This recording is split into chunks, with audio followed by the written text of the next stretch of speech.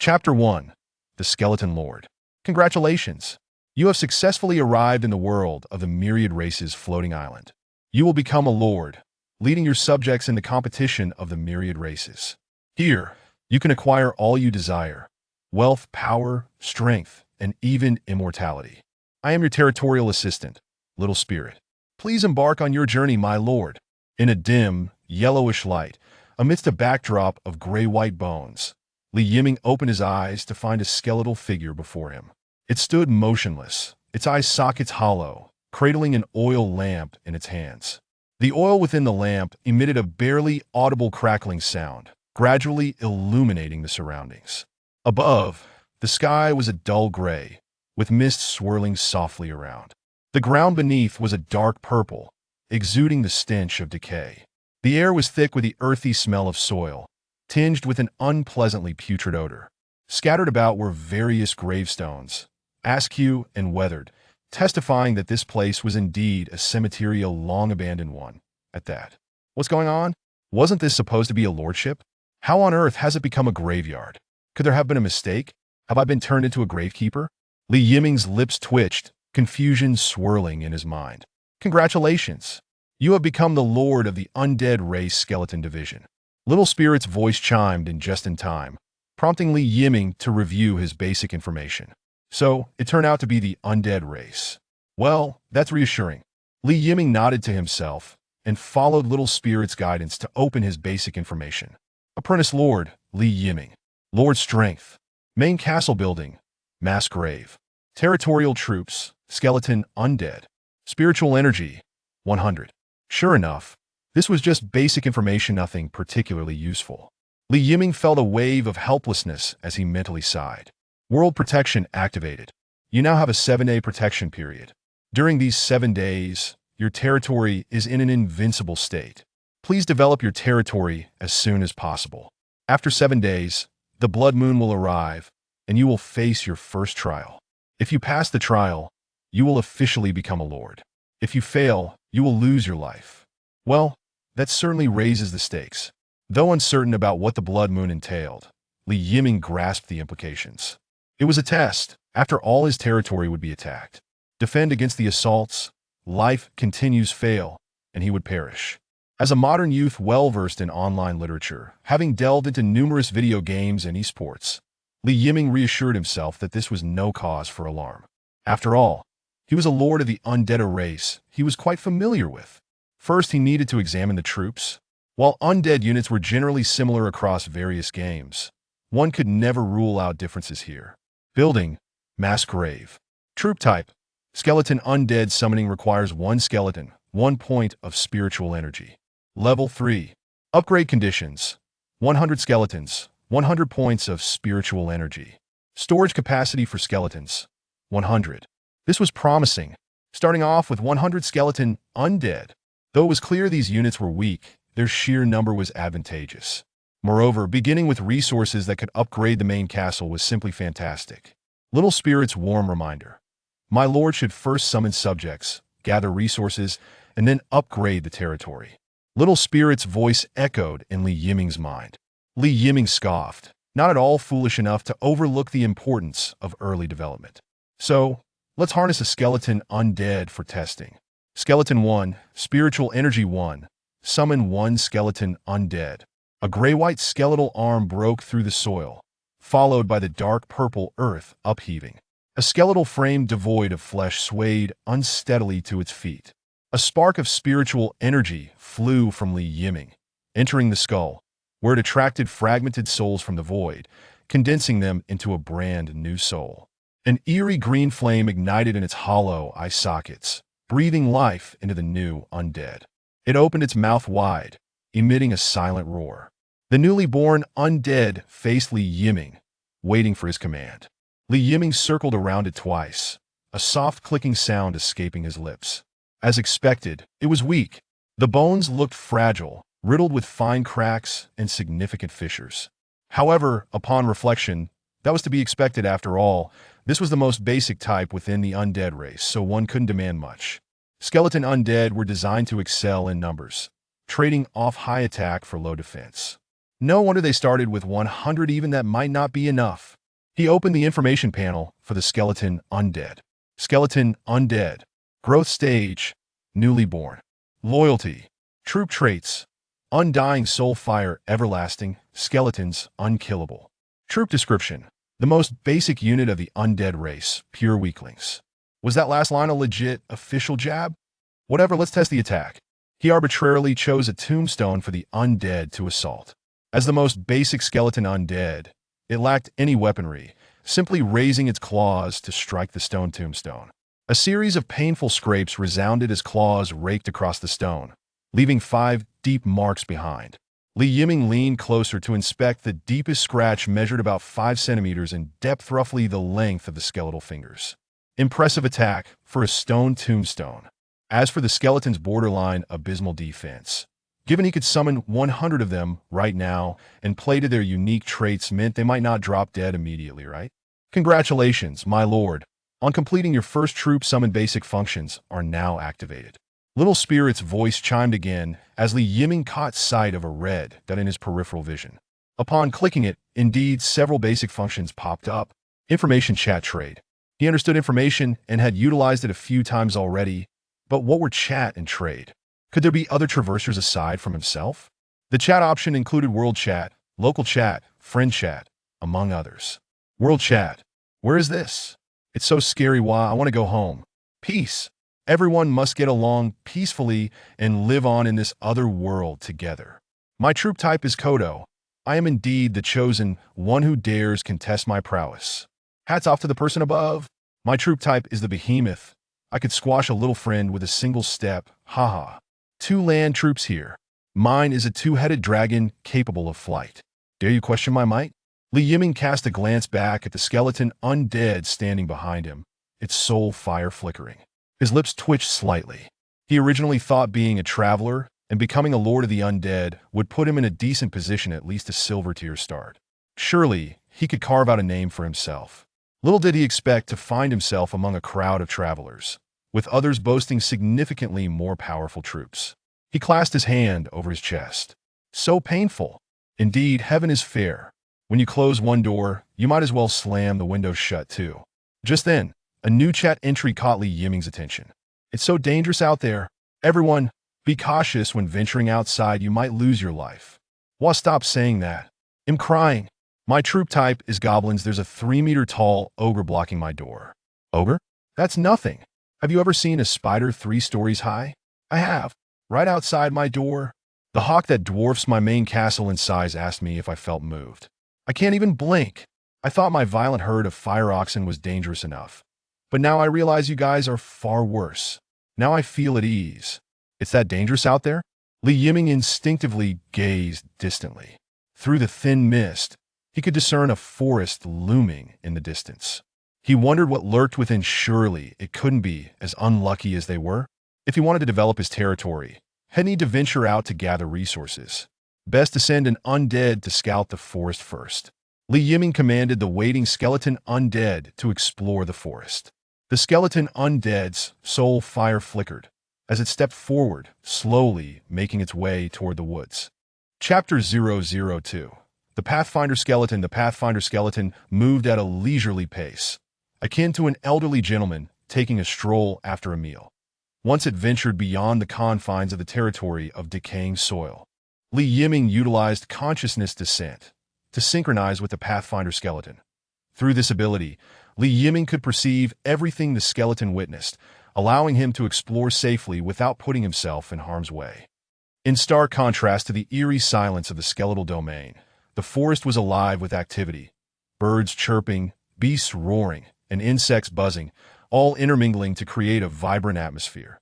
The skeletal undead lacked eyes, relying solely on soul fire to observe the world, which they could do in 2 modes. The normal mode and the soul mode. That in normal mode, the world appeared in stark black and white, with objects reduced to mere outlines, rendering it somewhat disconcerting.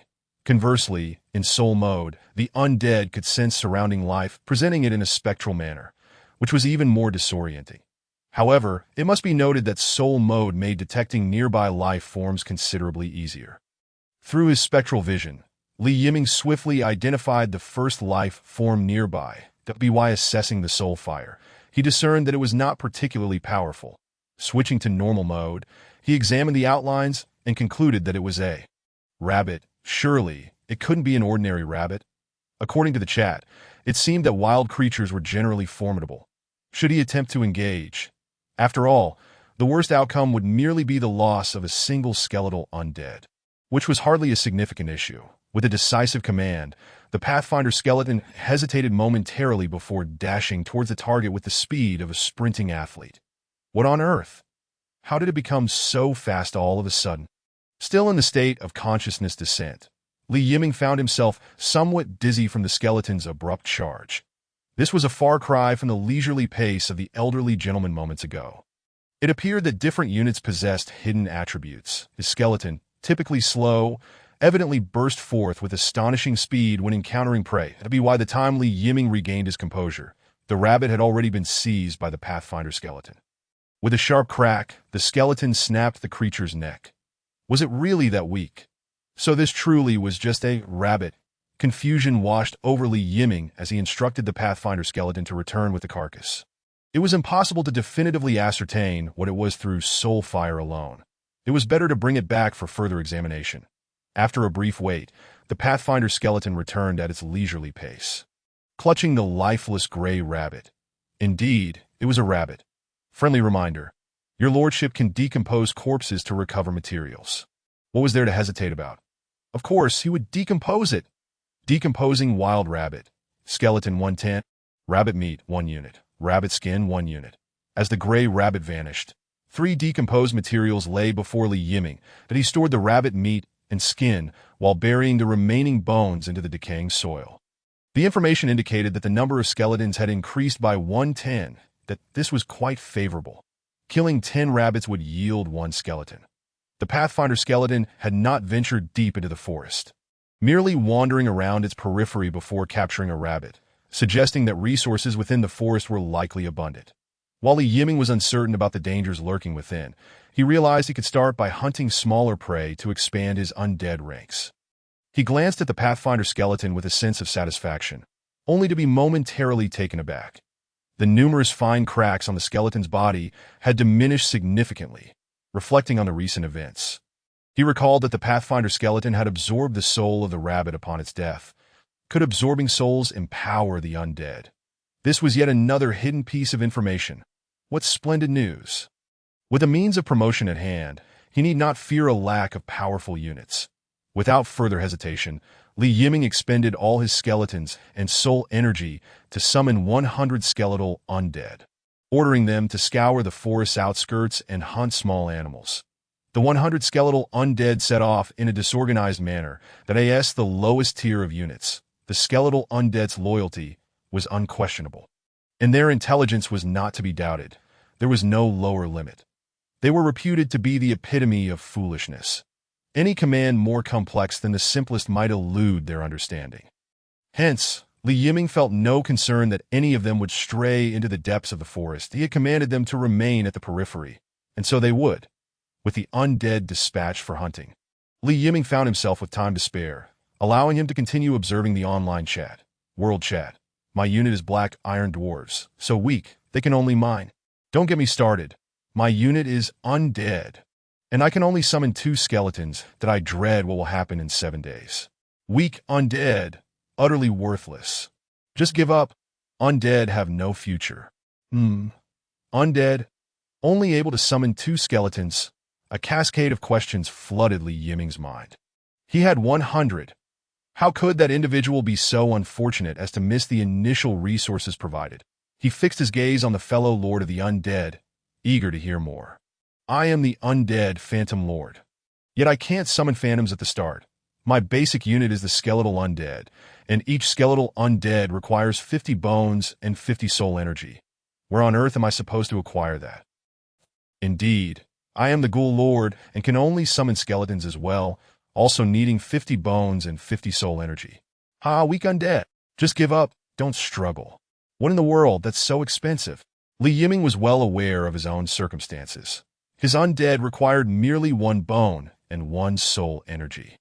Why was there such a disparity in the costs of summoning skeletal undead, even among lords of the same undead faction? Wait, hold on. Phantom Lord? Ghoul Lord? Ah, that must be the crux of the issue. He was the lord of the undead skeleton faction, thus the cost of summoning skeletal undead was far cheaper for him. Thank goodness for that. Feeling a deep sympathy for those lords unable to summon powerful units and forced to pay exorbitant prices for skeletons. Li Yiming took solace in the realization that his own starting position was not as dire as it initially seemed.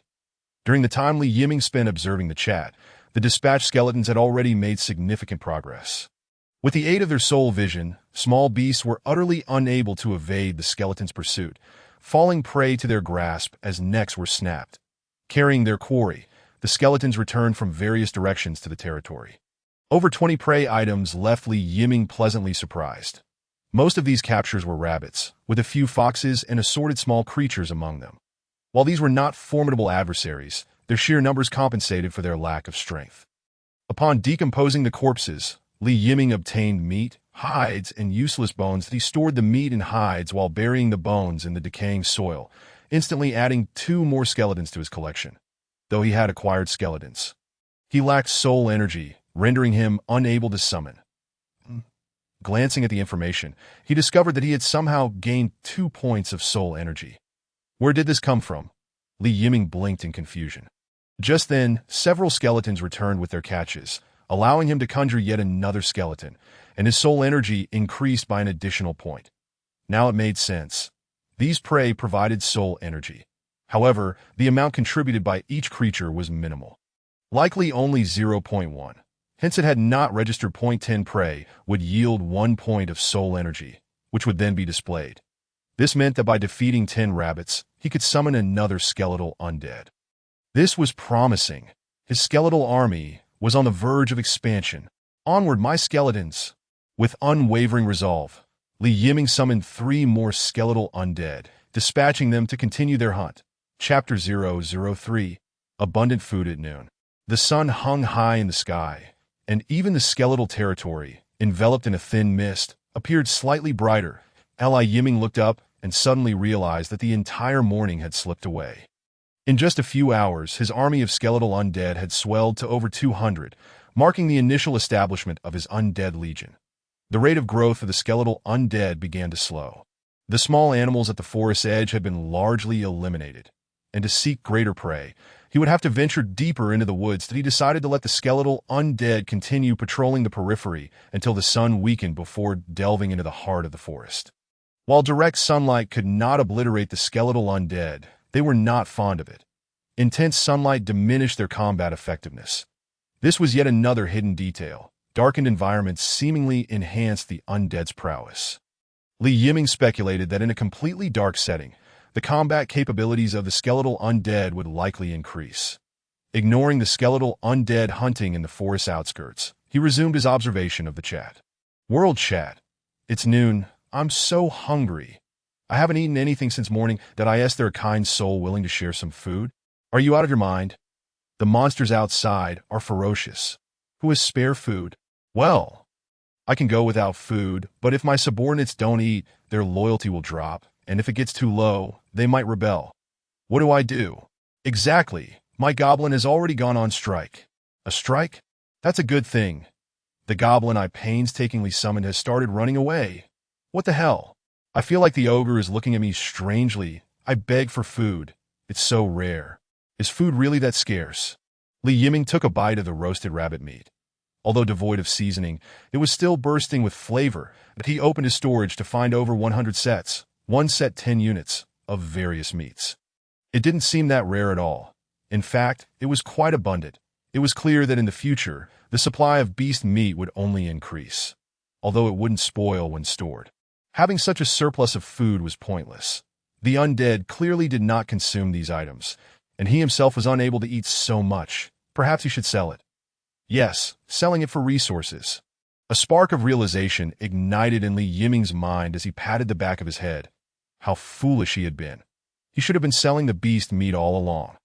Resources were far more valuable than mere meat, that if I could exchange for more bones and ethereal energy, wouldn't I be able to swiftly expand my army of the undead? Alas, Such a simple operation eluded me due to my own distraction. How foolish of me. Li Yiming hastily opened the trading interface. After a morning's wait, the trading area was already bustling with numerous individuals uploading their goods that a cursory glance revealed that the vast majority of items for trade were basic resources: wood, stone, sand, and clean water. Utterly useless, merely a gamble, hoping to make a fortune from sales while risking nothing if unsold. There were also some relatively decent resources, such as copper ore, iron ore, and millennium ice, yet Li Yiming found himself unable to utilize them at present. Upon searching for food, he discovered that there were hardly any sellers, and the prices were exceedingly high, with very few buyers, that a wave of joy washed over Li Yiming. This was a golden opportunity. What he needed now were just two things: bones and ethereal energy. While the exchange of ethereal energy might be less frequent, as other lords could also find it useful, bones, who besides a necromancer would have any use for such items? Useless refuse could be traded for life-sustaining food. How could they resist such an exchange? It was a necessity. Let us set it up. 100 sets of food, all listed. One set of food for 10 bones or 10 points of ethereal energy. It's hardly exorbitant. Is it fair and square, a tearful clearance sale? World chat. A big shot appears in the trading area, directly listing 100 sets of food. 100 sets of food? How many monsters must one slay? Truly a big shot. Unfortunately, the big shot only wants bones and ethereal energy, which I lack. I can't afford it, sob. Can't afford it. One. Big shot, I'm a girl. Could you spare me one set of food? The fellow above. Confirmed as a penny pincher. Is the big shot around? Could you reveal which lord you are? What type of troops do you use? I just checked. Might be a pseudo big shot. Only rabbit meat and fox meat. No powerful monster meat. Even if it's rabbit meat, it's still meat. If you're so capable, why don't you give it a try? Li Yiming had just uploaded 100 sets of food when the world chat exploded. Regarding the inquiries from other lords, Li Yiming had no intention of responding. He found joy in lurking and eavesdropping that I saw nothing, absolutely nothing. Excitedly, Li Yiming took a bite of roasted rabbit meat. Just as a series of notification sounds chimed from Little Spirit's end. Selling 1 set of rabbit meat, ethereal energy 10, selling 10 sets of rabbit meat, ethereal energy 100, selling 1 set of fox meat. Bones 10, in under a minute since listing the 100 sets of food, they were sold out. He received 150 bones and 850 points of ethereal energy. The roasted rabbit meat fell to the ground with a thud, and Li Yiming's eyes sparkled with excitement. By Jove, I've struck gold. This transaction yielded more than dispatching 200 skeletal undead. Yet he couldn't help but ponder. Indeed, there were many skilled players. One should never underestimate the other lords. However, he soon grew puzzled. The volume of exchanges was not as he had anticipated. In his calculations, the trade volume of bones should have exceeded that of ethereal energy. How come the ethereal energy exchanges far surpassed the bones? After a moment's reflection, Li Yiming realized the source of bones. One must slay monsters to obtain them. Without engaging in combat, acquiring bones would be quite challenging. Yet, the necessity for food indicated that battling was difficult. Thus, bones were scarce. Gazing at the bones and ethereal energy now credited to his account, Li Yiming felt an urge to strike a pose. He was finally financially secure. Who says necromancers are lacking? I am quite formidable.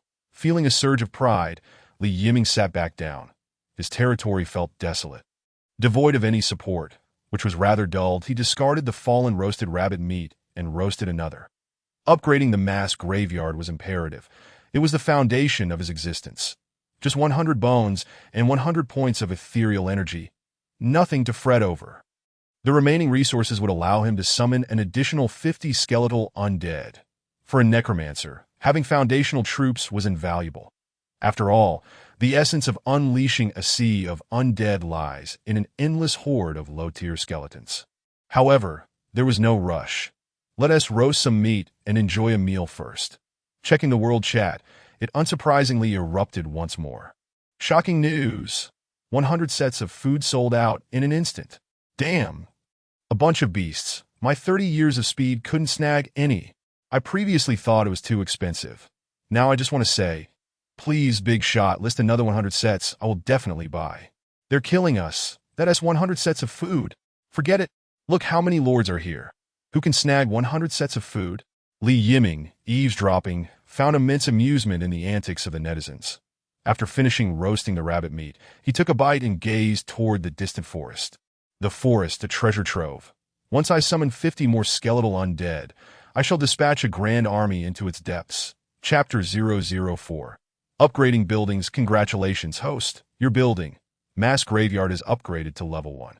Li Yiming expended 100 bones and 100 points of ethereal energy to upgrade his main city structure.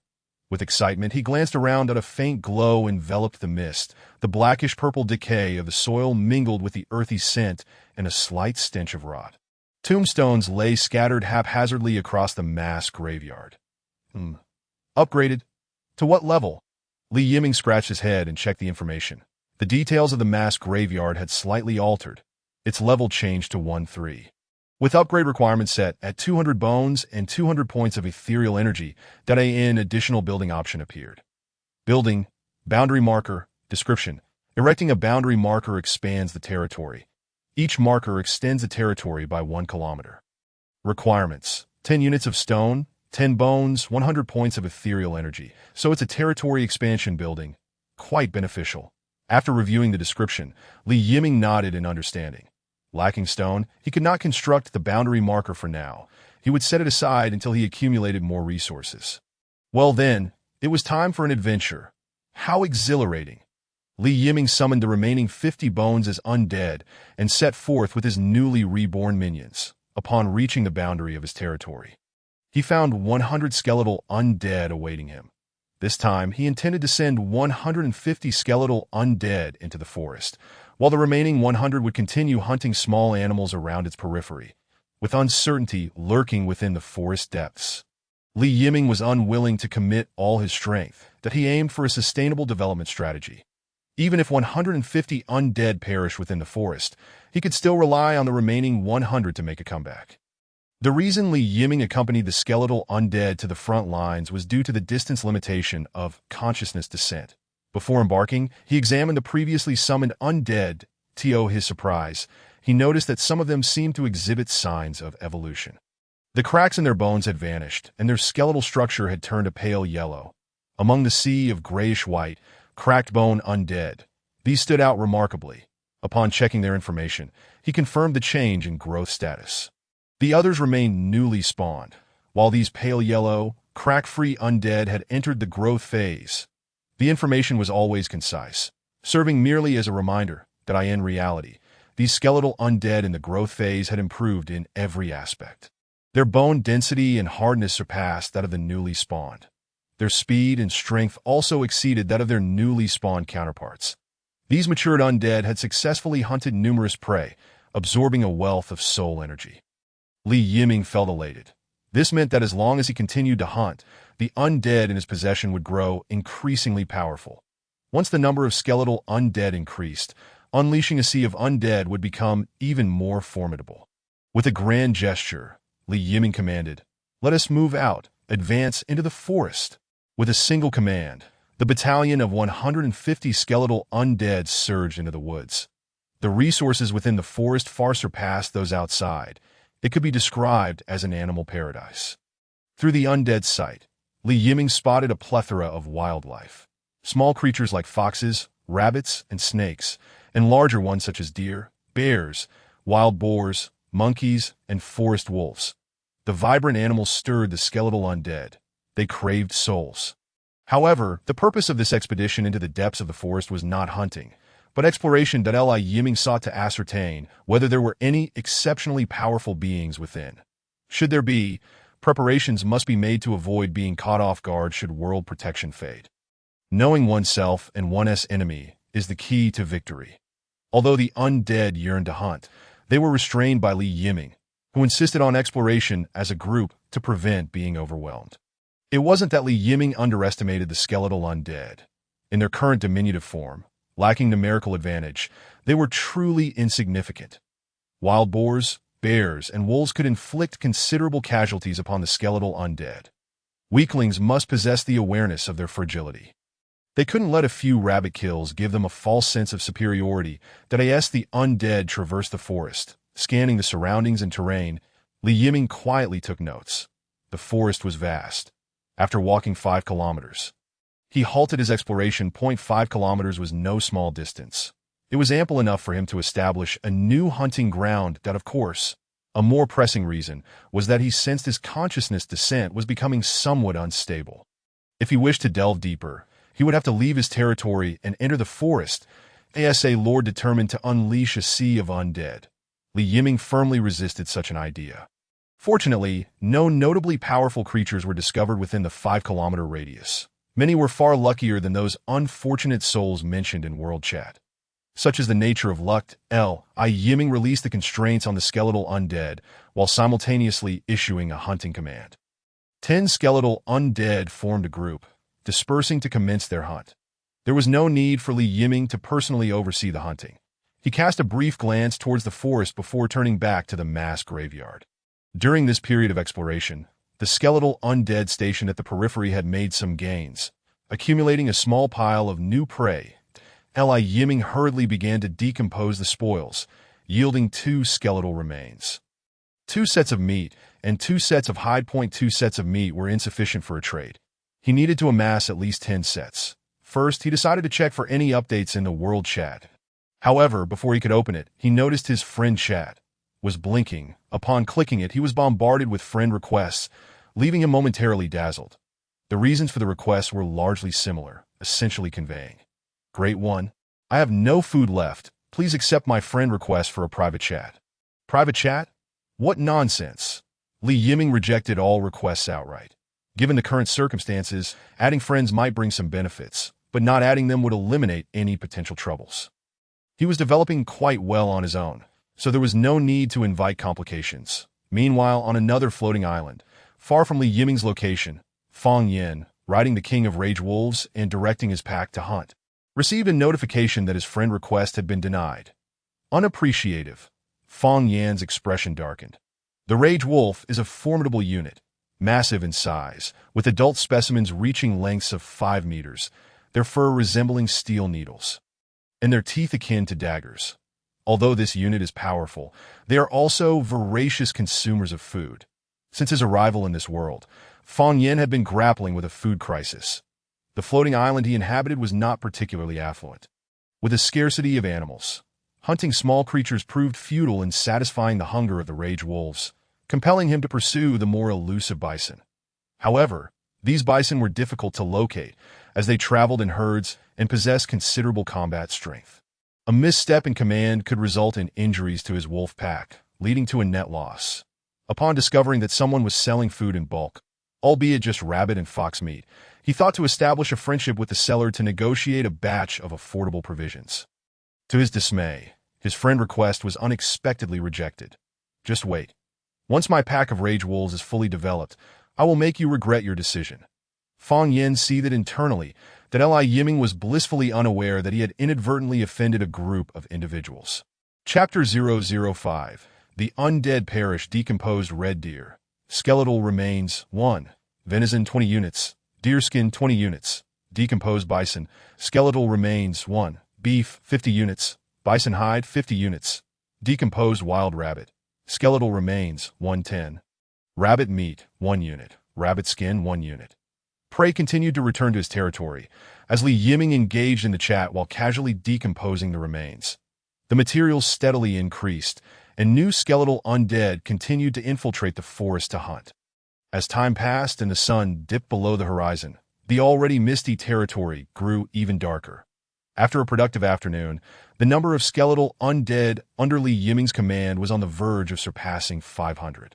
This was primarily due to the slow transport of prey by the skeletal undead deep within the forest, in addition to the growing number of skeletal undead. The increase of various materials in Li Yiming's warehouse was also remarkable. Venison, beef, rabbit, fox meat. All sorts of meat and hides were plentiful. While others were still struggling to find food, Li Yiming had already achieved food freedom. He could eat whatever he desired, even more to his delight. An increasing number of skeletal undead had transitioned from their infancy to maturity. His strength was steadily rising. Achieving such results on the first day was a source of pride for Li Yiming. Who says the undead are weak? The undead fear not death, exhibit high loyalty, conserve resources, and multiply swiftly. The benefits abound. However, aside from himself, it appeared that other undead lords were indeed faring poorly. As a skeletal lord, the resources consumed to summon skeletal undead were minuscule. Other undead lords could summon higher-level undead, but the cost of summoning skeletal undead was substantial for them. They were suffering significant losses in the early stages. Glancing at the sky, Yiming felt a surge of joy. Previously, during the day, the presence of sunlight had affected the undead, diminishing their strength. To truly harness the potential of the undead, nightfall was essential. The night was the realm of the undead, but he anticipated even greater gains this evening. With his warehouse nearing capacity, Yiming decided it was time for a clean-up. That he opened the trading section and placed food and hides on the market. 50 sets each of beef and venison, along with 150 sets of rabbit and fox meat. He also listed 200 sets of various hides, with trades primarily consisting of skeletal remains and spiritual energy, as he still needed to gather materials for the monument. World chat, hurry and take a look. The Great One is selling food again, and this time it's even more than before. Oh my God! Where does he get so much food? Don't his subjects need to eat? Beef, venison, the Great One's hunting range has expanded. We're all travelers here. We should help each other during these tough times. I suggest fair distribution of food. What are you thinking? Moral coercion. Why should he give you anything for free? Did you owe him something? Please, Great One, reveal yourself. We seek your protection. As soon as the food was listed, it was noticed, causing a stir in the world chat. Aside from the undead lords, food was the most fundamental and critical resource in other territories. Currently, over 90% of lords faced food shortages. This meant they could not sustain more subordinates, expand their territories, or grow. Naturally, these concerns were of no consequence to Yiming, who was quietly observing that he was not a saint and could not save everyone. Even his own survival after the protective measures faded remained uncertain. However, his initial sense of triumph quickly dissipated. World chat, the Great One is collecting skeletal remains again. I suspect his territory's attributes are related to the undead. Agreed. Could it be that someone genuinely believes the Great One is an undead lord? Indeed. That speculation is unrealistic. The undead are too weak. The undead are weaklings. Damn, I want to refute that, but I can't. 55555, my undead are so weak. Damn, that was close. If it weren't for the misfortunes of other undead lords, he would have been exposed. Continuing to survive relied entirely on the contrast provided by his peers. Yiming wiped the cold sweat from his brow, clasped his hands in gratitude towards his fellow lords. With so many lords around, there were all kinds of experts. The two transactions involving food had already drawn the attention of some individuals that he had been too careless, focusing solely on gathering resources. Yiming reflected deeply. The ease of exchanging skeletal remains was particularly risky for exposure, and he needed to exercise more caution next time. Nevertheless, after this exchange, his early-stage stability was essentially secured. That was still acceptable. The food sold swiftly, vanishing in less than a minute. Yiming's warehouse gained an additional 600 skeletal remains, 1,000 points of spiritual energy, and 40 sets of stone materials. Many who failed to acquire food vented their frustrations in the world chat. However, food was only particularly useful on the first day. By tomorrow, prices would likely plummet. Your skeletal undead soul fire has extinguished. Skeletal undead -1. Your skeletal undead soul fire has extinguished. Skeletal undead -1. Just as Yiming was about to upgrade the mass graveyard, a notification suddenly rang out, startling him. What was happening? The undead had perished. What could have happened to them? Yiming stood up, intending to consciousness descend, only to find the undead were absent from the service area. He could only vaguely sense the direction in which the undead had been slain. Those were the skeletal remains he had painstakingly summoned. It was unacceptable for them to die without reason. Yiming hurriedly stood and rushed towards the edge of his territory. By the time he arrived, it was all over. 2 full squads of undead had been wiped out. A total of 20 skeletal undead had vanished inexplicably, causing Yiming immense distress. What on earth happened? Yiming felt an urge to scream in frustration. After clenching his teeth in anger, he gradually calmed down. The 2 squads had not perished in the same area, but rather in different directions. This meant they had likely encountered different enemies. Where had these enemies emerged from? Li Yiming narrowed his eyes, realizing that the forest was indeed not peaceful, harboring unknown entities. The most pressing concern was to ascertain what had killed the undead. This needed to be clarified first. Otherwise, if the enemy had the capability to annihilate a squad, it would pose a significant threat to other undead as well. Yiming immediately ordered a gathering, organizing 200-person teams to investigate the two locations that he needed to uncover what the enemy truly was. The undead loyally executed Li Yiming's command, and the 200-person team swiftly assembled and set off towards the sites of the incident. The nearest location was a pond, surrounded by numerous traces left by beasts, indicating it was a gathering place for wildlife. Could it be that the undead squads had encountered a pack of beasts? Li Yiming pondered in confusion. The undead's perception was fundamentally different from that of humans, often missing many details. They could not even thoroughly examine the signs of battle at the scene, only sensing the lingering traces of dissipated souls. How frustrating! Just as Li Yiming was about to instruct the 100-person teams to leave, the vision of a skeletal undead caught his attention. What the hell is this? Li Yiming's eyes widened in disbelief as he gazed at the scene. It is a soul as colossal as a mountain, radiating a terrifying aura akin to the blazing sun. Merely by virtue of this formidable spirit, one need not behold the corporeal form to ascertain that it is indeed a dread presence. This must be the entity responsible for the demise of my spectral squadron. Yet it is beyond my capacity to confront. How infuriating! How could such a thing exist? My sincerest apologies. I was wrong. Is it not permissible for me to simply withdraw? Li Yiming, in a moment of decisive clarity, enacted a strategic retreat, designating this area as a forbidden zone for the time being. When I am capable of overcoming it, then I shall reconsider. What of the other location where the spectral squadron was vanquished? A sense of foreboding gnawed at Li Yiming. Chapter 6. The Forest Troll, a battalion of skeletal undead, comprised of 100 souls, cautiously traversed the forest. Following prior reconnaissance that had left him shaken, Li Yiming adopted a much more prudent demeanor.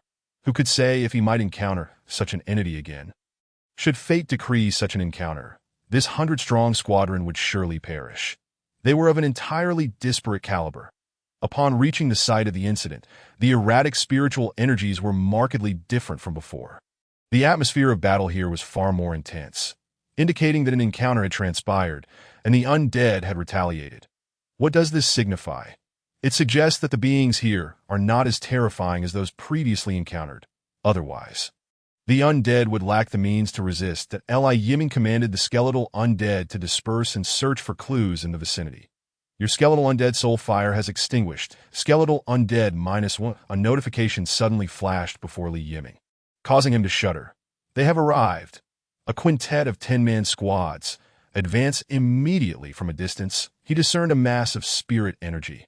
While not particularly powerful, it was certainly more formidable than a bison or a red deer. Likely comparable to a jungle tiger, as he drew nearer and his sight cleared, he discerned a humanoid figure standing nearly 3 meters tall, hunched over, wielding a weapon reminiscent of a long spear. Despite employing the undead's vision, he could not ascertain the true nature of this being. But that was of little concern. The mere fact that it dared to assail the undead indicated it was an adversary. As an enemy, there was no room for negotiation. It must be slain, its life serving as reparation for the loss of his spectral companions. Li Yiming roared. Instantly, dozens of undead surged forward without hesitation. The creature, having just dispatched one of the undead, was evidently caught off guard by the sudden onslaught. It swung its weapon fiercely, battling against the undead. After dispersing a dozen of them, it found itself encircled and pinned to the ground, the undead swarming over it. Its essence was devoured, leaving behind but a lifeless shell. Excellent. Li Yiming raised his fist, ready to issue commands, when he noticed a gathering of spirits approaching rapidly from a distance. Trouble! Reinforcements have arrived. A miscalculation. Li Yiming smote his forehead in frustration. The violent clash must have drawn the attention of other beings. Retreat. Withdraw with the body. Leave 2 squads of 10 to cover our retreat. Li Yiming quickly issued commands. There was no time for sentiment regarding the undead.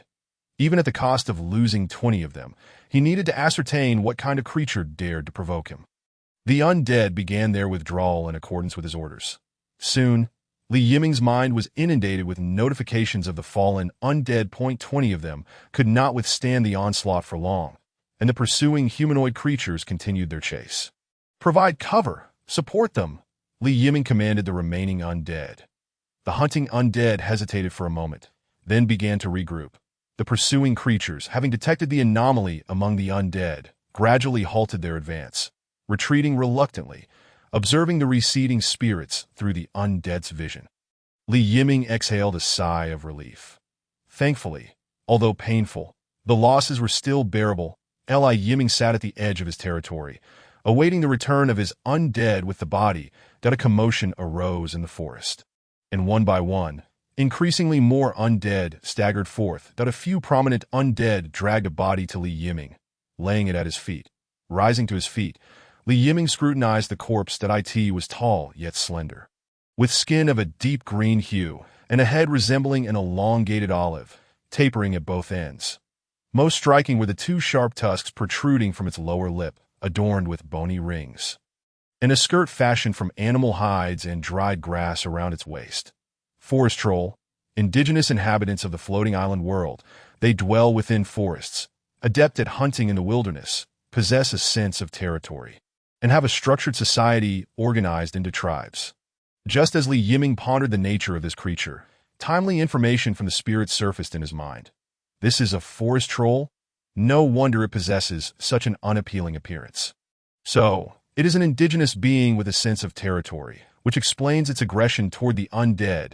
It perceives the undead as invaders. With this understanding, Li Yiming felt reassured. The forest troll is not the same terrifying spirit he previously encountered.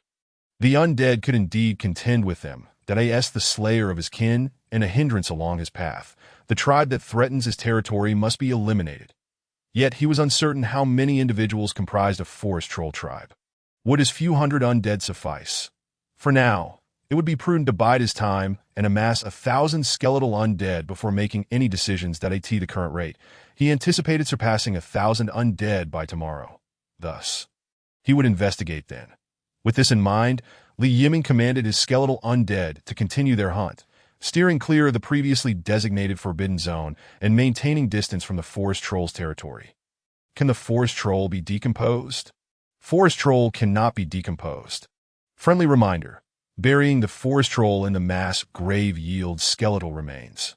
Nodding in acknowledgement, Li Yiming summoned 4 skeletal undead and instructed them to transport the forest troll's corpse for burial. Before long, a notification chimed. Skeletal troll remains 1. Having lost 30 skeletal undead in exchange for a single set of remains, it was a significant loss. Wait, previously, it was merely skeletal remains, and now it has transformed into troll remains. What could be the difference? Li Yiming examined the information, but found nothing of particular note. However, he instinctively sensed something amiss and decided against summoning the troll remains as skeletal undead. Many details are concealed. Caution is prudent. After all, it is merely a matter of a single skeletal undead. Postponing the summoning is of no consequence. That Li Yiming set aside the matter of the troll remains. The skeletal undead resumed their hunting pursuits, allowing Li Yiming to return to his previous endeavors. Having just sold food for resources, he found himself with newfound opportunities for action. The first order of business was to upgrade the mass grave. The main city structure must always be prioritized for enhancement. All remaining skeletal remains were to be converted into skeletal undead. Replenishing his ranks, with a firm resolve, Li Yiming promptly set about upgrading. Congratulations, host. Your structure, mass grave, is upgraded to level 2. Structure, mass grave. Unit type, skeletal undead. Summoning requires 1 skeletal remains, 1 point of spiritual energy. Level 2-3. Upgrade requirements, for 100 skeletal remains, 400 points of spiritual energy. Constructible structures, boundary stone. Exotic tomb. The information interface had undergone slight alterations, now displaying a prompt for constructible structures. In addition to the boundary stone, a new structure known as the exotic tomb had been added. Intrigued, Li Yiming clicked on the exotic tomb information. Structure, exotic tomb. Description: a building capable of summoning special skeletal undead. By all that is holy, remarkable. Li Yiming was elated, instantly reminded of the recently acquired troll remains. Upon clicking the building information, he discovered an additional option for exotic tomb, troll structure. Exotic tomb, troll. Unit type: skeletal troll. Summoning requires 1 troll remains, 10 points of spiritual energy. Requirements: 10 troll remains, 100 units of stone, 100 points of spiritual energy. What a steep cost! I cannot afford it. Upon seeing the construction requirements, Li Yiming's fervor was instantly extinguished. Well, for the sake of my exotic tomb, I must eradicate that troll tribe. Determination ignited within Li Yiming's eyes. Recruit forces, annihilate the troll tribe. Chapter 7. The army marches forth in but a brief moment. He had lost dozens of skeletal undead. The hard-earned resources he had painstakingly accumulated were decimated in an instant, leaving Li Yiming gasping in anguish. That he acutely felt the inadequacy of his subjects. He had initially contemplated constructing several boundary stones to expand his territory, but after losing so many undead, he realized, what value does territory hold without the undead? To shape a sea of undead, a daunting task lies ahead. Thus, he must summon another 400 skeletal undead to bolster his ranks. With a wave of his hand, the skeletal remains ignited with spiritual fire, clawing their way from the mass grave, marching forth in a grand procession toward the forest. The last vestiges of twilight had vanished, and darkness enveloped the land. Amidst the night, the souls of the skeletal undead blazed brightly. To his astonishment, Li Yiming sensed vitality emanating from the skeletal undead. How bizarre! I am truly feeling vitality from a horde of mere bone frames. One by one, the skeletal undead passed silently by Li Yiming, seamlessly entering the forest, transforming into hunters. The night is fraught with danger. In the shadows, none can ascertain what lurks within. Li Yiming had no intention of lingering at the border.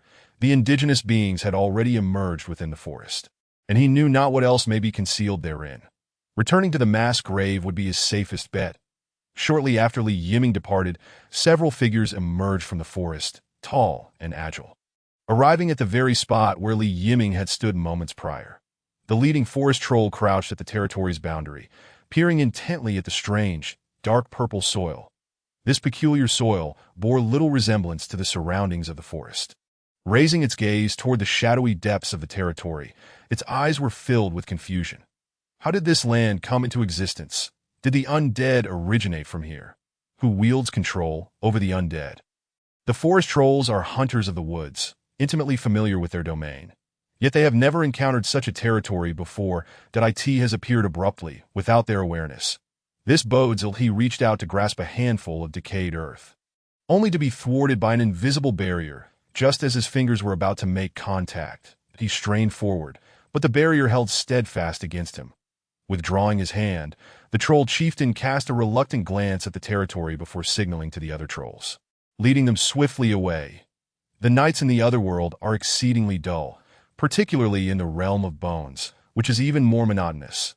There are none of the comforts familiar to urban dwellers. No sofas, no televisions, no mobile phones, no games. The only activity available is to engage in idle chatter within the world chat. That Li Yiming's dinner consisted of roasted beef, cooked to a perfect medium, tender yet lacking in seasoning, rendering it somewhat unremarkable.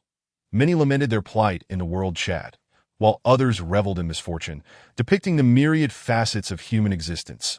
After eavesdropping throughout the day, Li Yiming observed that very few powerful lords opted for self-destruction. It seems their thoughts aligned with caution. Who would willingly expose their trump cards unless absolutely necessary? The army type, the greatest asset acquired upon becoming a lord, is something to be safeguarded. That he continued to eavesdrop until deep into the night, and finally succumbed to fatigue, drifting off to sleep. The morning sun pierced through the mist, illuminating the realm of bones. That Li Yiming, slumbering upon the decayed earth, turned over, gazing skyward, slowly opening his eyes, a hint of bewilderment upon his face. Ah, right, I have traversed worlds. The confusion dissipated and clarity returned. Remarkably, he had slept soundly through the night, as if there were no concerns to weigh upon him, which felt rather strange.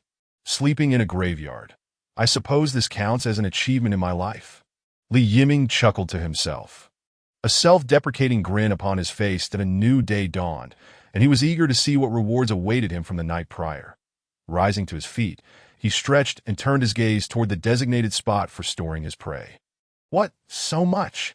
The prey had accumulated into a mountain, slowly piling up that a few skeletal undead, having just discarded their catch upon the mound, glanced at their lord before ambling away.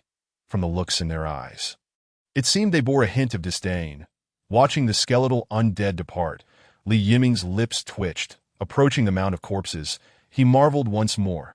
The skeletal undead truly are the finest laborers. They neither hunger nor tire, laboring continuously without respite. What is this 996, this 886, this 715? None of that holds a candle to the skeletal undead. Their work ethic is akin to that of a true 007, relentless and undying. Rubbing his hands together, Li Yiming initiated the disassembly of the corpses. Disassemble red deer, skeleton 1, venison 20 units, deer hide 20 units. The efforts of over 800 skeletal remains throughout the night yielded Li Yiming nearly 400 skeletons. Such efficiency is unparalleled that he suspected that the reproductive rate of forest creatures might not keep pace with the hunting speed of the undead. Moreover, it seemed he had inadvertently accomplished a minor objective. Just yesterday, he had mentioned gathering 1,000 skeletal undead, and now, upon waking, he had exceeded that goal. What a delightful surprise!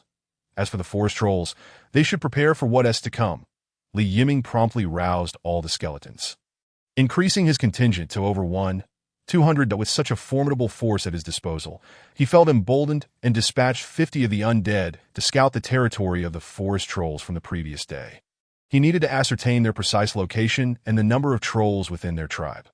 While awaiting news from the undead, Li Yiming indulged in another meal of roasted meat, to be honest.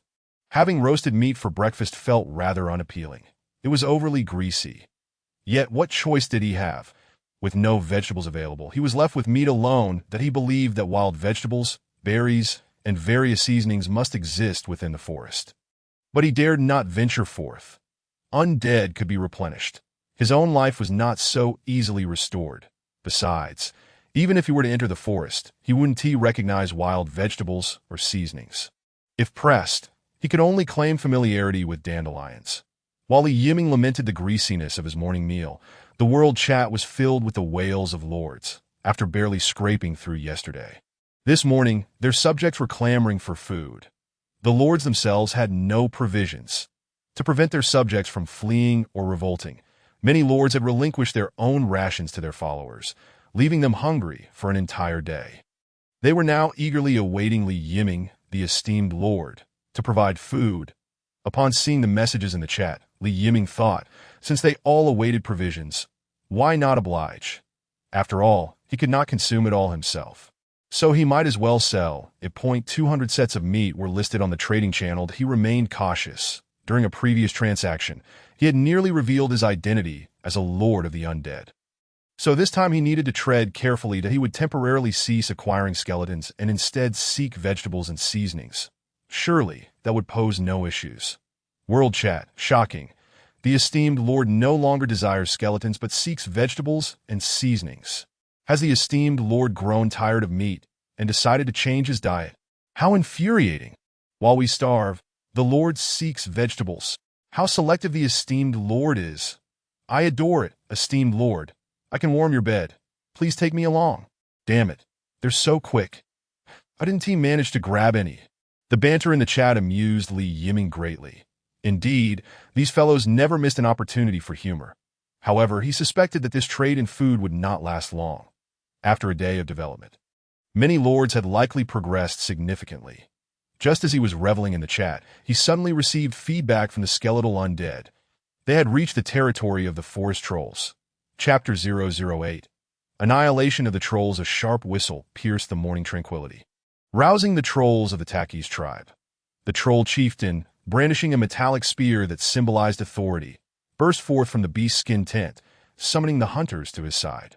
What transpired? Moving bones, the undead. They are approaching.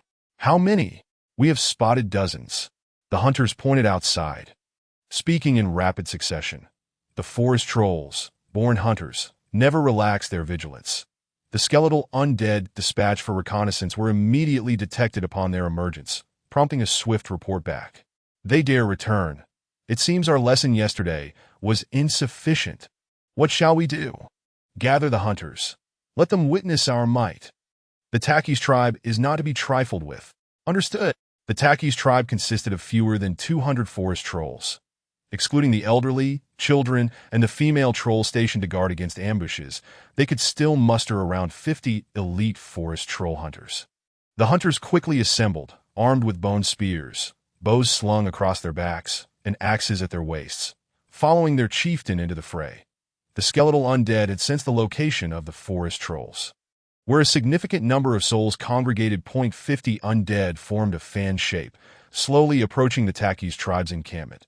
Bone arrows sliced through the air, embedding themselves in the skulls of the skeletal undead. Disrupting their soul flames, with a clattering sound, bones scattered across the ground. The remaining undead paid no mind to their unfortunate comrade, continuing their slow advance toward the tribe. Chieftain, what is happening? Why do they not flee? A young forest troll, having already dispatched a dozen undead, questioned in confusion. The chieftain furrowed his brow, sensing the situation was becoming troublesome. He had never encountered skeletal undead before, only hearing tales of a fearsome race known as the undead. They were a terrifying breed, unafraid of death, for they had long since passed on. Death was but a release for them. As the forest trolls engaged the skeletal undead, Yiming was already receiving updates. He activated consciousness descent, following the vision of the undead, inching closer to the troll encampment. After losing over 30 undead, the remaining ones stood before the encampment that a throng of trolls obstructed their path. Weapons drawn. Scanning the number of souls present, he noted nearly 200, not an overwhelming force. The troll chieftain and his warriors blocked the way of the skeletal undead, yet they found the undead had halted, standing quietly in place. What do you intend to do? This is the territory of the Takis tribe. Leave at once. The troll chieftain bellowed, and in response, dozens more trolls emerged from the tribe. These were the defenders, composed of the elderly and women, with the children having been hidden away. Though the elderly and women might not possess the strength of robust males, they were certainly not weak. When the tribe was under threat, they would also transform into fierce warriors. The chieftain's reprimands were destined to be in vain. The low-tier skeletal undead could not hear the sound of his voice.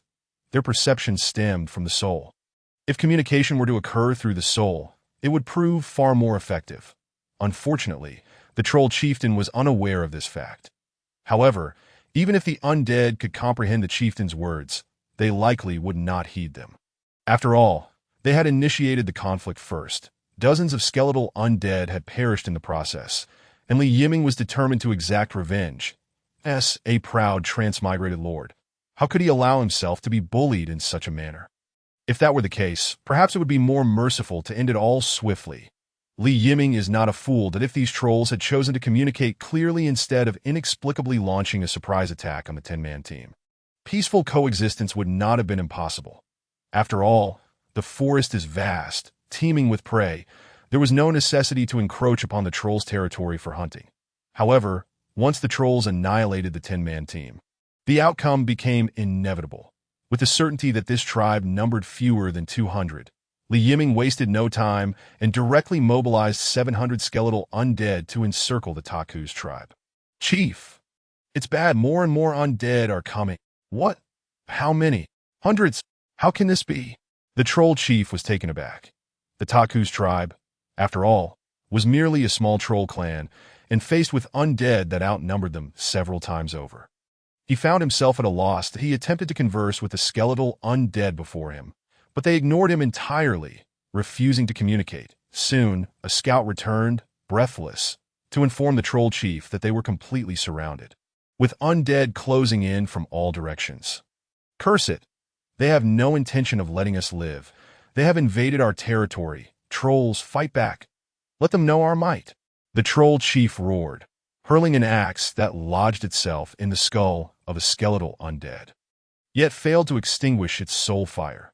Far within his territory, Li Yiming sensed the trolls had launched their attack and immediately commanded the undead to commence their assault. Responding to the signal, the skeletal undead ignited with blazing soul fire, transforming from a leisurely stroll to a furious sprint, racing toward the Taku's tribe like a 100-meter dash. There was no sensation of pain, no fear, no compassion, and no pleas for mercy. That it was a matter of either annihilating the undead or being entirely obliterated by them. That as Li Yiming entered this other world, the first true battle began. The skeletal undead, resembling wooden carvings or clay sculptures, unleashed silent roars as they charged at the trolls.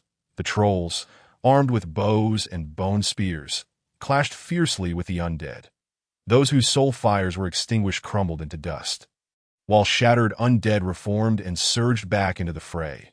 For the forest trolls of the Taku's tribe, hundreds of undead represented a catastrophic disaster. Even their strength was no match for the overwhelming numbers. The toll of casualties soon became apparent.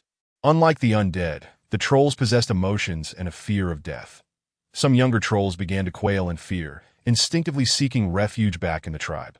Yet as they turned, they discovered that even more skeletal undead had breached their defenses and infiltrated their territory.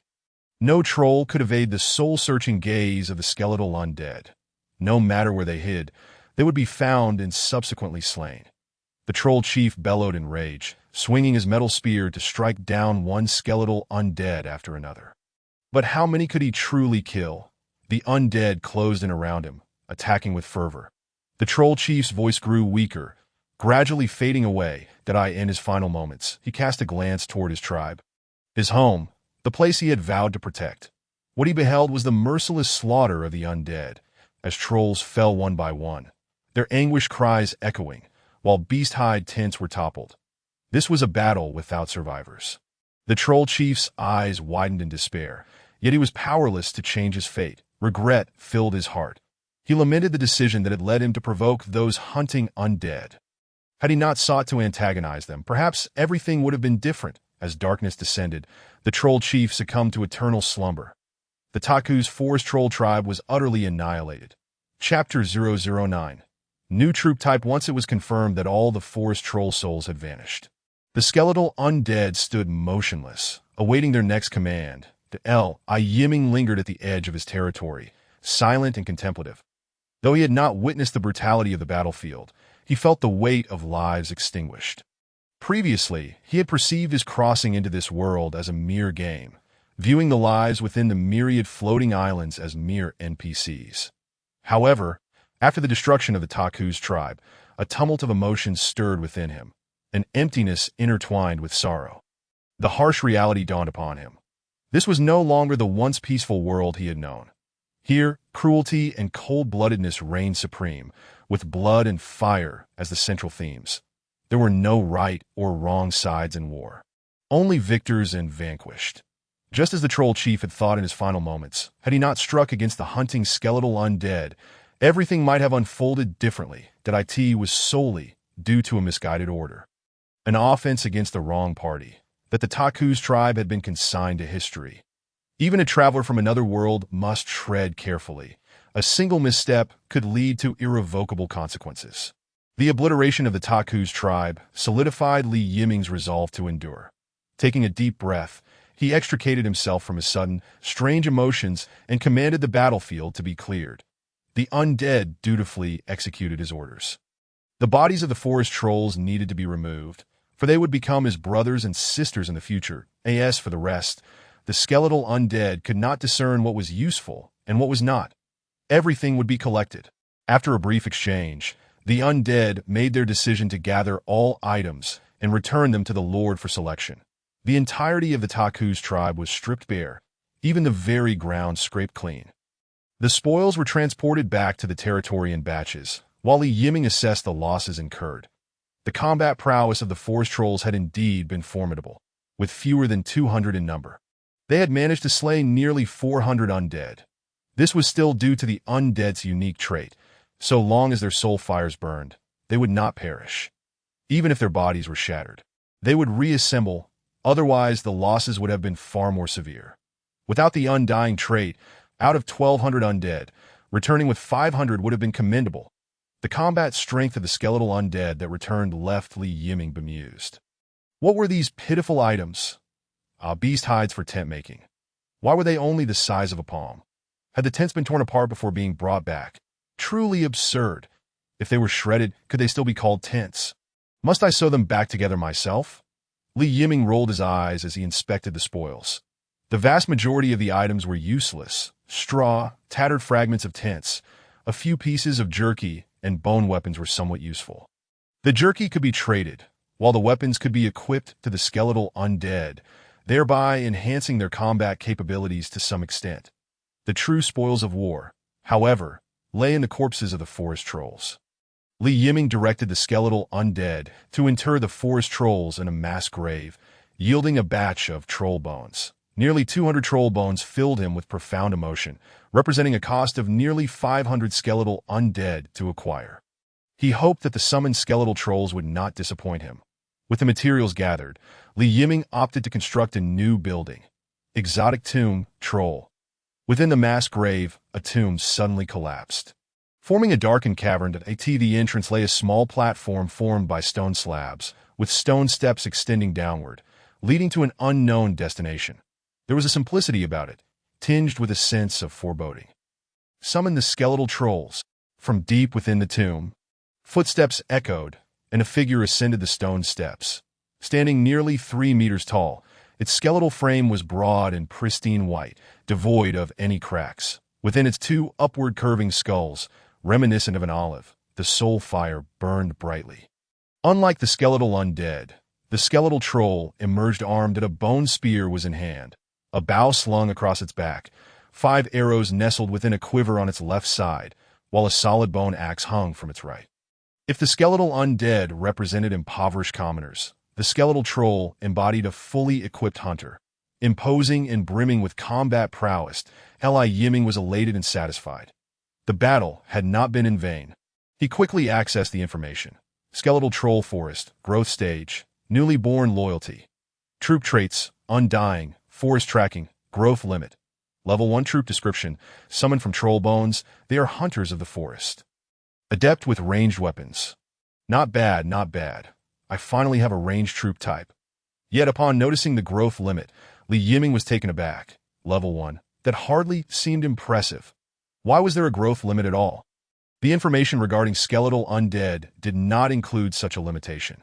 Furrowing his brow, Li Yiming pondered the implications that a growth limit of level 1 indicated that the skeletal troll's growth potential was limited. How high could it possibly go? This remained uncertain for now. The absence of a growth limit for skeletal undead was also peculiar. Did it imply that skeletal undead had inferior growth potential compared to skeletal trolls, or could they grow infinitely? It was impossible to ascertain at this moment. Clearly, there was much within this world that required exploration. The 200 sets of food he had previously placed on the trading channel had long since sold out, yielding 1,600 points of spiritual energy, with the remainder being vegetables and seasonings. That Li Yiming recognized that spiritual energy was the core resource of this world. With this reserve of 1,600 points, he was now able to summon skeletal trolls. He decided to summon 100 skeletal trolls, ensuring to reserve some spiritual energy for emergencies. Footsteps sounded as tall skeletal trolls emerged from the tomb, standing before Li Yiming.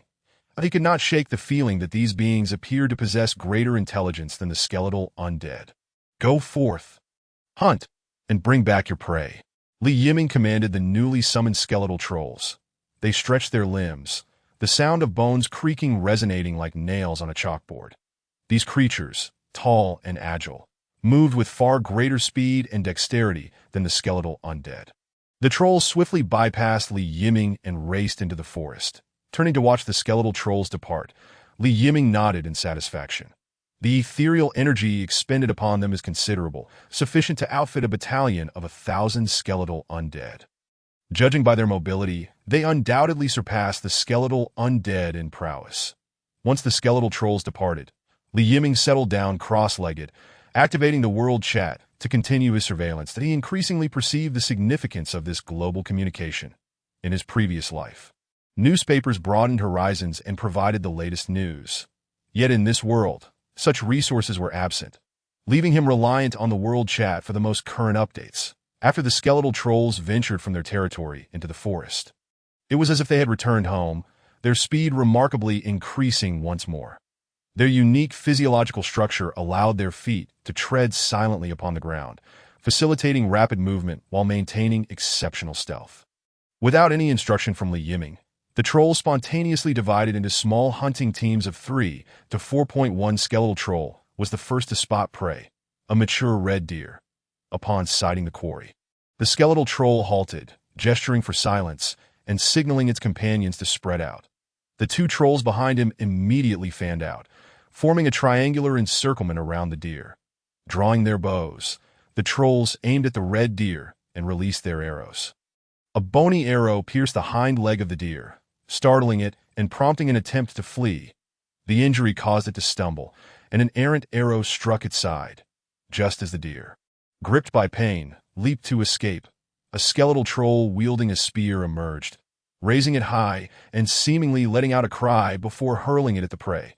The sharp spear penetrated the chest of the red deer, and with a mournful cry, it collapsed lifeless. The trio of skeletal trolls collaborated to bring down the deer, completing the entire process in less than 2 minutes. They approached, first absorbing the soul of the deer, then lifting its carcass to return to their territory. However, Yiming was unaware of all these events. Chapter 010. Constructing the boundary marker, World Chat. Brothers, what should I do if my subjects are gone? My subjects are lizard men, hideous creatures covered in scales, blah blah. So what exactly are you trying to say? If my subjects are gone, I can just summon more, right? I sent my lizard men out, and they were captured by a harpy outside. The harpy's feathers are so beautiful. If only my subjects were harpies, blah blah. Wake up. Lizard men are your subjects. Hurry and summon more. Wah wah wah. Lizard men are ugly and useless. I haven't eaten since yesterday. I'm so hungry. Summon more lizard men. I can't summon lizard men. What should I do now? They're just too ugly. Seriously, is the person above me an idiot? Summoning lizard men shows insufficient resources.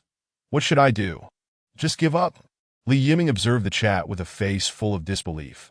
Such a lack of intelligence was almost negative, and calling them foolish would be an insult to the foolish Asa Lord. He had yet to gather resources and had already lost his subjects. There was no need to ponder further. This unfortunate child was doomed.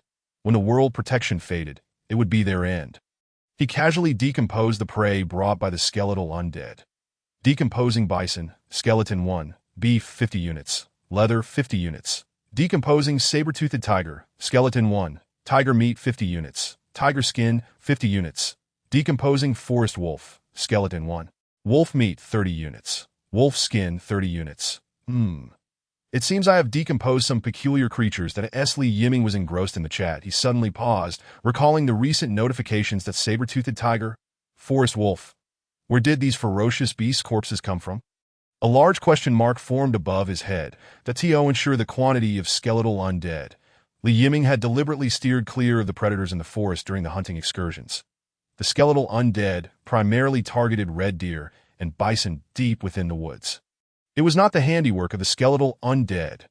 Yiming began to piece together the clues. He watched as 2 skeletal undead dragged a wolf carcass, swaying as they approached and unceremoniously dropping it aside. Yiming walked over to inspect the wolf's body. That it was a forest wolf, over 2 meters long, clothed in coarse gray-black fur that felt prickly to the touch, despite being a fierce beast. It bore only a single wound. Its eye. The arrow had struck true, penetrating its eye and piercing into the brain, resulting in instant death. That it was the skeletal trolls that had slain it. The only undead under his command equipped with weapons were the skeletal trolls. Moreover, these trolls were adept hunters within the forest, making their ability to take down such beasts entirely reasonable. Based on the hunting reports from the morning, Yiming felt he had underestimated the prowess of the skeletal trolls. They were evidently stronger than he had initially surmised. Furthermore, why were the corpses of the beasts hunted by the trolls being delivered back by the skeletal undead? Yiming gazed thoughtfully at the staggering skeletal undead returning from the forest, stroking his chin in contemplation. Previously, he had sensed that these trolls were more intelligent than the skeletal undead, and now it was clear that this was not a mere illusion. They not only possessed excellent forest hunting skills, but also commanded other skeletal undead to assist in transporting the carcasses. This was indeed excellent news. The strength of the skeletal trolls implied that he could explore deeper into the forest. However, venturing further seemed to pose a challenge, as his consciousness descent was limited in range. Perhaps he could construct a few boundary markers. He still possessed 30 sets of stone materials, and his ethereal energy was sufficient to erect 3 boundary markers that it was worth a try. Resolute in his decision, Yiming opted to expand his territory further into the forest. Arriving at the border of his domain, he selected the option to construct a boundary marker. The marker was a 1-meter-high rectangular stone, intricately carved with interwoven skeletal undead figures. Atop it sat a skull, from which eerie green flames flickered, emanating a chilling aura that was quite unsettling. The front of the marker bore the inscription skeleton, while the reverse read soul. Truly befitting of the skeletal territory. A mere glance instilled a sense of dread, perfectly aligning with the ambience of the realm. Yiming shook his head with a wry smile, feeling increasingly like a villainous overlord, imbued with the essence of a nefarious boss. The boundary marker served to delineate territory, necessitating placement upon corrupted soil. Yiming was determined not to waste a single resource. After careful measurements, he finally positioned the first boundary marker at the very edge of his territory. As the marker settled into place, a distinct aura belonging to the undead permeated the entire domain. Beneath the marker, the land began to rapidly decay, spreading outward until it swiftly merged with the forest. To Yiming's astonishment, as the corrupted soil encroached into the forest, the trees showed no signs of dying. Not only did they remain alive, but they appeared more vibrant. Was this merely a figment of his imagination? Wasn't the corrupted soil supposed to possess corrosive properties? Scratching his head in confusion, Yiming pondered as the territory expanded. The world protection also widened, incorporating the newly spread corrupted soil into its protective bounds. Approaching a grand tree, he conducted an examination and found it to be as he had observed. The tree not only thrived but seemed to flourish even more, its leaves appearing greener than before. This made little sense. Which undead territory was characterized by flourishing trees? This was decidedly uncharacteristic of the undead. Yiming rolled his eyes in exasperation. Whether the corrupted soil indeed promoted plant growth remained uncertain. But he could certainly conduct experiments in the future. For now, he would continue expanding. Yiming advanced another kilometer before placing down another boundary marker, gradually pushing forward. The straight-line expansion stretched 3 kilometers. As if a pathway leading directly into the forest had suddenly emerged within his domain. Standing at the forefront of his territory, Yiming clapped his hands, satisfied with his progress, ready to delve deeper into exploration. Forward, my skeletal trolls. Your lord stands with you. Consciousness descend. The skeletal trolls, sensing the arrival of Yiming's consciousness, turned their heads toward his direction. Yiming, now experiencing the effects of his consciousness descent, was equally astonished. The vision of the skeletal trolls differed from that of ordinary skeletal undead. Under normal conditions, their sight was markedly clearer, almost indistinguishable from human vision, and no wonder the information described them as hunters of the forest. Without such vision, how could they wield weapons like bows and arrows? Previously, when utilizing consciousness descent, he always felt somewhat disoriented, struggling to see clearly. Now, however, everything was vividly apparent. Onward, to explore the forest, 100 skeletal trolls assembled, advancing into the depths of the forest. They divided naturally into small teams of 3 to 5, maintaining a distance that allowed for mutual support. Their disciplined approach to hunting underscored their prowess as forest hunters, providing Yiming with a sense of reassurance. The trolls' method of exploration starkly contrasted with that of the skeletal undead, who charged in a chaotic frenzy, heedless of strategy. The trolls, in contrast, operated with purpose, examining the signs left by beasts, the scratches on trees, and nearby water sources. After traveling 2 kilometers, one of the troll teams signaled that they had encountered something unusual. The other teams immediately converged on that team. Yiming, experiencing consciousness descent, felt as though he were immersed in a VR game. Exhilarated by the experience, he was curious about what the trolls had discovered. Chapter 011. The cannibal troll. The skeletal trolls moved swiftly and silently through the forest, though their size was considerable. Their movements were surprisingly agile, their feet barely making a sound as they gently leapt forward. They soon arrived at the location where the signal had originated. The team had discovered a giant creature, now slumped against a tree trunk, deep in slumber, with a large wooden club taller than a person resting beside it. The colossal creature, stout and imposing, boasted a chalky gray complexion. Its neck was nearly imperceptible, as if a head rested upon its shoulders, with a bald crown devoid of hair. This behemoth towered over the forest trolls, and Yiming surmised that if it stood upright, it would likely exceed 4 meters in height. Ogre, race, troll, maximum combat power, level 2 original name, cannibalistic troll, a subspecies of the troll race. Naturally belligerent, they tend to lose their sanity in battle, attacking indiscriminately, due to their low intelligence. They are not recognized by the troll race and are forbidden from calling themselves trolls. They are regarded as a detested presence among their kin. Unlike the brief information provided by the corpse of the forest troll last time, this time the details were relatively abundant. It turned out this creature was a cannibalistic troll, the intellectually impaired offspring among trolls, lacking in aesthetic appeal. While forest trolls were also not conventionally attractive, they at least exuded a fierce demeanor. In stark contrast, the cannibalistic trolls appeared entirely misshapen, reminiscent of the foolish son of the neighbor, Old Wong. Their combat prowess was commendable, surpassing that of forest trolls in strength as they matured. However, it remained uncertain how formidable this particular cannibalistic troll was and whether it had indeed attained level 2 combat power. Should I test it? Just as this thought crossed Yiming's mind, the skeletal troll sprang into action. Point 1 troll, concealed behind a tree, emerged, knocking an arrow and aiming slightly upward. Releasing the string, the arrow sailed through the air in a graceful arc, piercing the right eye of the cannibalistic troll. The sudden agony jolted the creature from its slumber, unleashing an enraged roar. What followed was an incomprehensible reaction from the cannibalistic troll. Rising to its feet, it scanned its surroundings, failing to detect the concealed skeletal trolls. A creature with normal intelligence would instinctively pull out the arrow and seek out its assailant. Yet, the intellectually deficient cannibalistic troll displayed its own peculiar prowess. It did not extract the arrow, but instead began to pound it deeper. The sickening sound of flesh and bone echoed as blood splattered. The arrow, lodged in its eye, drove the creature to madness, and with each desperate thump, the pain intensified, creating a vicious cycle. Ultimately, what should have been a non-fatal injury was driven deep into its brain. With a thunderous crash, the corpulent figure, over 4 meters tall, collapsed. Throughout the encounter, the cannibalistic troll remained oblivious to its assailant's identity. Likewise, the skeletal trolls refrained from launching a second attack. Was it possible that it had brought about its own demise?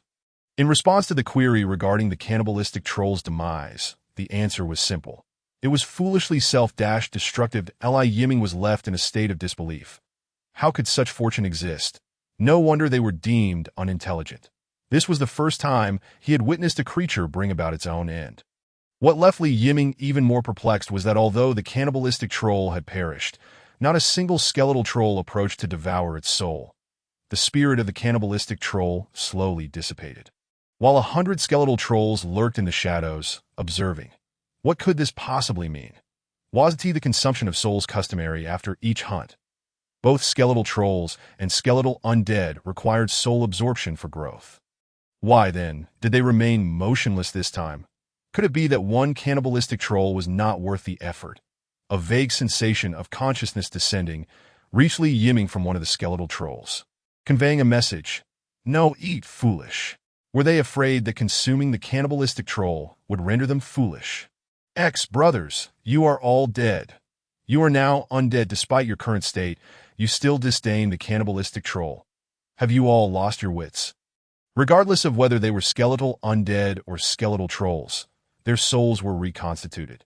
This meant they possessed entirely new souls, devoid of prior memories, and at most retained some former habits. For instance, forest trolls were excellent hunters, a trait deeply ingrained, which the skeletal trolls inherited. Low-tier undead exhibited minimal intelligence, executing only the simplest commands, utterly incapable of comprehending complex orders.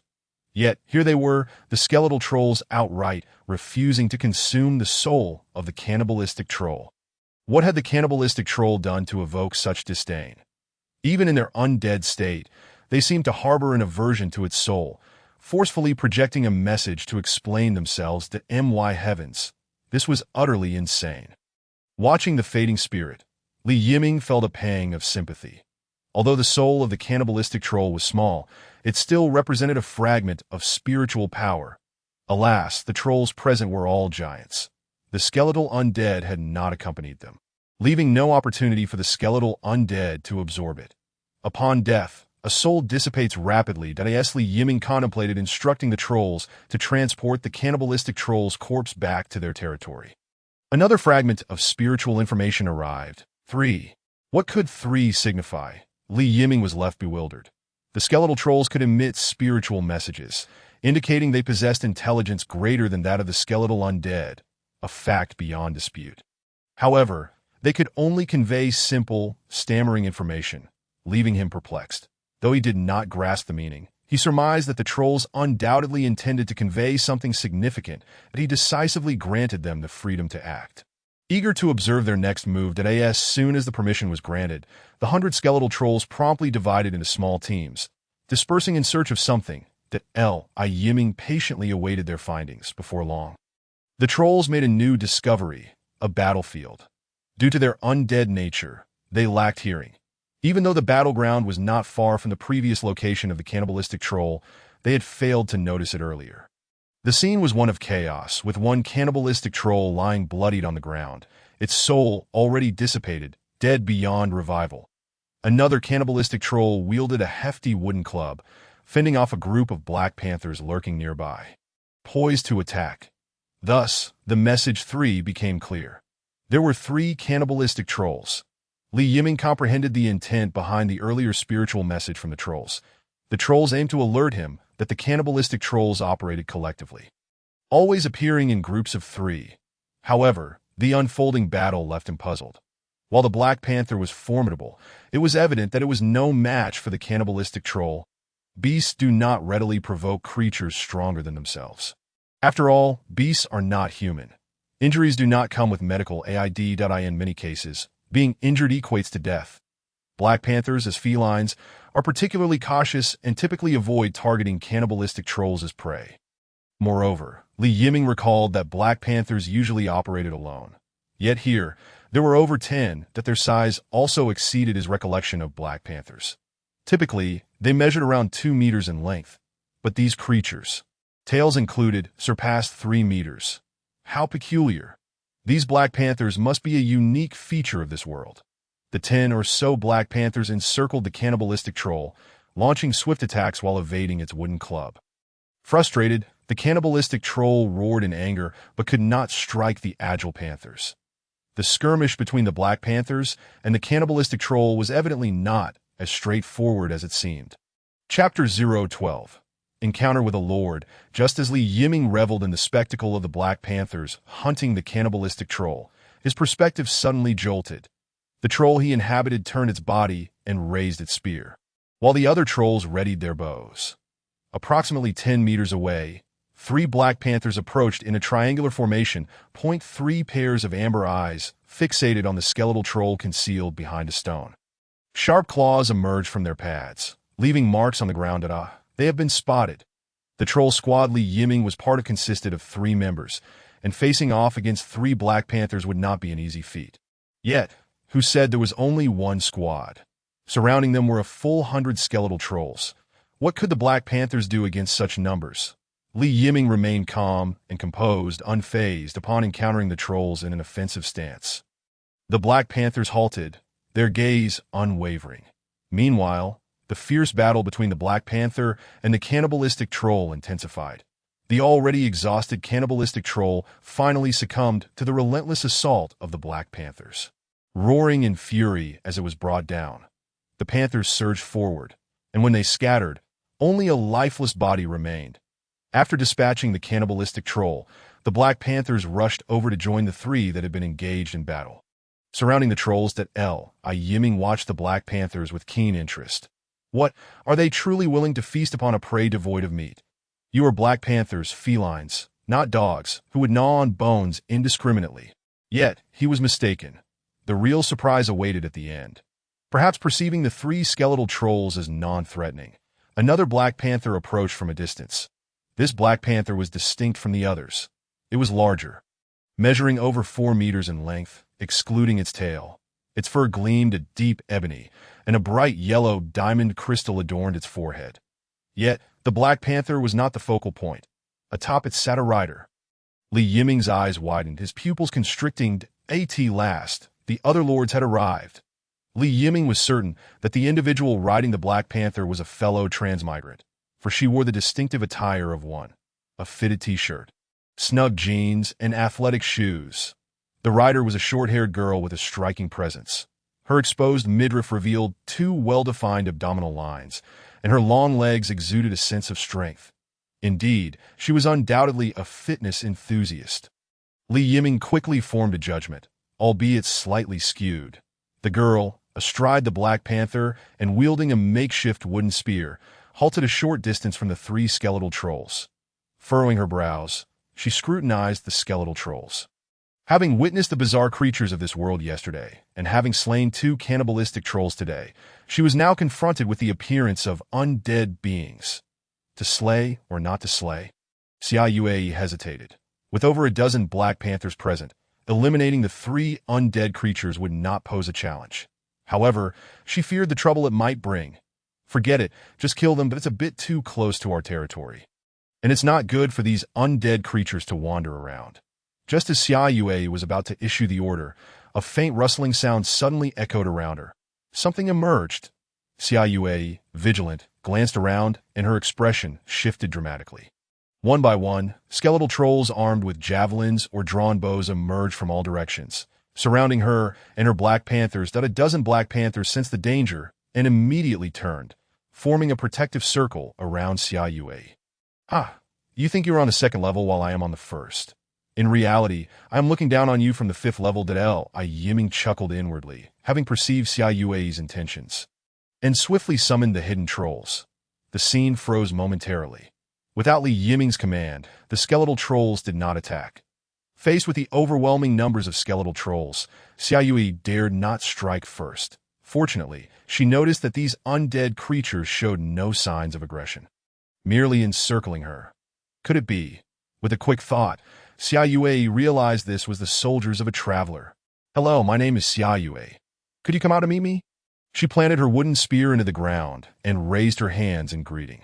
The response was silence, the skeletal trolls remaining utterly still in eerie stillness, awkward. Even if Li Yiming wanted to respond to Ensue, it was impossible. The skeletal undead lacked vocal cords that he had no intention of responding either. Since he planned to hide, he had to conceal himself well, never exposing himself carelessly to other lords. One could never truly understand the hearts of men, and it was prudent to remain cautious. "I mean no harm. We are both travelers. Can't we help each other?" Ensue did not give up and called out once more. The skeletal trolls stirred, opening a path. One skeletal troll, wielding a javelin, approached and pointed down the route with its weapon. "Let me pass. You don't wish to see me." Ensue understood the undead's intent and felt somewhat disheartened. Arriving in this strange world, bereft of familiar faces and experiences, everything had changed. She felt an overwhelming fear, having hidden away and wept for over 2 hours when she first traversed here. Yet it was futile. There was no way back. Ensue did not wish to perish, so she began to direct her Black Panthers to hunt for food, striving to survive.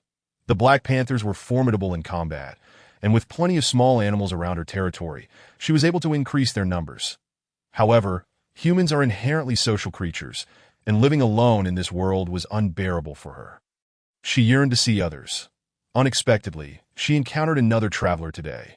Yet that individual did not wish to meet her, merely permitting her to leave. Ensue lowered her head, her bangs obscuring her eyes, silently drawing the wooden spear from the ground and riding her panther through the passage opened by the skeletal troll. The other Black Panthers followed suit, remaining alert to the skeletal trolls surrounding them, prepared for battle at any moment. "Why the long faces? Is it because you feel you cannot contend with me, leading to your despondency? Ha! Quite the fiery temperament. Yet to be fair, not unpleasing to behold." Far away in his territory, Li Yiming chuckled to himself. entirely oblivious to Xiaoyui's internal turmoil, that if only he were not so oblivious to emotional cues. He might not have entered this new world without a girlfriend. His emotional intelligence was astonishingly low that a throng of skeletal undead watched as Xiaoyui departed, then nonchalantly dragged away 2 corpses of ogres. It would be wasteful to discard them. Better to haul them back to the territory and perhaps produce a couple of undead. Rather than benefit the wild beasts, I shall benefit myself. The trolls dragged the corpses for a while before beginning to summon skeletal undead. These skeletal undead were starting to resemble laborers now. Each ogre's corpse was too large, requiring 6 skeletal undead to transport each one. As the prey increased, so did the number of skeletal undead under Li Yiming's command, that if they were to be laborers, then so be it. It mattered little. After dealing with the ogres, the skeletal trolls once again divided into small teams and dispersed to continue their exploration. Li Yiming speculated that Xiaoyui's territory should be nearby. It was worth investigating, as he might find it. Xiaoyui's subjects were Black Panthers, possessing considerable combat strength and speed that if they were to launch a surprise attack, he could very well be caught off guard. Given that her territory was quite close to his own, it would be prudent to scout it out first. Chapter 013. No more prey after dispatching the skeletal trolls to scout. Li Yiming refocused his attention on the chat channel. Just as he had suspected, after a day of development, some exceptional lords began to emerge like mushrooms after rain, since he released 200 sets of food that morning. Other lords followed suit, gradually starting to sell food. Although there were not many who could match his single-handed release of hundreds of sets of food, the overall total had increased significantly. This was a signal. Lords possessing advanced troops were beginning to grow stronger. Particularly, the dynamics in the world chat had shifted. Lords were starting to showcase their symbols and names, no longer hiding that I end the world chat, holy territory. Anyone who signs a contract and joins my holy territory will receive my protection. Explosive bear territory. The Beast Alliance is formed. We welcome Beast Lords to join us and move forward together. Half-orc territory. Brothers of the Orcs. Unite. We orcs shall never be enslaved. I'm just a spectator. Look at the big shots. Seeking assistance. Big shots are awesome. Is there food for joining the alliance? Just a cute girl here. Hoping the big brothers will take care of me. As the holy territory began its promotional efforts, more and more lords surfaced, eager to expand. These lords had ideas that were in stark contrast to Li Yiming's. Observing the lively world chat channel, Li Yiming pondered silently. They were making a name for themselves, expanding their influence, and drawing more people to their side. While this approach exposed them, the increased numbers also ensured their safety. He could only wonder what repercussions awaited. The world of the myriad races was unlike the previous one. No traveler dared claim to fully understand this realm, that in such circumstances, blind expansion was not necessarily a wise course of action. Not to mention the impending blood moon in a few days, which was likely a trial designed to cull the lords. Current expansion might lay hidden mines for the future when the time came. It was uncertain who could withstand the blast. However, it must be said that these lords who revealed their identities had invigorated the atmosphere of the world chat channel. More and more people began to join the conversation. The trading channel's transaction volume also started to rise, with titles becoming increasingly bizarre. One set of beef joining the Holy Light Alliance, basking in the Holy Light 2 sets of mutton. Holy Light Alliance is the strongest 2 sets of wood.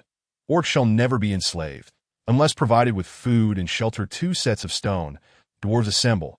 Let us mine together. Li Yiming couldn't help but twitch his lips at these antics. These fellows had extended their promotional tactics to the trading channel. He wondered whether they would be friends or foes in the future, but allowing them to promote freely like this was not ideal. It was time to counteract.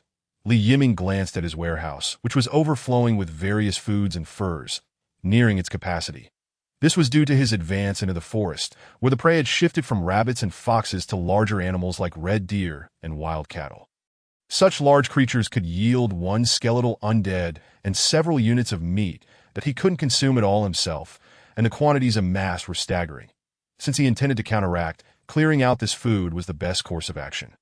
With the number of lords so high, no amount of food could satisfy their appetites. Without further ado, Li Yiming directly tossed out 500 sets of food into the trading area that in the world channel. The big shot embarks once more. 500 sets of food are on the shelf. Forget chatting. Let's grab the food. Now that's a true big shot. I wonder if the big shot has an alliance and what the joining requirements are. I want in. I also wish to join the Big Shots Alliance. But I wonder if they provide food. This time, for the 500 sets of food, Yiming relaxed the requirements. Skeletal remains, energy, stone, wood, vegetables, and seasonings were all acceptable for exchange. Some lords who were short on energy but had plenty of basic materials were overjoyed. In a short span, all 500 sets of food were sold out, and the world channel erupted in cheers. Due to Yiming's counteraction, the promotional efforts of various alliances also quieted down, retreating from the limelight. While Yiming was joyfully counteracting, Xiaoyue found herself in a predicament. After the skeletal trolls ventured deep into the forest, they not only scouted the surroundings as per the Lord's orders, but also engaged in hunting. As the hands of the forest, the skeletal trolls were exceptionally swift in their hunts. Their presence turned the previously tranquil forest into a frenzy. Xiaoyue suffered as well. She circled around with her black panthers, but yielded little. Occasionally, she might catch a few rabbits or foxes, but they were insufficient to satisfy the panthers' appetites. When active, the panthers consumed a considerable amount of energy, necessitating frequent food replenishment. Previously, there had been ample animals in the forest, making hunting relatively easy with a sufficient number of panthers. But now, with the trolls around, many beasts had been slain and even more frightened away. The ASA result, Xiaoyue found it increasingly difficult to procure suitable food. The panthers surrounding her hung their heads, visibly dispirited, clearly starving. This situation could not persist. Falling into a vicious cycle would lead to great trouble. Xiaoyue bit her lip, contemplating a solution that very moment. She beheld a colossal troll that had just hunted a wild buffalo. After devouring the buffalo's soul, the trolls summoned skeletal porters to drag the carcass away. Alternatively, should she seize the opportunity, Xiaoyue contemplated the idea of pilfering the spoils. The subjects of that unknown lord were undead. Surely, they would not require sustenance, that if she were to snatch a bit for herself to alleviate her immediate plight, she could always return it later. Just as she intended to send her panther to abscond with the buffalo's remains, she noticed 3 skeletal trolls watching her from a distance. The flickering flames of souls within their eye sockets danced with an eager anticipation. No, no, no! Alarm bells rang in Xiaoyue's mind, a foreboding sense of danger washing over her. Surely, these creatures were not simply waiting for her to attempt a theft. Was this a trap? Why else would they hunt right in front of her? Good heavens, how insidious these undead beings were! Startled, Xiaoyue immediately abandoned her thoughts of thievery. She hurriedly retreated with her panther. As she withdrew, she remained vigilant, scanning her surroundings, and indeed discovered something amiss. That an ambush was laid here. Cold sweat broke out on her brow as she recalled the despair she had felt when surrounded by the skeletal trolls not long ago. Although a dozen or 20 undead creatures posed little threat to her panther, once their numbers swelled into the hundreds, she and her companion would merely be prey at their mercy. Upon witnessing the human and her panther retreat, the soul flames of the skeletal trolls flickered with disappointment. As night descended, Yiming, having feasted on a sumptuous barbecue meal enriched with vegetables and spices, felt thoroughly satisfied. His day's endeavors bore fruit. He not only explored the forest and encountered other lords, but also replenished the skeletal undead he had lost that morning, even amassing an additional 200, bringing his total to a staggering 1,400. At a cause for celebration indeed. Just as he prepared to check the world chat for any discussions, he suddenly noticed a small red dot blinking in the regional chat channel. What could this mean? Chapter 014 Regional Chat. Yiming had yet to utilize the regional chat even once, primarily due to its silence, unlike the world chat, which was perpetually abuzz with chatter. That he was curious about what this regional chat entailed. With intrigue, Yiming opened the regional chat channel. Regional chat. Are you there? We met today. Oh. This message reminded Yiming of the woman he had encountered earlier, whom he recalled was named Xiaoyue. Should he respond? Yiming hesitated. Before he could decide, another message appeared on the chat screen. What's the matter? What? Yiming raised an eyebrow, intrigued. Could it be that the first speaker was not Xiaoyue? Who then was this person? Besides Xiaoyue, there were other lords in the vicinity. He needed to be cautious. I need some food. I can trade. Do you have any? Yes. How much do you need? How much do you have? What do you require in exchange? My food supply far exceeds your imagination. I can trade you as much as you want. In a soul energy transaction. Really? Then I'll take 10 sets. Do you have that? 10 sets is not much at all. I certainly have that. Let us trade in person. All right, where? I'll send the coordinates. Immediately. A set of coordinates appeared on the screen that Yiming blinked in surprise. Opened the map and input the coordinates to check that IT was located 10 kilometers away, beyond the range he had previously explored. Should he take some action? If these two individuals were far from him, it would be one thing. However, the trading location was merely 10 kilometers away, indicating they were relatively close. He ought to investigate. Knowing oneself and one's enemy is the key to victory, that he needed to be aware of the lords surrounding him. Otherwise, if enemies approached, he would be caught unawares. The two individuals in the regional chat had already confirmed a meeting time for 11 p.m.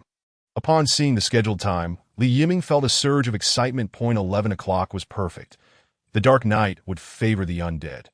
The trading location was beyond the realm of Yiming's awareness upon his arrival, necessitating his personal involvement. Considering the leisurely pace of his skeletal undead, he decided to set out early to scout the terrain and ensure there were no ambushes waiting for him, that if no traps were present, he could potentially lay one of his own. Delightful. As a lord of the undead, what he needed to be vigilant about was, of course, ensuring his own survival. For security reasons, Yiming summoned all of his forces. Wait, had he forgotten something? After a moment of contemplation, he realized that the three ogres had yet to be summoned as undead. Though the ogres were not recognized by other trolls, they were indeed true members of the troll race, and could be summoned as skeletal trolls. Yiming suddenly felt a swell of anticipation. Would the undead these three summoned resemble the typical skeletal trolls? With practiced ease, he proceeded with the summoning. From the depths of the exotic tomb, the heavy sound of footsteps echoed, and a massive figure slowly emerged from the darkness. It towered nearly 4 meters tall, its limbs as thick as those of a human's legs, with a stout neck supporting a gigantic skull. The bones appeared incredibly robust, with 2 bony plates covering its chest. That it bore a nearly 2-meter-long bone club upon its shoulder, exuding an intimidating presence. This was no mere skeletal troll. It was akin to a humanoid siege engine. A spark of excitement ignited in Yiming's eyes that if the skeletal trolls transformed from forest trolls served as ADCs, then this creature was a tank, rugged, durable, and formidable. Skeletal ogre traits, newborn loyalty, undead, enhanced defense, berserk, growth limit, first tier, unit description, summoned from the bones of ogres, possessing great strength, formidable defense, but low intelligence. Yiming could not help but feel a twinge of exasperation. Even as undead, they were subjected to the official's jibe about their low intelligence. How excessive. He instructed the skeletal ogres to carry him to the boundary of his territory. Surprisingly, despite their seemingly slow movement, their strides were long. Each step equated to 5 taken by skeletal undead. Most importantly, this saved him energy. In no time, they reached the border of his territory. With over 1,400 skeletal undead and 104 skeletal trolls gathered, they formed a dense throng, perched upon the shoulder of a skeletal ogre. Yiming looked down at his legion of undead and felt a swell of accomplishment. This was the fruit of his labor. All of them were his kin, his subjects. The 4 skeletal trolls scouted ahead, while the skeletal undead formed a protective perimeter around the skeletal ogre, setting forth under Yiming's command. Beasts were driven away by the 4 skeletal trolls in advance, and with the vast numbers of skeletal undead, no disturbances arose. Upon nearing the trading site, Yiming instructed the 4 skeletal trolls to investigate while he waited in place. After a while, the trolls returned, reporting no anomalies. No ambush. Yiming trusted the trolls. After all, living beings could not evade their scrutiny. The undead possessed soul sight. No matter how well a creature concealed itself, its soul would be discovered. Checking the time, he noted that there was still over an hour until 11 p.m. Yiming commanded the undead to disperse and conceal themselves. For the undead, hiding was a simple task. They could dig a pit, leap inside, and cover themselves with earth, leaving no trace. Those too lazy to dig a pit could simply extinguish their soul flames, their bodies collapsing into a heap of bones. Even the 3 ogres disassembled into 3 piles of bones, devoid of any soul presence. Only 3 forest trolls remained at Yiming's side. their vigilance high enough to detect any disturbances. Li Yiming found a large rock to hide behind as he awaited the impending trade. Time flew as he scrolled through the world chat for an hour, and soon enough, there was movement in the forest. Amidst the rustling sounds, several figures appeared and swiftly vanished among the trees. Forest trolls. Li Yiming crouched behind the rock, peering cautiously. Their slender, hunched forms, protruding fangs, and dark green skin quickly confirmed their identities. Once the forest trolls had concealed themselves, a young man emerged casually, finding a fallen tree to sit upon. This young man was undoubtedly a lord. His subordinates were likely the forest trolls. After a brief wait, several Black Panthers accompanied Xia Yue to the trading site. It was indeed her, confirming Li Yiming's earlier suspicions. Xia Yue scanned her surroundings warily before directing her gaze at the young man, a look of puzzlement in her eyes. Could this person be the master of those undead from earlier? The young man greeted her with bright eyes, waving his hand in a friendly manner. "Hello," Xia Yue replied with a reserved nod. "Come sit," the young man said, flashing a warm smile.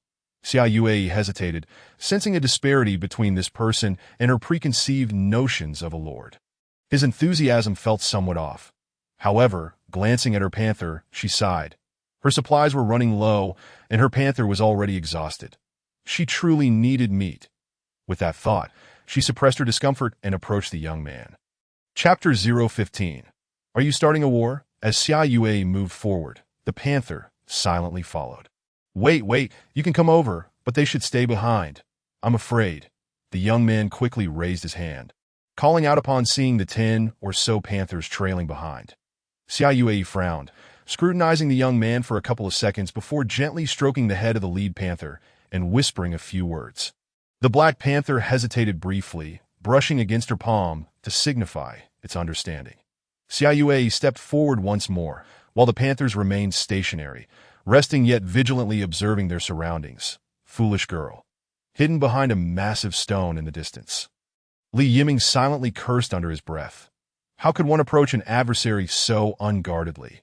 Was this not akin to disregarding life and death, unaware of the eyes watching her from the shadows? Xia Yue drew closer to the young man, illuminated by the moonlight, allowing her to discern his features that he was strikingly handsome, with lips curling into a warm smile that instantly evoked fondness. The young man's appearance caused Xia Yue to instinctively lower her guard. "Please, sit," he said, patting the log beside him in invitation. "Thank you, but no. Can we proceed directly to the transaction?" Xia Yue replied. The young man scrutinized her under the moonlight, his smile growing wider upon realizing she was beautiful. "Why the haste? Let us converse first. Can we not trade first and then talk? Come now, don't be so rude. With such splendid moonlight, must it all be about transactions? It dampens the mood." The young man's words piqued Xia Yue's suspicion. Her expression turned frosty. "Do you know my name? Does a name hold significance?" The young man appeared unfazed by her demeanor. His curiosity piqued instead his response. A chill ran down Xia Yue's spine, and she instinctively prepared to withdraw. "Do not move, or you shall meet your end," he whispered suddenly. Xia Yue froze, her gaze falling upon the forest trolls emerging from behind the great tree. Armed with bows and sharp arrows, they aimed directly at her. Ugh! The Black Panther behind her emitted a low growl, fixated on the trolls. Before it could act, more trolls emerged from the trees surrounding them. "See, this is rather unfortunate. The atmosphere has turned quite tense.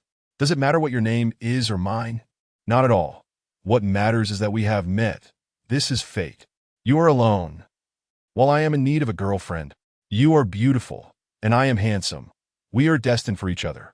The young man's smile twisted, muttering to himself in a manner reminiscent of madness. With each of his words, Xia Yue's expression darkened further. She realized she had fallen into a trap. This young man was not the spectral lord she sought. His entourage consisted solely of living forest trolls. Her lack of vigilance had betrayed her. Overwhelmed by hunger and concern for the Black Panther, she felt her sanity slip. Regret consumed Xia Yue. Having just arrived in this otherworldly realm, her thoughts lingered on the lawful society she had left behind, never contemplating what her existence would entail in this unfamiliar world. But now, what good was regret? She had already walked into a snare. The young man appeared increasingly unhinged, resembling a lunatic to Yiming concealed behind the boulder. Observed the entire scene, but chose not to intervene. Heroically rescuing a damsel? Nonsense. What connection did Xiaoyue have with him? They were barely acquaintances that he was merely here to gather information. Everything else was beyond his concern. Suddenly, a forest troll darted to the young man's side, whispering in his ear. The young man paused, his expression shifting to one of intrigue. Well, it seems we have other guests. The one hiding behind that boulder should reveal themselves. He called out loudly towards Li Yiming's hiding spot. Oh no, I've been discovered. Li Yiming blinked in surprise, glancing at the surrounding skeletal trolls. How did they notice him? The skeletal trolls seemed to sense his confusion and conveyed a message through soul communication. Probe. Head. Understood. It was his own curiosity that had led to his discovery that Li Yiming smacked his own face, realizing he was not much better than that foolish girl, just as foolish, knowing well that the forest trolls were adept hunters. He still took the risk to peek out. Are you not coming out? Do you wish for me to send the trolls to fetch you? The young man taunted again when no response came. Li Yiming tapped the back of his head and waved his hand. 3 skeletal trolls rose, drawing their bows and aiming at the young man. Seeing this, the forest trolls immediately redirected their arrows towards the skeletal trolls. I'm merely here to observe. Pretend I'm not here. Will you? Li Yiming called from behind the boulder, unwilling to expose himself to danger. Do you think you can just watch? Do you believe I'm afraid of 3 undead? Do you know how many forest trolls surround us? I do. You know nothing. Kid, you've angered me. It seems you wish for death. Are you planning to wage war against me? Li Yiming asked, leaning against the boulder with an odd expression. How could this young man muster the courage to challenge him with merely a dozen forest trolls around? What of it? The young man yelled with fervor that a dozen trolls were a formidable force in the forest, and he did not believe his opponent could surpass him. Are you certain? You talk too much. If you have the guts, come out. Alas, Li Yiming sighed, shaking his head in resignation. Why must he be forced into this? He merely wished to witness the spectacle. He rolled his neck and grinned, awakening the hidden skeletal trolls. The first to rise was the flesh-eating skeletal troll. The boulder offered no concealment for their massive forms, exposing them directly to the young man.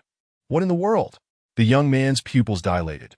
Then he noted that there were only 3 of these terrifying skeletal giants, allowing him to relax slightly. Dozens of forest trolls could easily handle 3 undead. Flames of souls ignited, with skeletal trolls rising. Weapons drawn, targeting both the young man and the forest trolls. The sudden appearance of the skeletal trolls left the young man dumbfounded. He turned his head in all directions, surrounded by ghostly green flames. Each flame represented a single undead that a rough count revealed at least 100 that the young man swallowed hard, forcing himself to remain composed. Undead were weak. Despite their numbers, they could never match the forest trolls. I can win. Is this all you have? Do you think I would be afraid? The young man shouted, his voice trembling despite his bravado. What did it mean to be unyielding until faced with despair? This was it. He had hoped the young man would retreat, intending to offer him a chance at life. But he had refused. Very well. Let him learn what despair truly meant. With a mere thought, Li Yiming awakened over 1,400 skeletal undead. The sound of rising flames intensified as more undead emerged from the ground. Climbing from the earth, some even rose directly beside the forest trolls, their flickering flames coldly gazing at the creatures. Protected by the flesh-eating skeletal troll, Li Yiming stood tall, smiling at the young man. Call me. Let us battle. Kill me if you can. Chapter 16. Is this the end? This oh dear. The young man glanced around at the undead, then at Li Yiming, trembling with rage, or perhaps fear. Xiaoyue too was stunned. She had not anticipated that the spectral lord she encountered earlier possessed such formidable strength. But how could this be? They had all traversed to this world together. Why was he so powerful? Having always prided herself on being stronger than others, Xiaoyue felt utterly deflated at this moment. She had thought that nurturing a dozen Black Panthers would make her formidable, only to find herself up against someone commanding dozens of forest trolls. And now a figure with 1,000 undead. The disparity between individuals was staggering. Li Yiming had no intention of letting the young man off the hook. Having revealed himself, he deemed it necessary to eliminate the threat. He beckoned the young man with a casual wave of his hand, calmly calling out, "Come here." The young man's face flushed crimson. Before his journey, he had been privileged, the sole heir of a powerful family. Accustomed to being revered wherever he went, he had always been the one to belittle others. He had never encountered someone who would dare to belittle him. Gritting his teeth, his fists clenched tightly, he finally managed to utter, "Let us just forget about this." "Forget?"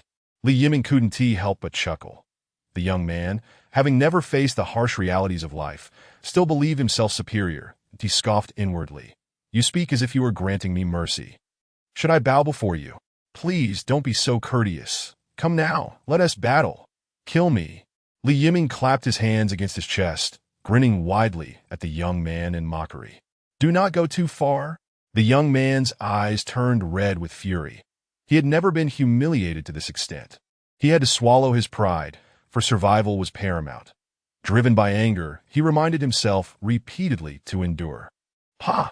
Li Yiming spat at the young man, laughing heartily, his expression akin to that of a meme. "Curse it! I told you not to go too far. Eliminate him." The young man could no longer contain his rage, shouting loudly. The surrounding forest trolls sprang into action, launching their assault on the skeletal undead. In the blink of an eye, dozens of skeletal wraiths had their skulls shattered, their soul fires dissipating into mere remnants of bone. Li Yiming observed with an indifferent gaze, waiting briefly before curling the corner of his mouth into a slight smirk and issuing the command to attack. Whoosh, whoosh, whoosh. Arrows flew towards the young man and the forest trolls. The skeletal wraiths emitted silent roars as they surged forward. From the onset of the battle to its conclusion, it transpired in an instant. The young man was struck by several arrows, collapsing backwards, devoid of life. Under the protection of the Black Panthers, Xiaoyue bore witness to the young man's demise, her face paling in terror as she staggered back repeatedly. Having been raised in a peaceful society, she had never encountered such a gruesome sight of death. Though Li Yiming stood at a distance, he too beheld the youth's youthful visage, his stomach churning violently. Forcing himself to suppress it, that he was somewhat more resilient than Xiaoyue, being a lord of the undead.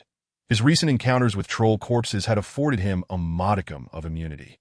The forest trolls fared no better. Those fortunate enough met their ends by being shot down by skeletal trolls, while the unfortunate were torn apart by skeletal wraiths. The scene was one of utter carnage.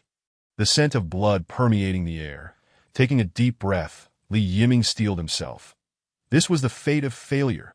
To fail is to perish. To survive, one must exercise caution, to bide one's time until the army is amassed. The young man's death rang a clarion call within Li Yiming. Moreover, he gleaned another significant piece of information from this skirmish. Lords could engage in combat with one another without fear of reprisal. This was crucial to understanding why Li Yiming had provoked the young man, despite holding an absolute advantage, inciting him to strike first. The loss of skeletal wraiths was inconsequential. What mattered was the intelligence gathered. Much of this intelligence was not overtly stated and required personal exploration. Since this world permitted lords to clash, it implied that lords were not safe, necessitating even greater vigilance. That Li Yiming instructed the skeletal wraiths to clear the battlefield. These corpses should not go to waste. For once returned to his domain, they would all be considered his own. After the battlefield was tidied, Li Yiming approached Xiaoyue, flanked by the skeletal trolls. "You, don't come any closer. What do you intend to do?" Xiaoyue shrieked in panic. The young man's death having profoundly traumatized her. He was a person, a human.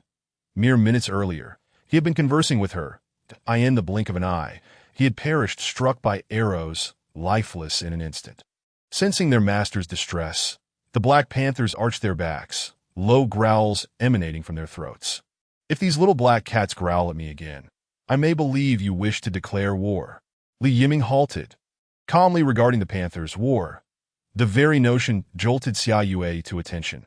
She quickly restrained the Panthers and forced a stiff smile towards Li Yiming. No war, we're fine." "Good, that is splendid. Now let us converse. What do you wish to discuss?" Xiaoyue clenched her fists, her nerves fraying. She feared Li Yiming might harbor intentions akin to those of the previous young man, that if he truly desired something from her. Could she refuse? The answer was no. She dared not decline, for she wished to live. Surrounded by over 1,000 skeletal wraiths, even the swift Black Panthers could not breach the encirclement. Let us discuss trade. What else would there be? Don't you need food? Li Yiming regarded Xia Yue with curiosity, perplexed. Women's thoughts were indeed peculiar. Did she truly believe she could best him? Ah, yes, I need food. Do you have any? What resources do you require in exchange? Xia Yue exhaled in relief. Speaking hastily, as long as she wasn't being asked for herself, this undead lord appeared far more amenable than that young man. Once she gathered her thoughts, she made her assessment. Primarily, I require bones and spirit energy. Other materials would suffice as well.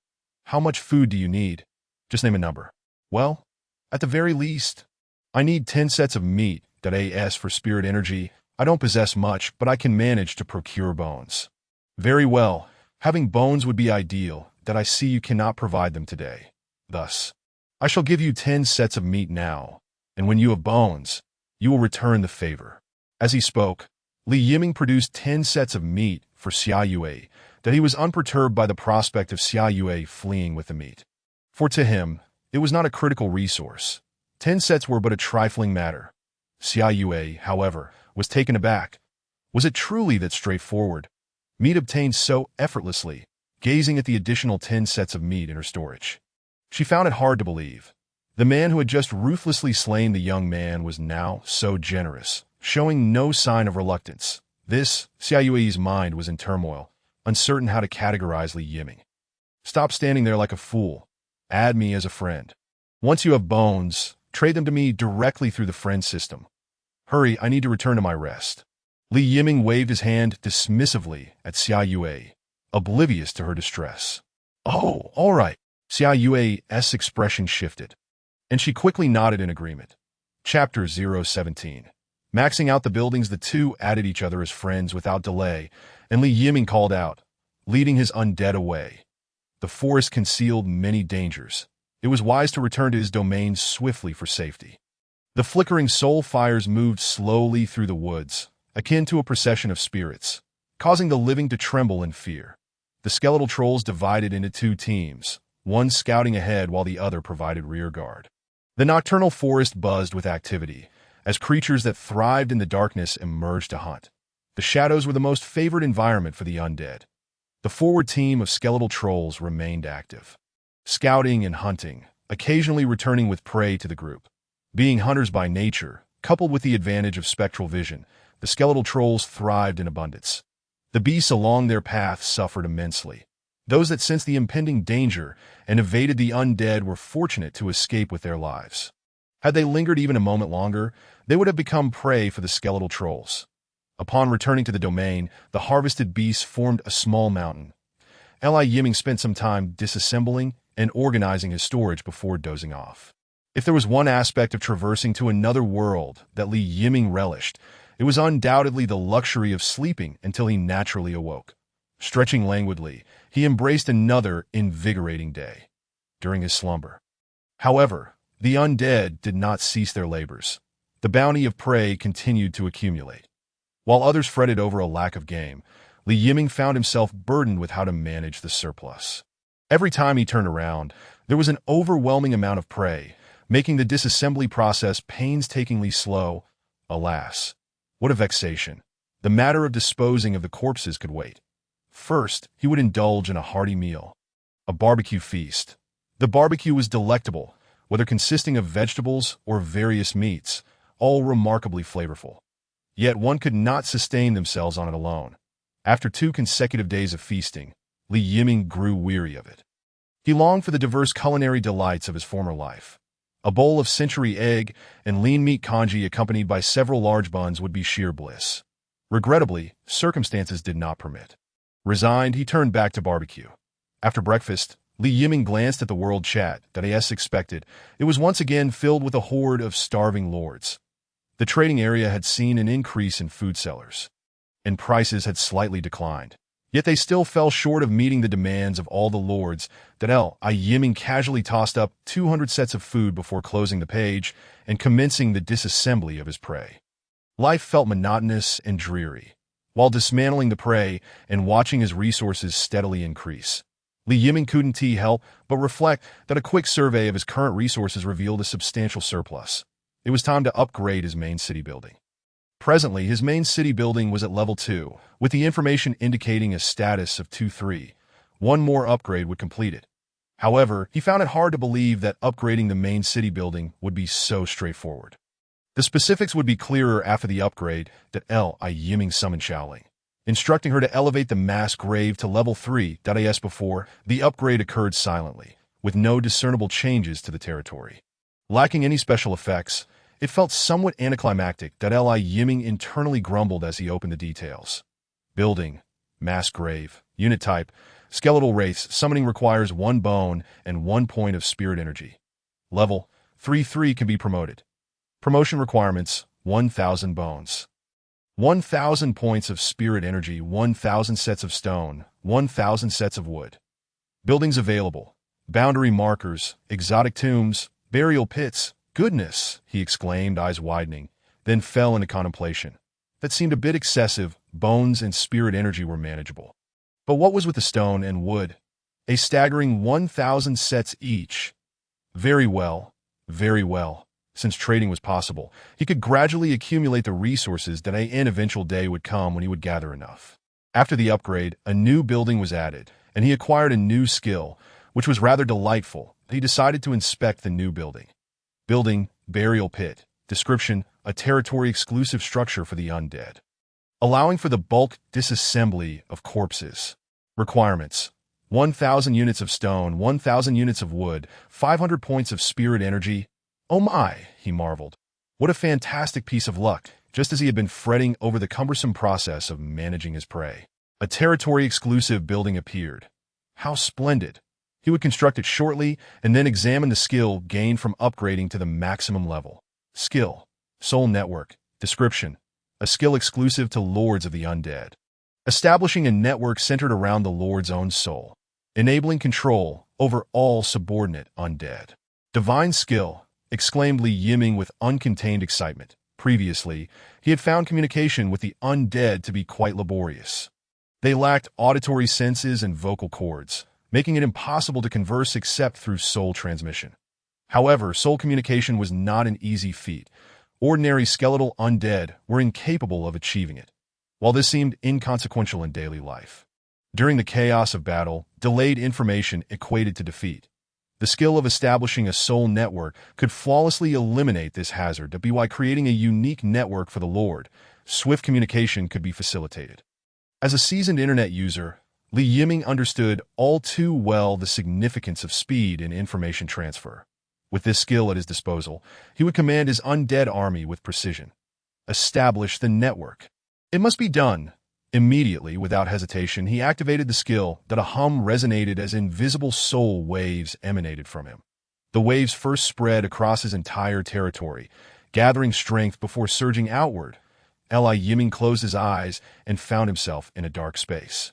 Was this the realm of the soul network?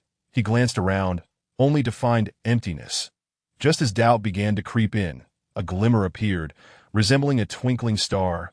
Soon, more and more stars began to sparkle within the soul space. Curiosity piqued. Yiming approached the nearest star, from which a voice emanated. A voice from the soul. Do it! Yiming narrowed his eyes and moved closer to the second star, which also echoed a soul's voice. Do it! In disbelief, he approached a third star. Do it! Frustrated, he grumbled and approached a fourth. Left, right, bow and arrow. This was different indeed. Finally, there was a variation. Elatedly, Yiming then heard. Do it! A wave of confusion washed over him, leaving him at a loss for words. He was now utterly convinced that these voices belonged to his own undead. The subsequent variations in the voices were likely from the skeletal trolls, who were marginally stronger than the standard skeletal undead. However, their strength was limited. It was safe to deduce that his undead were akin to a group of powerful cannons, mastering the essence of charge. Well, training the undead would be a long and arduous journey. Li Yiming felt a profound weariness settle within him. He exited the soul network, rubbed his temples, and felt a twinge of regret for having initiated it. First, he would construct the burial pit, and then gradually train his undead. Fortunately, the materials required for the burial pit were measured in units. Coupled with the 200 units of food he had just dispatched, the resources were sufficient that Li Yiming issued the construction order. The ground collapsed, forming a pit, which was surrounded by stacked rocks. Several wooden pillars rose around the pit, adorned with sinister and incomprehensible runes. Each pillar resembled totem poles from a tribal setting, peering into the pit, which was shrouded in darkness. Li Yiming noted that it was bottomless. In the future, he could simply toss prey into this pit, thus saving time on processing them. Quite convenient, indeed. Chapter 018. The peculiar skeleton with the burial pit successfully constructed. Li Yiming no longer needed to issue decomposition orders himself. He could now devote his time to studying the soul network. Within the soul space, stars twinkled, each representing a different undead. The stars varied in size, with larger ones indicating stronger soul power. The souls of the skeletal trolls were typically more potent than those of the skeletal undead, except for the man-eating skeletal trolls, whose soul strength was comparable to that of skeletal undead. These three were essentially failures among their kind, and it was no wonder that they had been the subject of official ridicule. With the soul network established, Li Yiming found his consciousness descend skill to be even more convenient, allowing for greater distances. He soon realized that using this skill consumed his soul energy. The farther he descended, the more energy was expended. Fortunately, resting would replenish his soul energy. Within the space, he could select any undead and directly activate a visual feed to witness their perspective. It was akin to a live broadcast. This method had the advantage of allowing multiple feeds to be opened simultaneously, unlike the singular experience of descending, which felt like playing a first-person game. Li Yiming felt that if his own soul strength increased, he might even be able to control the movements of the undead directly. Through the soul network, he could also group the undead, placing several into a subnetwork to deepen their connections, ideal for executing tactics that, of course, this technique was of little use to the current skeletal undead, whose consciousness was limited to identify target and do it. Nevertheless, Li Yiming believed that as the undead grew stronger, their consciousness would evolve as well. Eventually, their intelligence would rise. Hopefully, considering the three man-eating skeletal trolls, Li Yiming felt a twinge of doubt that in the soul space. Li Yiming meandered aimlessly, occasionally using consciousness descend and then switching to visual feeds. Thoroughly enjoying himself that moment, he had opened several visual feeds of undead perspectives, featuring both skeletal undead and trolls. One particular feed caught his attention. It showcased an undead engaged in hunting, having spotted a rabbit. Due to the frenzied hunting by the skeletal undead over the past few days, the rabbit population at the forest's edge had dwindled significantly. Finding a harmless rabbit had become a challenge. Target identified. Do it. The skeletal undead in the feed exhibited typical characteristics. Charging unhesitatingly at the rabbit, the unfortunate creature, caught off guard, met its demise at the claws of the undead. The victorious undead, eager to consume the rabbit's soul, was suddenly interrupted as the feed shook. What was happening? The jarring motion instantly captured Li Yiming's attention. The undead perspective stabilized, revealing another skeletal undead entering the frame.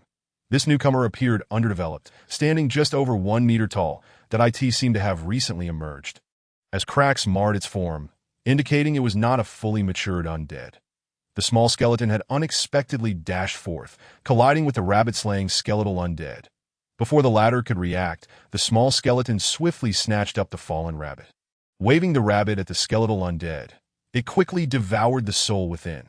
The skeletal undead, momentarily stunned, lacked the intelligence to comprehend the unfolding events. After absorbing the rabbit's soul, the small skeleton tossed the carcass to the bewildered skeletal undead and fled without a backward glance. The skeletal undead, now holding the rabbit, stood in confusion, glancing down at the soulless rabbit and then at the vanishing small skeleton. A shiver ran through it as it slowly turned, making its way back to the Lord's direction. Oh, what a steal! Li Yiming's eyes widened, and he felt a surge of curiosity towards the small skeleton's actions. Clearly, this creature displayed a higher intelligence than the other undead. Intriguing, with a thought, he located the light representing the small skeleton and accessed its information. Skeletal undead growth stage, newborn, loyalty. Unit characteristics, undead, soul fire eternal, bones unyielding. Unit description, an underdeveloped skeletal undead, seemingly peculiar. The information in the unit description was quite different. It piqued Li Yiming's interest. A smile crept across his face as his curiosity towards the small skeleton deepened, but he had not anticipated such an anomaly among his skeletal undead. Accessing the small skeleton's visual feed, he noted that it starkly contrasted with that of the other skeletal undead. While the others ambled about searching for prey, only accelerating upon spotting a target, the small skeleton was in constant motion, darting about as if in search of something. Suddenly, the feed halted as it approached a skeletal undead engaged in hunting. The small skeleton stealthily crept close, hiding behind a large tree to observe. The skeletal undead had found a fox and charged forward, dispatching it in an instant. Just as the skeletal undead bent to claim the fox, the small skeleton sprang into action, dashing forth like a gust of wind from behind the tree, colliding violently with the unsuspecting skeletal undead. The latter had no time to react before being sent sprawling, bones scattering in disarray. After knocking the skeletal undead aside, the small skeleton seized the fallen fox and turned to the reassembling skeletal undead, shaking the fox in its grasp. Yiming's eyes widened in recognition of the familiar scene. Indeed, the next moment, the small skeleton devoured the fox's soul and discarded the carcass to the dazed skeletal undead. Not only did it steal prey, but it also reveled in its mischief. However, I like it. Compared to the nondescript skeletal undead, the small skeleton was far more entertaining. Yiming listened closely to the small skeleton's soul voice. Search, seize prey, devour soul. Its soul resonance was entirely distinct from that of the other skeletal undead. You might not believe it, but I think I've struck gold. Yiming's smile grew ever wider. He was certain that this small skeleton was a treasure. Its propensity to pilfer from others was not a negative trait in the survival of the fittest. It was all within his ranks. Particularly, the diminutive skeleton exhibits a propensity for seizing the prey of other skeletal undead, indicative of a remarkable level of intelligence. The act of incessantly appropriating the spoils of others is evidently far more expedient and poses significantly less risk than engaging in hunting oneself. After all, the little skeleton is also a skeletal undead, thus immune to assaults from fellow undead. This results in a noteworthy outcome. Its evolutionary rate surpasses that of other skeletal undead. On one hand, there are the more readily available advanced skeletal undead, while on the other, the less intelligent ordinary skeletal undead. The choice truly that difficult. How intriguing. I am eager to witness the extent of your development. Li Yiming resolutely closed other screens, focusing intently on the little skeleton's endeavors to snatch prey. Chapter 019. Augustus, the little skeleton summoned by Li Yiming, is the most peculiar of all the skeletal undead. In contrast to its counterparts, it possesses a physique that is notably diminutive, resembling a stunted form. Yet, it is precisely this that endows it with swiftness surpassing that of other undead.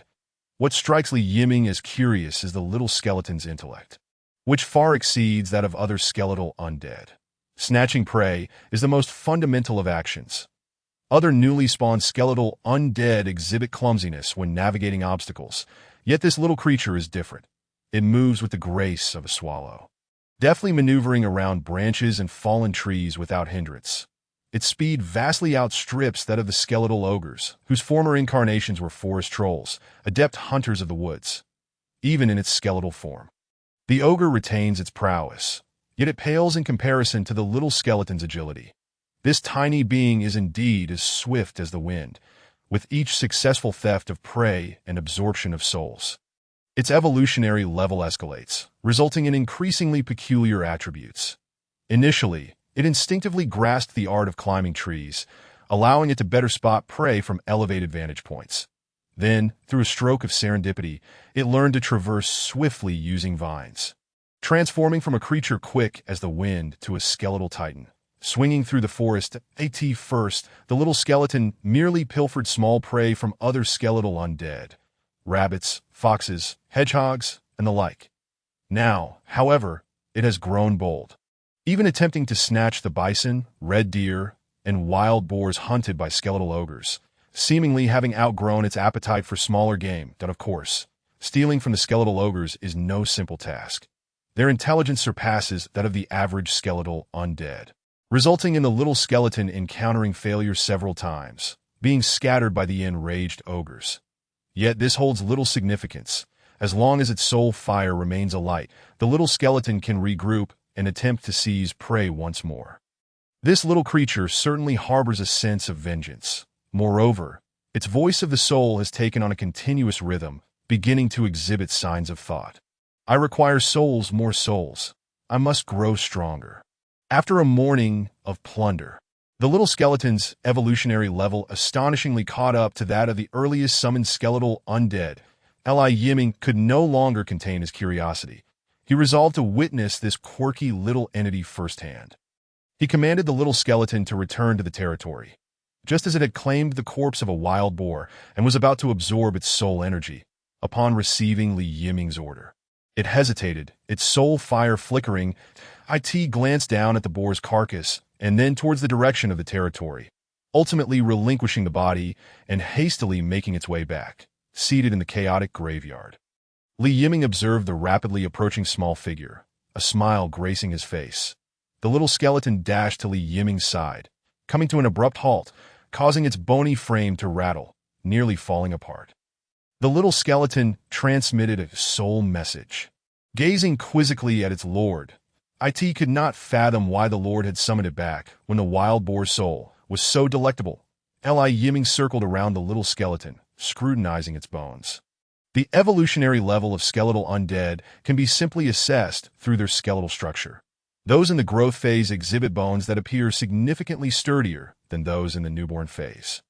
The bones of the little skeleton are a pale yellow, showing signs of transitioning to white. That It has not only entered the growth phase, but is on the verge of ascending to the next level. Remarkably, this has all transpired within a mere morning. Yiming felt an overwhelming satisfaction with the little skeleton, grasping its arm bone and giving it a firm squeeze. The little skeleton's soul fire flickered with confusion. What could the Lord possibly want? Such an extraordinary little being. Indeed, it deserves a name. What shall I call you? Little Yellow, Little White. The name Little White seems pleasant, simple, and commonplace. What do you think? Yiming did not expect the little skeleton to respond. As the intelligence of skeletal undead at this level is exceedingly low, even if the little skeleton were to comprehend the concept of a name, it would likely struggle to grasp its significance. He inquired merely out of habit. After all, one ought to solicit the opinion of the individual concerned. To his surprise, the little skeleton paused for a moment, and then its soul fire blazed with intensity, nearly bursting forth from its skull. Truly, it was a display of profound anger. Alhustish, my name is Augustus. A flurry of soul messages echoed in Yiming's mind. What should have been an emotionless transmission now carried an unmistakable hint of indignation. What? Yiming's eyes widened in astonishment as he gazed at the little skeleton that had declared itself as Augustus, his expression one of disbelief. Had it truly just articulated its name, it had indeed proclaimed itself Augustus. How do you possess a name? How do you know you are called Augustus? What else do you know? Yiming bombarded it with questions. The relentless inquiries left Augustus bewildered. It gazed vacantly at Yiming, unsure of which question to address first. Why am I called Augustus? Augustus. Why this name? The little skeleton, whose soul strength was already limited, found its thoughts muddled, and its soul fire began to emit smoke that a thick cloud of white mist enveloped its skull. Stop.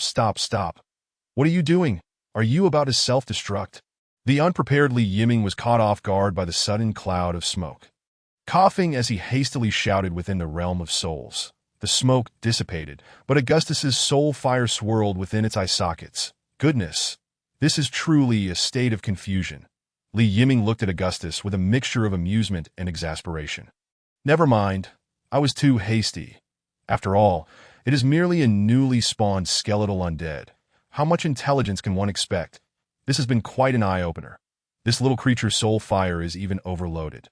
When faced with confusion, it self-ignites. What a temper! It seems prudent to tread lightly around it. Very well. Since you wish to be called Augustus, Then Augustus it shall be. Li Yiming waved his hand to disperse the smoke and spoke to the little skeleton Augustus through the soul channel. I, Alhustish. Upon hearing Li Yiming's words, the little skeleton ceased its frantic soul fire and pointed at itself in confirmation that Yiming nodded, indicating toward it through the soul channel. Yes, you, Augustus. With a name now bestowed upon it, the little skeleton raised its arms in triumph, bouncing and leaping on the ground, the sound of its bones clattering resounding in the air. After a brief period of jubilant celebration, the little skeleton Augustus turned back to Li Yiming and bowed respectfully. Li Yiming also received a wave of gratitude through the soul messages from Augustus. Go forth, absorb more souls. I look forward to your growth. Li Yiming smiled and nodded, conveying his encouragement to Augustus. Augustus nodded in acknowledgement and dashed toward the territory's exit. Previously, it had stealthily pilfered the prey of other undead, but now the scenario was entirely different. Now, it could seize prey openly. The Lord had commanded it to collect more souls, and he anticipated its growth, to hunt with permission. How exhilarating! As Li Yiming observed Augustus joyfully running away, a slight furrow creased his brow. What could it mean to know one's name? Is it a consequence of its evolutionary level? Would other undead also come to recognize their names? With a sigh, Li Yiming resolved to set aside his concerns. After all, the loyalty of undead is infinite. Why ponder so deeply? Let joy prevail. Chapter 020. The Hunt for the Wolf Pack. By noon, Li Yiming was once again in the trading area, catering to the ravenous lords. The game in the forest had become increasingly elusive.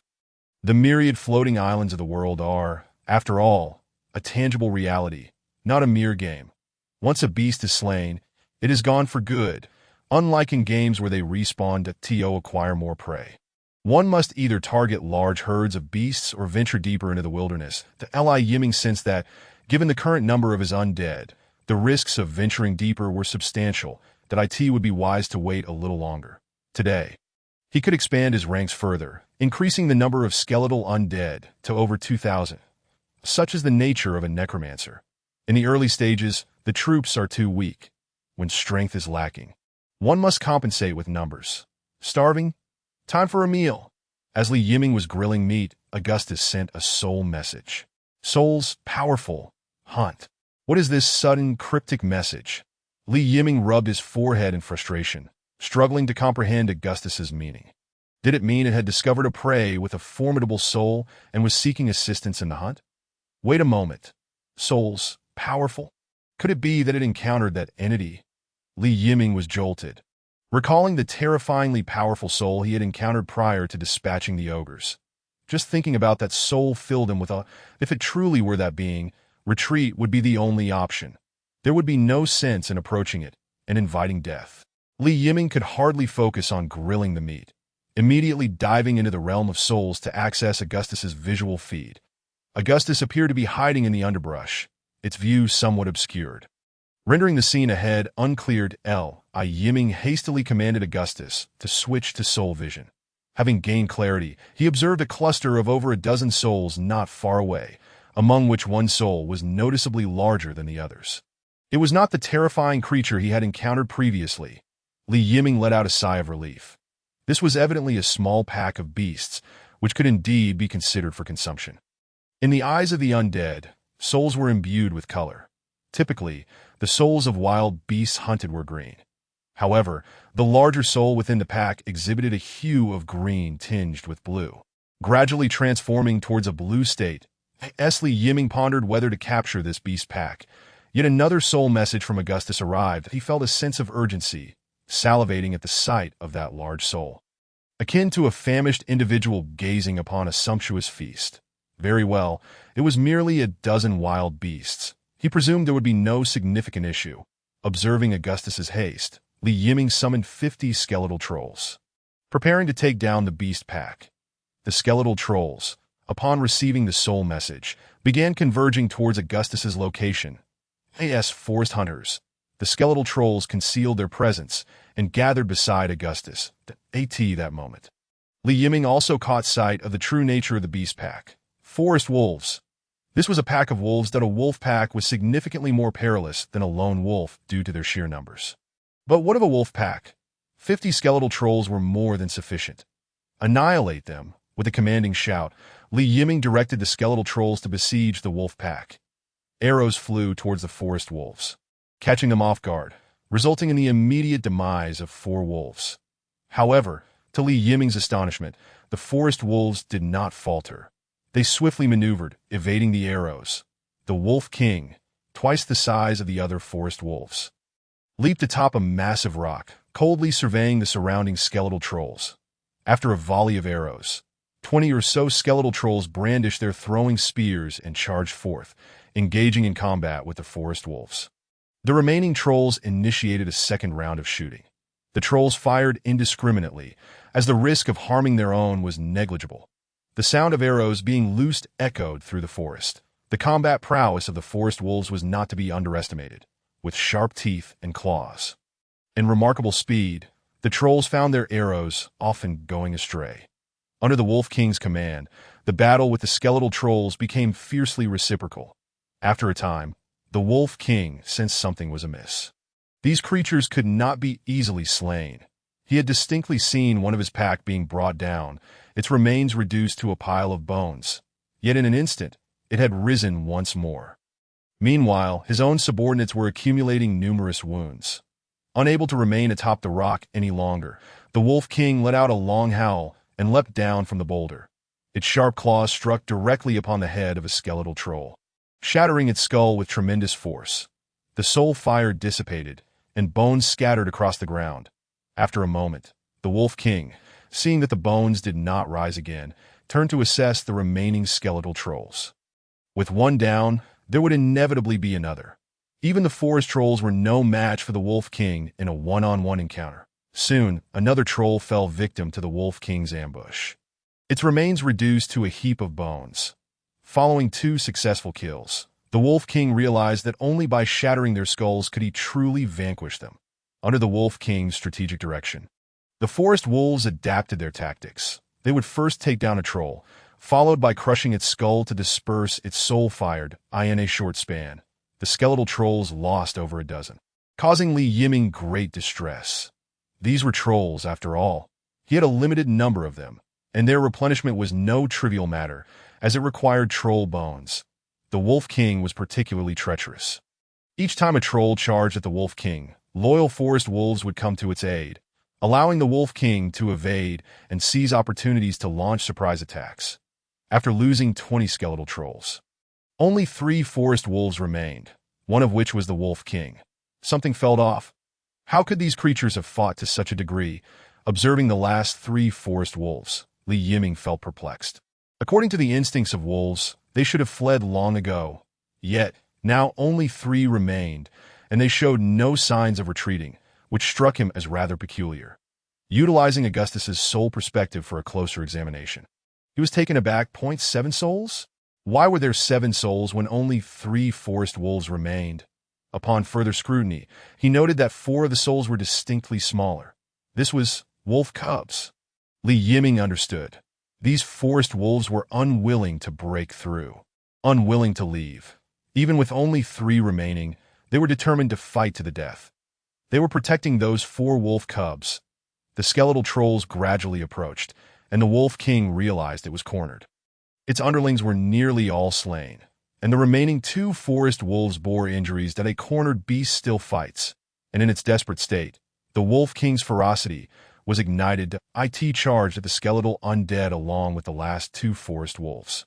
The final 2 forest wolves were swiftly dispatched, and the Wolf King found itself encircled by the skeletal undead. Blood dripped from the Wolf King's mouth as it gazed at the approaching enemies. Unable to comprehend why these beings sought to slay, It surveyed the area, littered with corpses. Its once mighty subordinates had been utterly annihilated. Turning its head, it spotted its cubs hiding within the crevices of the rocks. Even in death, it hoped to take down a few more, wishing that its cubs could survive after its demise. Perhaps driven by rage, or perhaps by sorrow, the Wolf King's soul underwent a transformation, shifting rapidly from green to blue. When its soul fully transformed into blue, the winds began to stir. The breeze ruffled the Wolf King's fur, imbuing it with an imposing presence. The Wolf King opened its mouth towards the approaching skeletal trolls. White gusts of energy coalescing within. This was not good. Through the perspective of the trolls, Yiming sensed an alarm ringing in his heart. Chapter 021. Blood Essence Beast Crystal with a howl. A transparent crescent wind blade shot forth from the Wolf King's mouth. Swish. The wind blade swept across the midsection of 5 skeletal trolls in its path. The sound of bones shattering filled the air. However, it was of little consequence. The 5 skeletal trolls, their soul fires flickering momentarily, reassembled their bones and quickly restored themselves. The Wolf King realized it had made a grave mistake. These creatures were unlike other beasts. Only by destroying their skulls could they be truly killed. It opened its mouth once more, white energy gathering anew. Just then, a small figure leaped down from the boulder behind it at a surprise attack. Sharp bone claws aimed for the Wolf King's nape, plunging deeply. Ow! A mournful cry escaped the Wolf King, its eyes glazing over as it collapsed to the ground. Having successfully ambushed, Augustus stood atop the Wolf King's back, withdrawing his claws and shaking them off. Glancing at the now rejuvenated skeletal trolls, Augustus crouched down to swiftly absorb the Wolf King's soul. The icy blue soul transformed into numerous fine strands, extracted from the Wolf King's body and merging into Augustus's soul fire.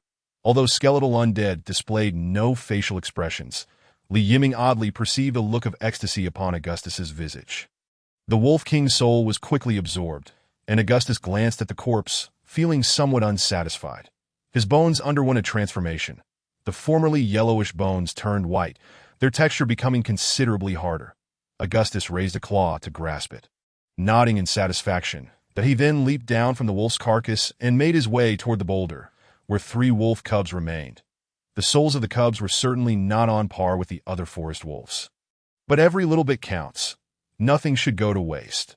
Just as Augustus was about to extract the 3 cubs from the crevice, intending to eliminate them swiftly, Yiming intervened. "Bring them to me, alive." Wolves belonging to the canine family could essentially be rounded up as dogs. Life in the territory was exceedingly dull.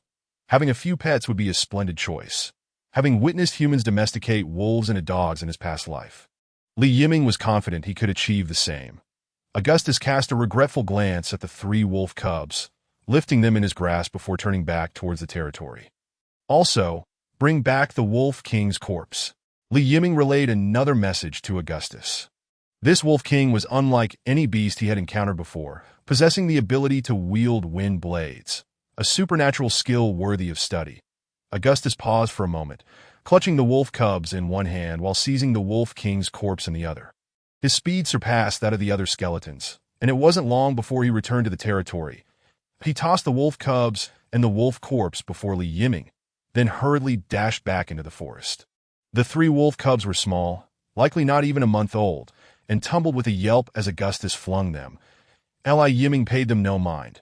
They were unlikely to escape his grasp. He approached the wolf corpse and began his examination. Its exterior bore little distinction from other forest wolves, except that it was considerably larger. Elite Forest Wolf, magical beast. A forest wolf evolved from a wild beast into a magical beast. Capable of wielding wind-type magical abilities. Can be decomposed. This was something Yiming had not encountered before. His prey in recent days had all been wild beasts. However, he was not surprised by the emergence of magical beasts. In the World Chat channel, magical beasts were no longer a rarity. This was his first encounter with a magical beast, and he felt a tinge of curiosity. Let us decompose it and see what it yields. Decomposing Elite Forest Wolf. Skeletal remains 1. Intermediate wolf meat 10 units. Wolf meat 50 units. Wolf Clan Blood Essence 10 drops. Wind type Beast Crystal 1. Soul Energy 1,000 points. What a bountiful haul! Yiming gazed in astonishment at the materials obtained from the decomposition. Intermediate wolf meat could serve as a food source, enhancing physical strength with regular consumption. The Blood Essence and Beast Crystal could only be acquired from the decomposition of magical beasts, and their specific effects remained unknown. As the information did not specify, Yiming contemplated inquiring in the World Chat channel, where many experts resided. The World Chat channel was an anonymous forum, and as long as he did not reveal his name, his identity would remain concealed. World chat. What is the use of blood essence and beast crystals? Blood essence and beast crystals are obtained from magical beasts. Have you hunted one? Let us gather around and observe the esteemed hunters of magical beasts. My heavens! Have the great hunters already begun their pursuit of magical creatures? How can someone like me, who can only grapple with wild beasts, possibly survive? What sort of entities are blood essence and beast crystals? Are they for sale? With but a single utterance from Yiming, the chat channel erupted once more. While everyone is aware of magical beasts, no one had yet publicly claimed to have hunted one with so many traversers around. Yiming found it hard to believe that no lord had managed to hunt a magical beast. It's more likely they simply wished to keep their exploits concealed. After observing for a while and receiving no responses regarding the uses of blood essence and beast crystals, he noted that many were eager to make purchases and numerous individuals sought to add him as a friend. However, adding friends was out of the question. Everything needed to be done with the utmost discretion to avoid exposure. Those who were privy to the information seemed reluctant to share, guarding these vital pieces of knowledge closely. None were fools, with no useful answers forthcoming and the conversation veering into idle worship of the great hunters. Yiming lost interest and prepared to close the world chat. Just then, a friend request notification arrived. Xiaoyue, are you there? Yiming. Xiaoyue, I currently do not have 100 skeletons. Can I pay in installments? Yiming, that's fine. Xiaoyue initiated a trade request. Yiming accepted, and she sent him 30 skeletons. After receiving the skeletal remains, an impulsive thought crossed his mind, prompting him to send a message to Yiming. Are you familiar with blood essence and beast crystals? Xiaoyue, of course. Yiming, do you know what blood essence and beast crystals are used for? Xiaoyue, duh. I know. Yiming, what are they used for? Xiaoyue, do you have blood essence and beast crystals? Yiming, first, tell me what they are used for. Xiaoyue, silence ensued on her end, with no reply for quite some time. Yiming raised an eyebrow. It appeared she truly knew the significance of blood essence and beast crystals, which piqued his interest. After a brief wait, Xiaoyue sent another message. Xiaoyue, blood essence and beast crystals can facilitate the evolution of beasts and are essential for leveling up. Xiaoyue, do you really have blood essence and beast crystals? What type are they? With a black panther lurking nearby, Xiaoyue nervously monitored the chat window. Given the undead at his disposal, hunting magical beasts would likely not pose a significant challenge for Yiming. She was now almost certain that he possessed blood essence and beast crystals. Glancing at her black panther, she resolved to acquire the coveted items from Yiming. The lesson imparted by that young man had proven invaluable. In a world devoid of constraints, discerning between allies and foes had become increasingly challenging. The only trustworthy entities were her own subjects. Only by strengthening her own power could she hope to thrive in this realm. The Black Panther was on the verge of evolution, yet she lacked the capability to hunt magical beasts. Without blood essence and beast crystals, she could not facilitate the panther's advancement. Thus, acquiring the blood essence and beast crystals in Yiming's possession was imperative. In the distance, Yiming chuckled upon reading Xiaoyue's message that this was their true value. Hence, these two items were indeed quite precious. Chapter 022. I desire to thrive well after Augustus absorbed the soul of the Wolf King. His skeletal structure underwent a transformation, accompanied by a notification that he had transitioned from the growth phase to maturity. The Wolf King had not been slain in vain.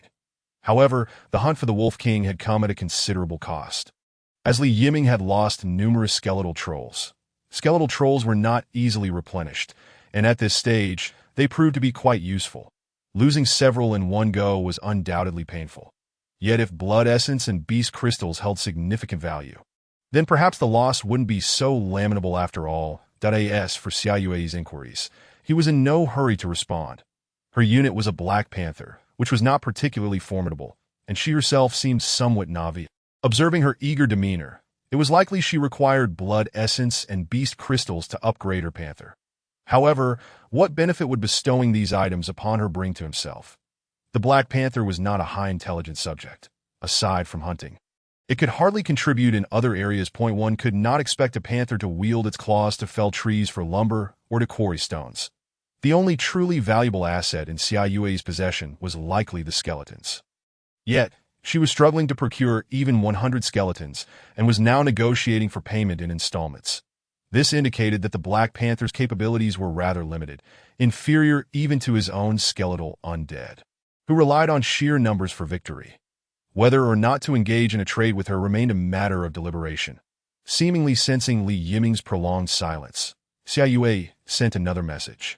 Xiaoyue, if you have blood essence and beast crystals, could you give them to me? I wish to thrive well. Li Yiming. Surviving in a foreign realm is arduous. Do you still have the luxury to ponder the question of whether to thrive or not? Upon reading Li Yiming's response, Xiaoyue was momentarily taken aback. While her words seemed innocuous, they carried an air of irreverence that Li Yiming, equally bemused, pondered the absurdity of her situation. Having traversed to this world, she should be focused on development rather than fretting over mere survival. Moreover, he had expended a significant number of skeletal trolls to acquire the blood essence and beast crystals. Was it too much to ask for a modest exchange, even if one were to beg? To demand outright was rather presumptuous. Even if one were to possess an attractive appearance and long legs, such entitlement was unwarranted. Li Yiming rolled his eyes, and his impression of Xiaoyue diminished considerably. Perhaps she had been a beautiful infantile figure before her traversal, now expecting everyone in this new world to cater to her whims. Resources were exceedingly precious in the early stages. Li Yiming still harbored aspirations for growth. Choosing to ignore Xiaoyue, he turned his attention to his surroundings. Hey, where have my wolf cubs gone? He had been so engrossed in contemplating blood essence and beast crystals that the 3 frolicking wolf cubs had vanished without a trace. Though the cubs were small, they were unlikely to stray far from their territory, as long as they remained within his domain. They could not be lost. Li Yiming called forth several skeletal trolls. Utilizing the previously acquired skeletons, that he instructed the newly summoned trolls to help locate the wolf cubs. Before long, 3 skeletal trolls appeared, each holding a wolf cub by the scruff of its neck. The 2 cubs being dragged along yelped loudly, squirming in mid-air in an attempt to escape the troll's grasp. The 3rd cub, however, remained quiet and compliant, clutching a bone in its mouth, unaware of where it had unearthed such a treasure. Li Yiming commanded the skeletal undead to release the 3 cubs. After snatching the bone from the cub's mouth and tossing it aside, he finally had a moment to appraise the trio. They appeared quite healthy, with pure black fur, save for a few white patches on their paws and faces. This appearance seems somewhat familiar. Could it be that they bear a resemblance to Siberian huskies? Li Yiming gazed at the 3 adorably foolish faces, recalling the demolition team leader from his previous life, that no matter, there was little in his territory for them to destroy. At most, they might dig up a grave. And he trusted the undead would not mind. From this day forth, you shall be named Daha, Erha, and San Hadet. Do you understand? Li Yiming pointed at the 3 cubs.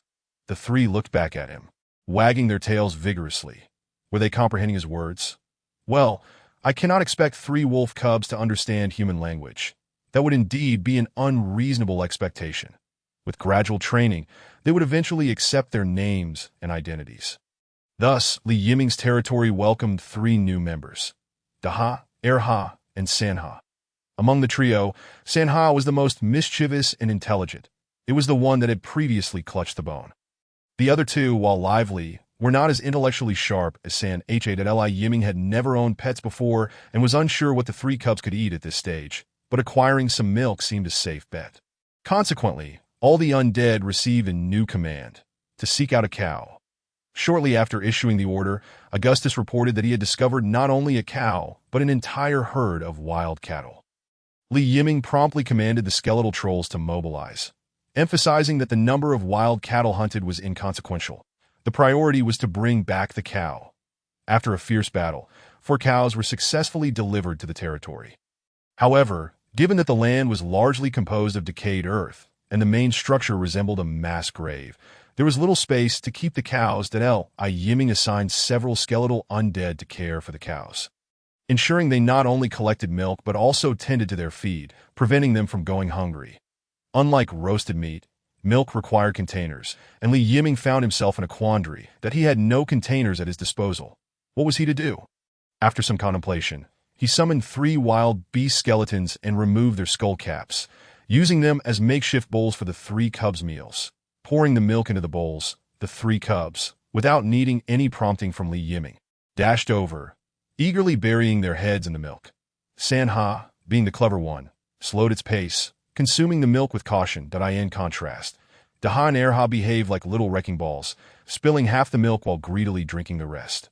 Still looking at Li Yiming with longing, as the sun dipped toward the horizon, marking the end of another day, Li Yiming savored roasted meat while the 3 cubs, having enjoyed their milk, curiously watched him, their mouths dripping with glistening saliva.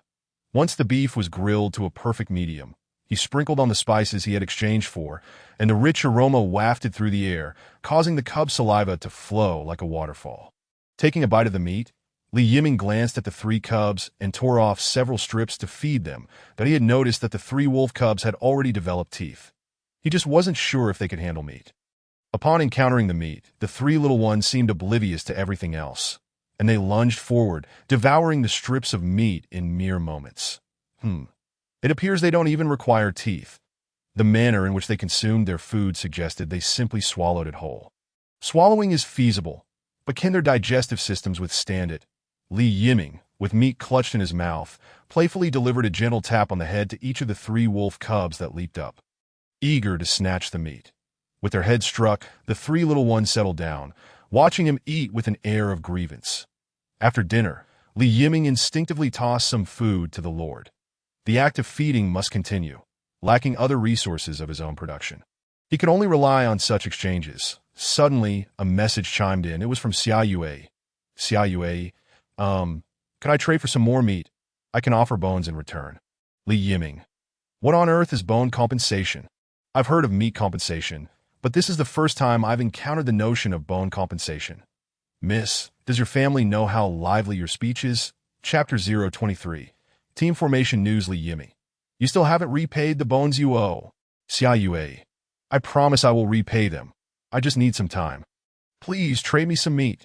Li Yiming, how can I trust you? Xia Yue fell silent. Indeed, it seemed she had nothing in her possession that could entice the man. When it came to resources, her heart brimmed with sorrow. What misfortune led her to draw the beast-type troops, making resource acquisition exceedingly difficult? For her, only bones were a readily obtainable resource. Had she known earlier that bones could be exchanged for food, she would have saved the leftover bones that time. She hadn't thought much of it, and now they were nowhere to be found. Yet she truly needed sustenance, as hunting in the forest had become increasingly arduous, with resources dwindling. Without that man's assistance, it would have been impossible for her to survive alongside the Black Panther. She dared not venture deeper into the forest, where formidable creatures lurked, far beyond her current capabilities. At least not until the Black Panther leveled up. The thought of leveling up nearly brought Xia Yue to tears again. How could a necromancer like her have acquired blood essence and beast crystals? Those were treasures desperately sought after by beast lords. The other world does not believe in tears. Xia Yue suppressed her chaotic thoughts and forced herself to remain calm. She needed to devise a plan to exchange something for meat from that man. Xia Yue, I can offer you information in exchange. Li Yiming, what kind of information? Xia Yue, news about the lords. Li Yiming, go ahead, and I will assess if it is worth the price of meat. Xia Yue, if I share and you deem it not worth the meat price, won't I suffer a loss? Li Yiming, don't you trust me? Li Yiming scoffed. She was trying to manipulate him.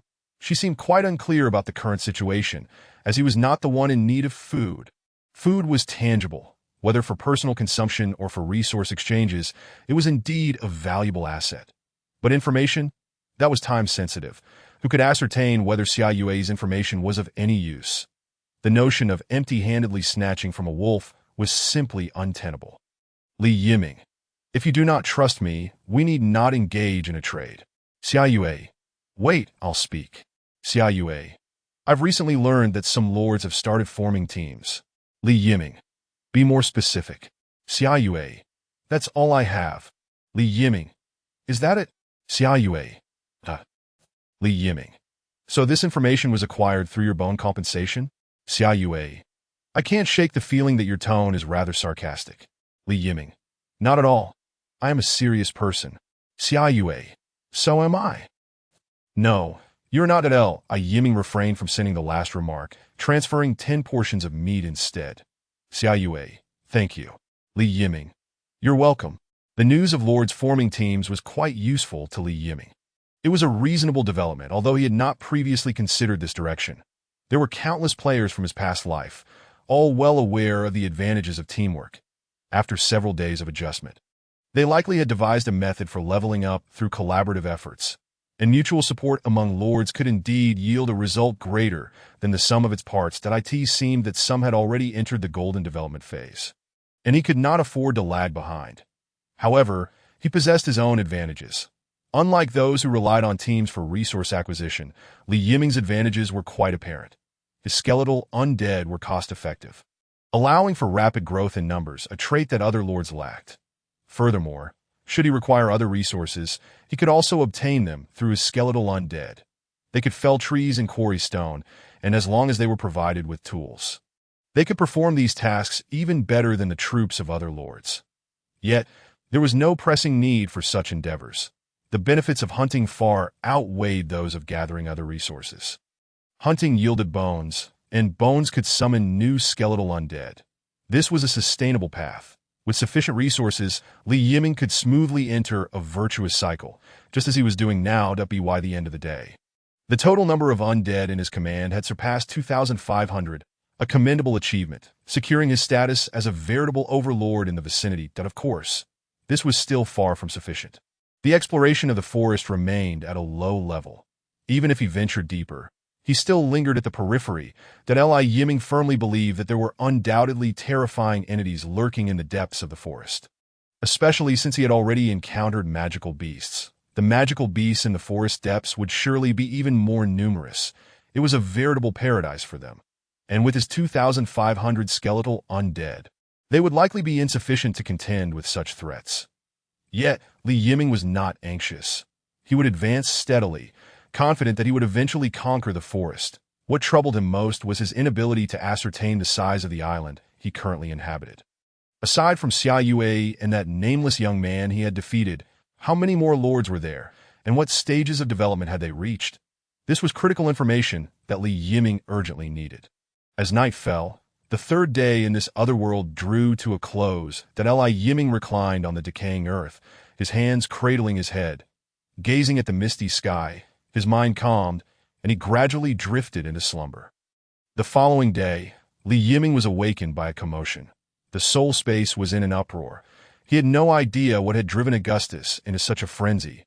Rubbing his sleepy eyes, he groggily entered the soul space. Upon activating Augustus's perspective screen, he was momentarily taken aback. Who was he fighting? Augustus's viewpoint shifted continuously, occasionally striking with his claws, indicating he was in the midst of battle.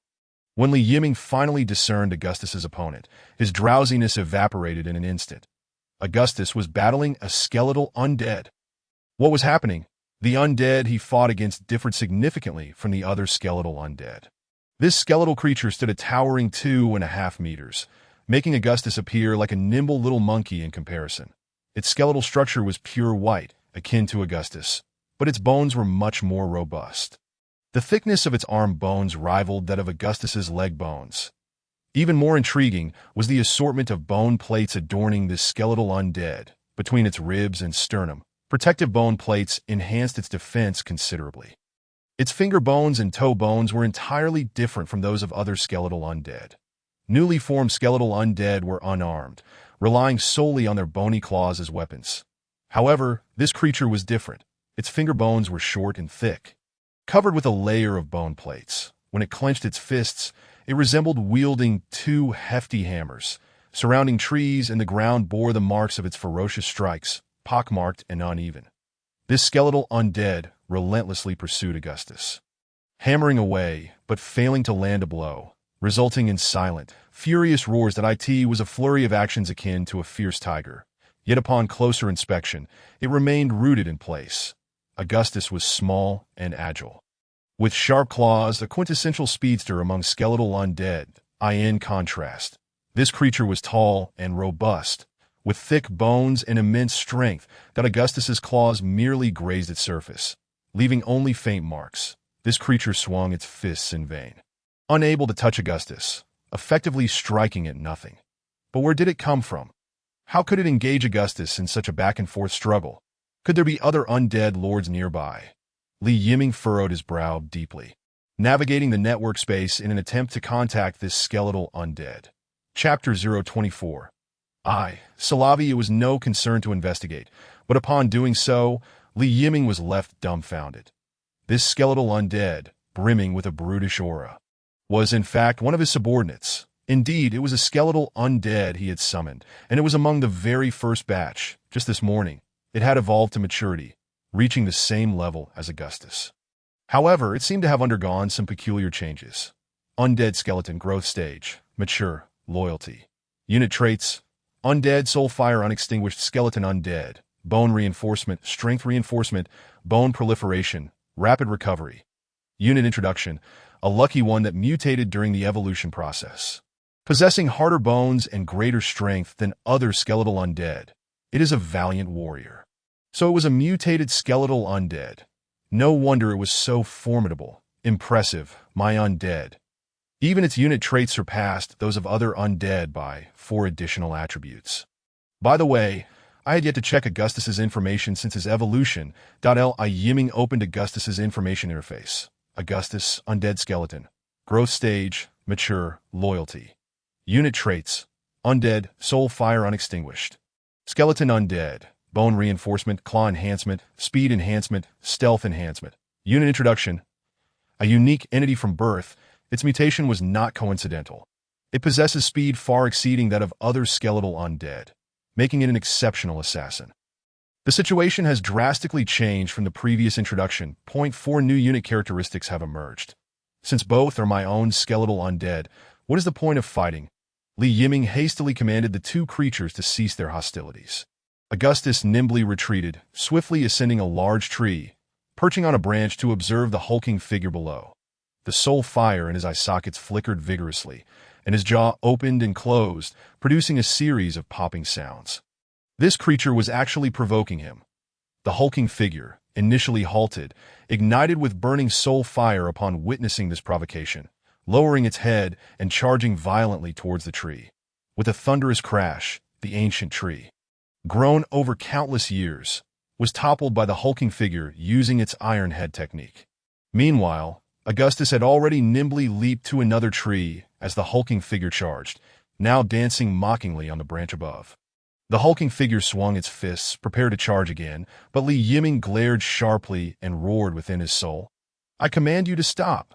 The Lord's oppressive presence descended instantaneously, striking both the hulking figure and Augustus as if they had been struck by lightning, their soul fires dimming immediately. The hulking figure stood frozen in place, while Augustus fell to the ground with a thud. After a lengthy pause, the 2 creatures gradually regained their composure, their soul fires rekindling with vitality. However, they were now filled with trepidation as the Lord and creator of these skeletal undead, Yiming, wielded an undeniable aura of authority over them. The wrath of the Lord was a price they could not afford to pay. "You two, return to me. Now, immediately." Yiming instructed the 2 creatures in a calm, yet commanding tone. Augustus and the hulking figure exchanged glances and promptly turned to hasten back to their territory. After all, the Lord was angry. Did they wish to jeopardize their existence? Yiming sat cross-legged on the decaying earth, awaiting their arrival. The 2 undead hastened back to the territory with remarkable speed. Resembling remorseful children, shivering and hunching their shoulders as they stood before Yiming. "Have you both grown bold enough to fight?" Yiming scolded, glaring at them. The 2 undead shrank back further. "Why are you retreating? Step forward and explain what transpired." Yiming bellowed. "He attacked me," Augustus succinctly replied. "I stole the prey," the hulking figure replied, clearly less articulate than Augustus, struggling to convey his thoughts. You stole his prey?" Yiming squinted at Augustus.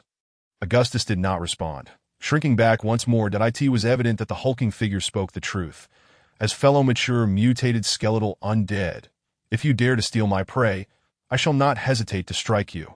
This matter was indeed not the hulking figure's fault. It was Augustus who had instigated the conflict. "All right, this matter ends here, and no more fighting in the future." Li Yiming sighed that he acknowledged his own fault in this as well. Previously, with only Augustus around and no other mutated skeletal undead, he had allowed Augustus to take prey as he saw fit.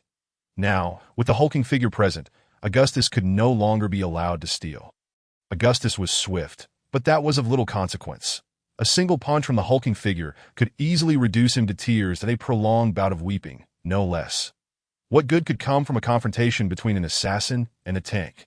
Having resolved the conflict between the two undead, Li Yiming took a keen interest in the hulking figure. While Augustus was admirable, he found himself more drawn to the hulking figure. Simply put, there was a sense of security. Just look at this size, this stature. Remarkably resilient. The ogre skeleton was larger than the hulking figure, but its intelligence was vastly inferior, and it could easily succumb to madness on the battlefield. One careless moment could result in the ogre unintentionally crushing even its own lord. Such friendly fire incidents were not uncommon for ogres. Thus, the hulking figure was preferable. It possessed greater intelligence and would not harm its own allies. Reliable. "Your name shall henceforth be Dabai," Li Yiming declared, satisfied after a prolonged examination. "No, I name Zalavi," the hulking figure replied with a simple-minded tone, outright rejecting Li Yiming's suggestion. "What is this? Are you all staging a rebellion? When I named Augustus, he rejected it too. Now, this simple-minded creature dares to refuse me as well. Am I not your lord? Do I not deserve some respect? You shall be called Dabai," Li Yiming insisted, clenching his fists and struggling to assert his authority. "Zalavi," the hulking figure reiterated, pointing at itself with its thick, stubby fingers. "I am the lord. My word is final. You shall be called Dabai." Li Yiming resolved to press further. "Zalavi," the hulking figure remained steadfast, adamantly refusing to adopt the name Dabai. Its simple-minded demeanor indicated that it would not yield, prompting Li Yiming to stifle a sigh of exasperation. "Fine, fine, you shall be Zalavi," the lord conceded, acknowledging the hulking figure's name. Zalavi emerged victorious in his inaugural battle. "All right, you two may head into the forest. But no fighting. Augustus, you are not to steal Zalavi's prey," Li Yiming warned. Upon hearing this, Augustus shifted its jaw, displaying an expression that suggested disdain. The flames in Zalavi's eyes began to flare as he raised his fist. "Zalavi, you two, do not seek trouble with Augustus," Li Yiming hastily interjected. "Yes." Zalavi's sole communication revealed a tone of reluctance that it was evident that if Li Yiming had not provided this admonition, he would have surely sought out Augustus to demonstrate the meaning of a loving iron fist.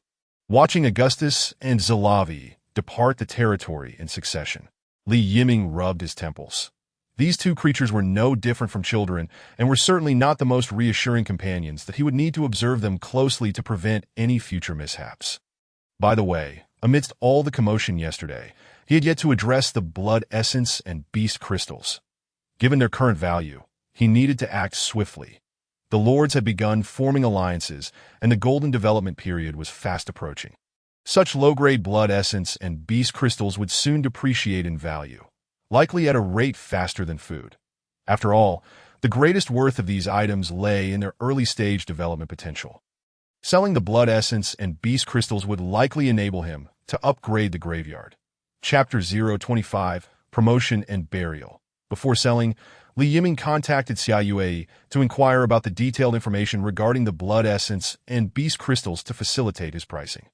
Unsure of their specific uses, he feared the consequences of selling them at a loss after all the effort he had expended to acquire them. Ensue, being Li Yiming's creditor, answered all his questions without reservation, as she had yet to repay her debt. Furthermore, she hoped to acquire food supplies from him. Among the blood essence and beast crystals, the latter held the greatest value. Their applications were extensive, as any biological subjects could benefit from them to enhance their capabilities. Beast lords particularly required beast crystals, as evolution in beast species necessitated their use.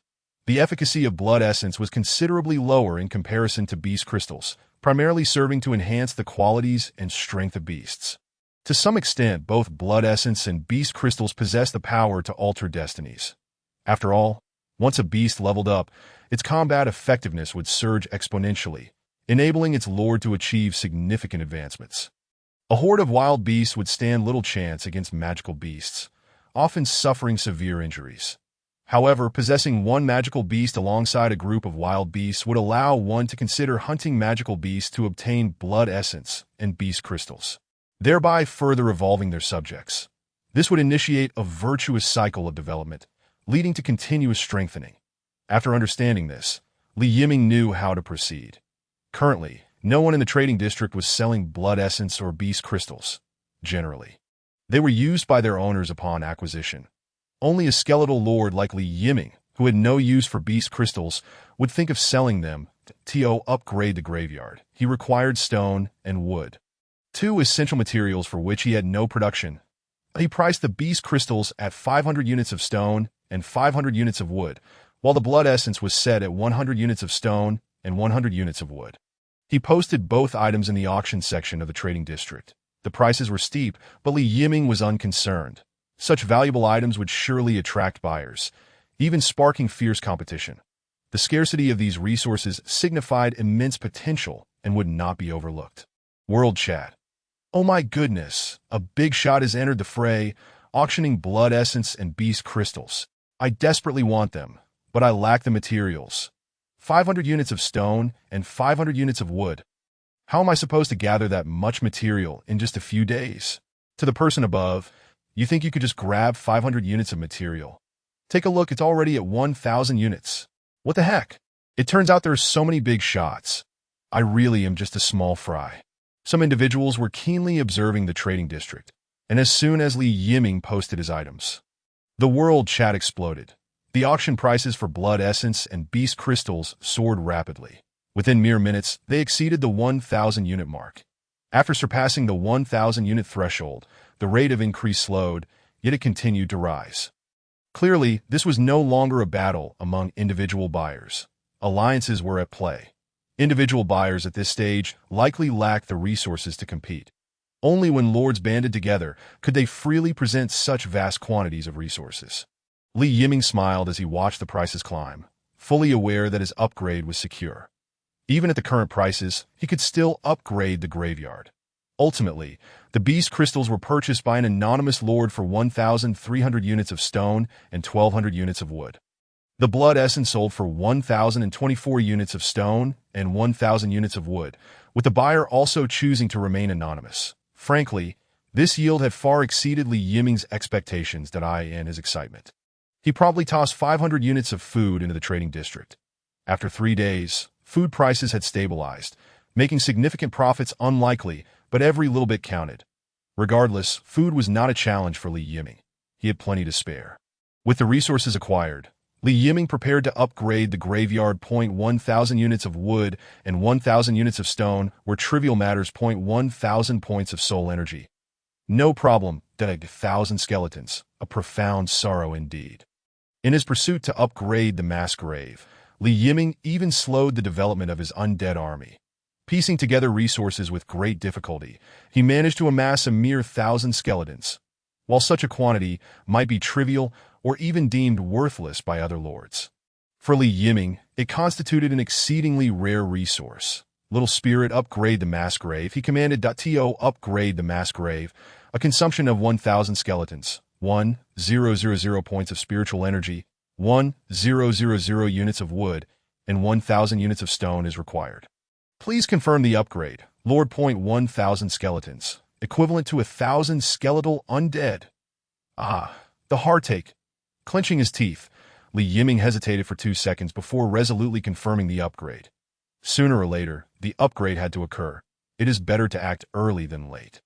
He hoped that this enhancement would not lead to disappointment. The Lord has confirmed the upgrade of the mass grave. The process begins as the materials were deducted from the warehouse. An invisible wave emanated from the heart of the territory, sweeping across the entire domain. A thunderous roar echoed from beneath, causing the entire region to tremble. In the very center of the territory, a structure made of stone and bones slowly emerged from the decaying earth. This edifice, square and box-like, featured a stone base with an upper structure entirely composed of piled bones.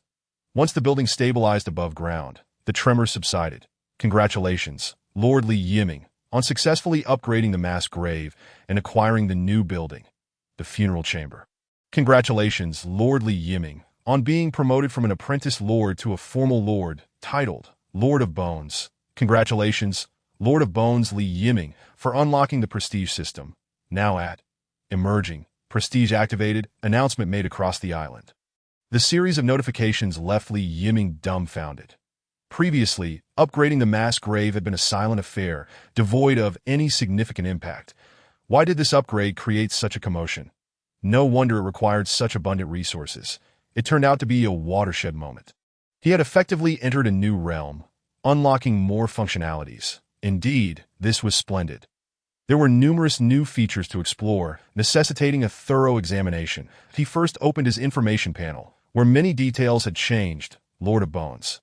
Li Yiming power level. Lord of Bones Lord Prestige. Emerging main city buildings. Mass grave. Funeral chamber territory units. Skeleton Undead Lord skills. Consciousness manifestation. Soul network. Skeleton clone O. One more skill. Skeleton clone. The very name of this skill evokes joy and delight. I like it. Now let us examine the new building. Building. Funeral chamber level. 3 unit types. Skeleton Undead upgrade system unlocked. Brutes, Warriors, Assassins upgrade requirements. 100 Skeleton Brutes, 100 Skeleton Warriors, 100 Skeleton Assassins Lord skill. Skeleton Clone. So, the Skeleton Clone was a gift from the new building. No wonder I didn't possess it before. Looking at the bottom of the information panel, Li Yiming suddenly understood. He decided to study the skill. Skill, Skeleton Clone description. Craft a clone from skeletons that can house the Lord's soul, allowing the Lord to exert complete control over the clone. Note, the Skeleton Clone can grow. Incredible! Just acquiring the Skeleton Clone skill makes this resource-intensive upgrade worthwhile. As a Lord intending to develop a formidable undead army, nothing is more crucial than safety. With his eyes gleaming, Li Yiming contemplated the Skeleton Clone skill. Chapter 026. Island-wide announcement. The intangible wave spread, reaching every corner of the island. Simultaneously, the lords on the island receive the same notification sound. When the dead rise, the living shall crawl upon the earth.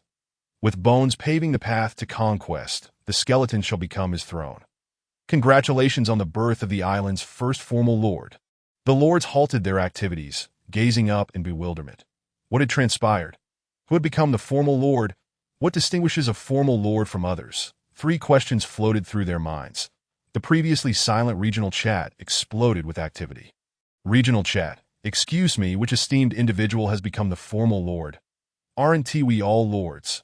What on earth is a formal lord? According to the message, it seems to be a prominent figure among the undead. Is the esteemed individual present? Come forth and share. Share what?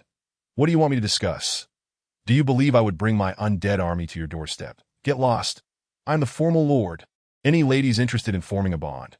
Who exactly is the esteemed individual? Deeply engrossed in studying the skill, Li Yiming was interrupted by the chat notifications. Xiaoyue, you've been promoted to formal lord? Oh, how did Xiaoyue know about my promotion to formal lord?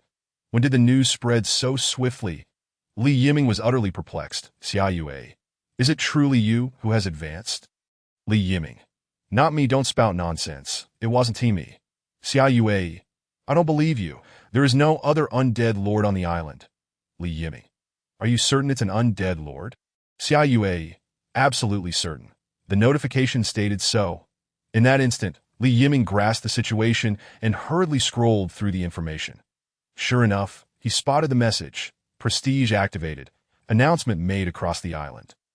Oh no! I've been exposed. How will I remain inconspicuous now? This is absurd. Why would they announce it island-wide? Feeling despondent, Li Yiming realized his covert plans for gradual development were on the verge of collapse. No, I must analyze the situation and see if there is any chance of salvaging it. That if I remain exposed like this, it is far too dangerous. Li Yiming located the announcement that had been made island-wide and, after a careful reading, breathed a slight sigh of relief. Thankfully, the information was ambiguous. not fully revealing his identity, leaving him some room for plausible deniability. The island-wide announcement alone could not pinpoint him. Moreover, the assumption regarding the undead lord was merely speculation. With careful caution, there was still a chance to maintain his low profile. Glancing again at the regional chat, the atmosphere was quite lively. It was an anonymous chat. Participants spoke freely without restraint. Some were impersonating him, and Li Yiming stroked his chin, deciding to ignore it. The more people impersonated him, the better. It would serve to muddle the waters that he had no need for such hollow fame. It would not become an asset, but rather a hindrance. Affecting his development, was the island-wide announcement a problem? He could still devise a way to remain inconspicuous. It was not a significant issue.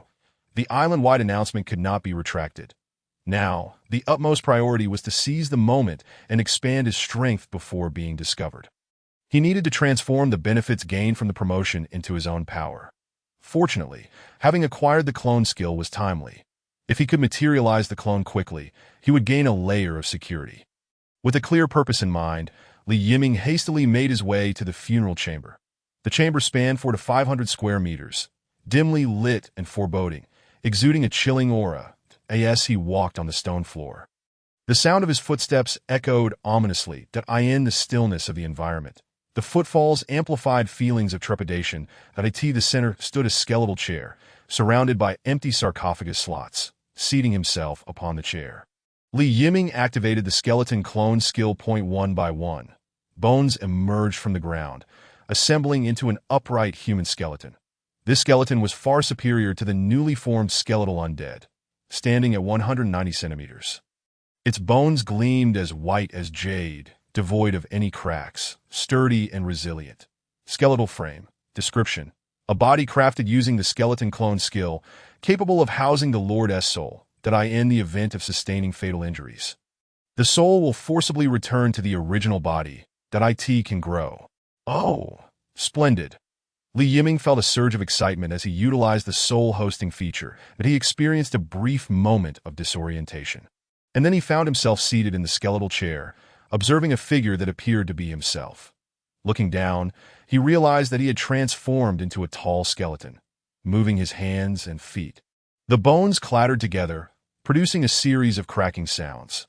Compared to a human body, the skeletal frame felt rigid and less responsive to his will. Nevertheless, it sufficed for his needs. He gazed up at his former body. Now, his soul resided within the skeleton. What would happen to his original body? Just as this thought crossed his mind, the chair began to stir. Bones surged forth, forming a coffin that enveloped his original body.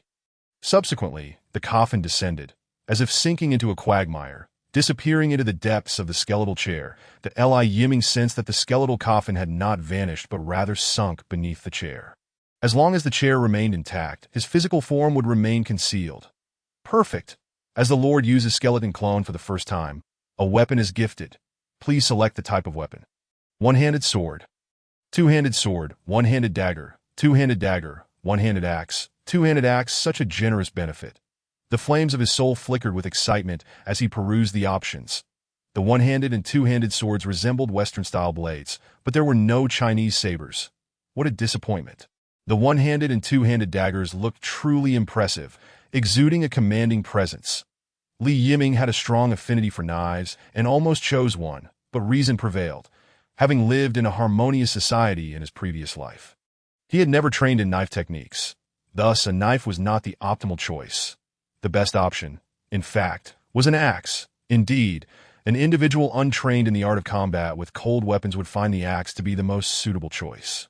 The axe is not only simple to wield but also remarkably practical, serving a multitude of purposes in the wilderness, making it an ideal weapon for novices in the wild. Perhaps only the entrenching tool could rival the axe, as its utility far surpasses that of the axe. Alas, the option of an entrenching tool is not available. For the choice between a one-handed axe and a two-handed axe, Li Yiming experienced no hesitation.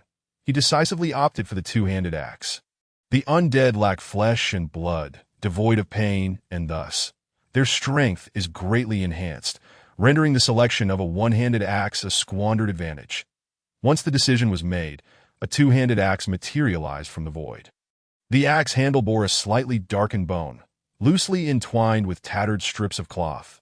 The axe head, metallic in nature, was adorned with crimson rust, exuding an aura of antiquity. The blade formed a crescent shape, featuring a curved structure, with its edge glinting ominously, exceptionally sharp. With just a glance, Li Yiming recognized it as a Viking two-handed battle axe, emblematic of brutality and carnage. Grasping the axe handle, he swung it with one hand, producing a sound akin to a flash in midair, accompanied by the tearing of the air. That a splendid weapon. Li Yiming struck a pose imbued with youthful bravado.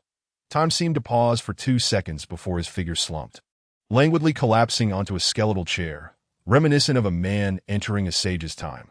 What folly was he indulging in, with no one to witness? Ah, how he longed for a few wise beings within his domain to applaud his antics with exclamations of admiration. Chapter 027. The skeletal form. With this skeletal form, Li Yiming brimmed with confidence, feeling invigorated. Particularly noteworthy was the description of the skeletal form, which indicated that upon sustaining a fatal injury, the soul would be compelled to return. This implied a significantly reduced probability of demise. That it was time to venture forth into the world. Having remained within his territory since arriving in this foreign realm, he was anxious yet eager to explore, especially as the territory offered little in terms of amusement, rendering it rather desolate, merely a backdrop for his existence. That it was high time to behold the splendor of this otherworldly domain.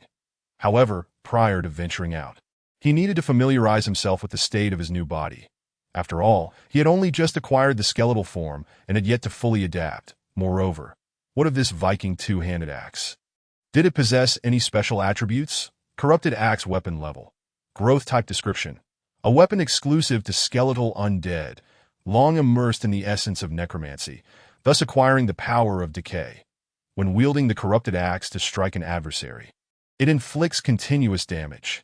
Indeed, this is no ordinary weapon, and oh wonder it appears so tattered. It is imbued with the power of decay. Even more remarkable is its designation as a growth-type weapon, implying that there would be no need for future replacements, allowing for prolonged use. How convenient. Next, it was time to acclimate to the skeletal form. Beginning with walking, Li Yiming lifted his leg and took a step forward. Crack, clatter, bones scattered across the ground, a skull rolling away with a low thud. The rapid spinning of his perspective induced a wave of nausea as the skull came to a halt, the soul fire within its eye sockets swirling in circles. Blast! He had not anticipated such difficulty in controlling his body. The skeletal form diverged significantly from that of a human, composed entirely of bones, devoid of muscles. It relied solely on the soul fire for movement. To advance, one must harness the soul fire. With a thought, the scattered bones quivered slightly, swiftly flying toward the location of the skull, reassembling into the skeletal form. Having learned from his previous mishap, Li Yiming took another step forward. Steady now, splendid. On to the next step. Crack, clatter. Once again, bones littered the ground. After half an hour of repeated disassembly, he finally managed to walk normally. Though occasional disassembly still occurred while running, it was a significant improvement compared to before. Next, he needed to acclimate to his perspective. The undead perceive the world through soul fire. Perhaps due to the nature of the soul, Li Yiming's vision remained normal, unlike that of ordinary skeletal undead. The colors were as vivid as ever. Observing the world through soul fire offered another advantage. There were no blind spots. Although the soul fire resided within the skull did not obstruct the soul fire's probing, allowing Li Yiming to see the world in a full 360. However, viewing behind him induced a sensation akin to nearsightedness, rendering it somewhat blurry. Nevertheless, this greatly diminished the likelihood of ambush. That he also experimented with the soul perspective, which resembled that of other undead. While unresponsive to most entities, it was exceedingly attuned to souls. Strangely, unlike other undead who lacked hearing, Li Yiming possessed this sense. Perhaps this was a perk of being a transmigrator. After familiarizing himself, Li Yiming hefted the axe and exited the burial chamber. Upon emerging from the burial chamber, he immediately spotted 3 little creatures digging in the earth. Among all the denizens of his territory, these 3 were the most active, and their favorite pastime was to dig graves. Why? Because bones lay buried beneath the soil. At this moment, Daha and Erha were digging furiously under the supervision of Sanha. their tiny paws moving with a speed rivaling that of a gopher. Li Yiming's soul fire flickered as he approached the trio. Sanha, overseeing Daha and Erha, suddenly sensed a predatory aura behind him. With a fierce glare, he executed a swift turn, only to be taken aback. Bones, a substantial pile. Oh, whoa, ow! Upon hearing Sanha's exclamation, Daha and Ha poked their heads out of the hole, instantly stunned at the sight of Li Yiming. Da exclaimed Bones. Ha echoed. Ow, ow, ow! I see it, I see it. Sanha cautioned. Oh, whoa, something's amiss. Do not be overly excited, prepare to defend. Daha har responded. Understood. Defensive formation. Charge. Sanha widened his eyes in disbelief, watching as Daha and Ha leaped from the hole towards the pile of bones. Blast, I said to defend. Do you understand the concept of defense? Then he witnessed Daha and Ha being seized by the necks of the bones. Ha yelped. Ow, ow! Attack failed. Daha cried. Oh, help us. Sanha rolled his eyes in exasperation. Who told you to be so reckless? However, seeing his elder and younger brothers captured, he couldn't simply stand by. After all, they were siblings. Sanha leaped with all his might, landing before Li Yiming and emitting a fierce, yet adorable wolf howl. Ow! Li Yiming was almost amused. How bold! The soul fire flickered, releasing waves of soul energy. Upon encountering the soul energy emanating from Li Yiming, Sanha's eyes flickered with confusion. What was this sensation? So familiar. Let me think. Where have I felt this before? Oh, right. Sanha recalled that this familiar feeling belonged to the person who previously fed them. Each soul's energy is unique, allowing other beings to easily distinguish it. Even though the trio had never encountered Li Yiming's soul before, they instinctively recognized the skeleton before them. Souls are indeed wondrous. Upon realizing the identity of the skeleton before them, Sanha promptly retracted his hostility, sitting obediently and wagging his tail that Li Yiming observed Aha and Ha, who hung their heads low. No longer barking or struggling, appearing rather subdued, that he released Aha and Ha onto the ground, delivering a playful flick to each of their heads, eliciting yelps from the three. I shall reiterate. Do not dig. The voice of his soul resonated within the trio's minds. Instantly, they were bewildered. Whose voice was that? They looked up at Li Yiming and saw the flickering soul fire, promptly comprehending that it was the figure before them speaking. How strange. They had not understood before, yet now they did. Could he speak wolf language? Sanha pondered. Owo. What nonsense. I don't understand Owo language either. Soul communication is not a language per se. It is a direct transmission of information from soul to soul. As long as the recipient possesses a soul, the meaning is comprehensible, effectively resolving language barriers. However, Sanha was unaware of this. Not possessing the ability for soul communication, he barked, yet Li Yiming could not comprehend. Noticing Li Yiming's lack of response, Sanha stood there for a moment, puzzled as to why he could understand the other party, while the other party could not grasp his words. Be good. And when there's something delicious, I shall ensure you do not dig up graves. I'll topple your milk bowls. If you understand, bark once. Oh, whoa. Now the trio understood what was expected of them. Bones were undoubtedly their favorite, but milk was clearly more delectable than tasteless bones. Weighing their options, the trio reluctantly abandoned the treasures buried in the soil, succumbing to Li Yiming's authority. Very well, let us go. I shall take you out for a stroll. Remember to behave and not wander off. Li Yiming nodded in satisfaction, continuing to communicate telepathically. The trio immediately perked up, bouncing around Li Yiming in excitement. Chapter 028. Encounter with a wild boar. Li Yiming led the trio leisurely out of the territory. The perimeter of the territory was exceptionally safe, to the extent that even a rabbit would find it impossible to survive. Following the relentless hunting spree of the skeletal undead, small animals had faced near extinction within a mere 3 days. Had it not been for Li Yiming's commitment to sustainable development, rabbits and foxes would likely have been hunted to oblivion. Now, the skeletal undead had advanced inward, with scarcely any sightings along the perimeter. As he walked, Li Yiming utilized soul communication to explain the dangers of the outside world to Sanha, as Daha and Ha lacked the understanding. These two were simply lacking in intellect, and made up for it with sheer recklessness. Do not be deceived by its recent birth. The unmistakable aura of a brutish simplicity has already manifested. Unlike the other two brothers, the third wolf possesses a relatively higher intelligence, enabling it to grasp some of Li Yiming's intentions. While the elder and the second wolf race ahead with abandon, the third wolf follows closely beside Li Yiming, mirroring his every step. Its youthful, lupin visage bears a contemplative expression as they venture deeper into the forest.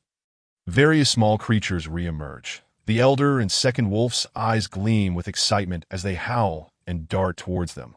Still young and untrained in the art of hunting, they charge recklessly, startling the small animals into flight, yet failing to catch up. These small creatures have been left intentionally by the skeletal wraiths, comprising primarily of rabbits and foxes, known for their commendable breeding capabilities.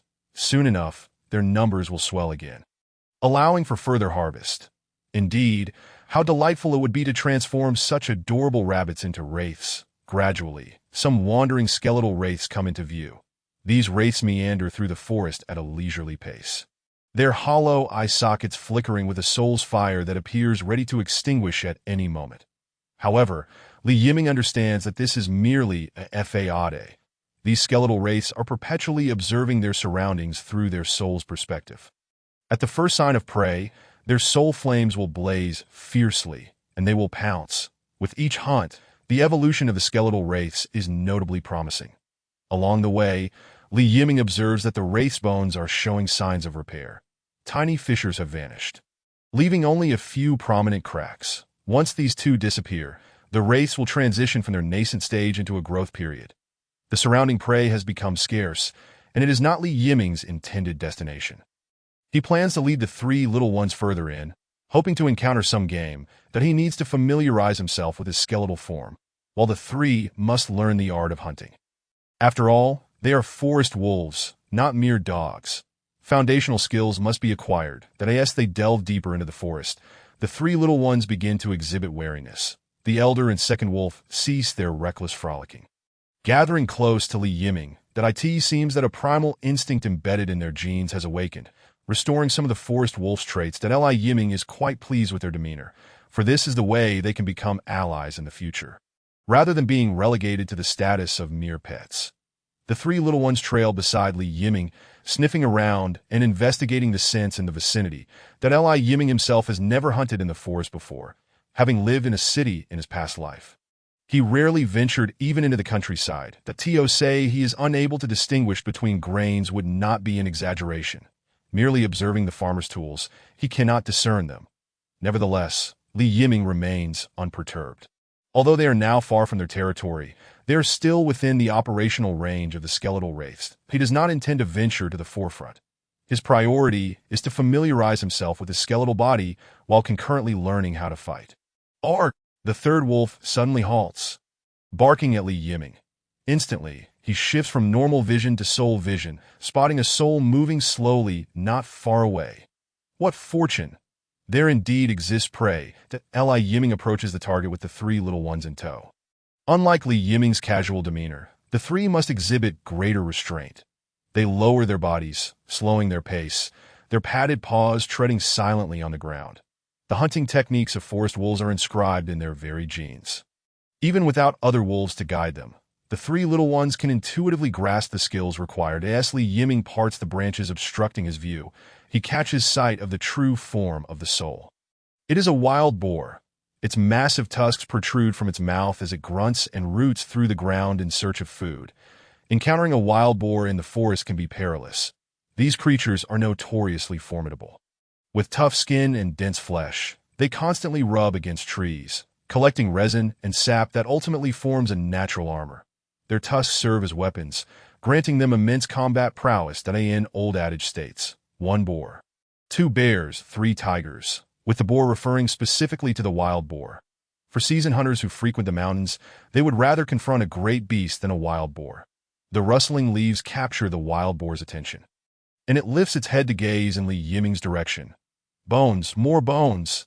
The wild boar's eyes redden instantly. That in recent days, it has witnessed far too many brutal slaughters by these bones. They appear in droves, roaming the forest, and upon discovery, they charge in a frenzy. With such proximity, there is no escape. It can only fight and shatter these bones. In an instant, madness consumes the wild boar as it howls and lowers its head.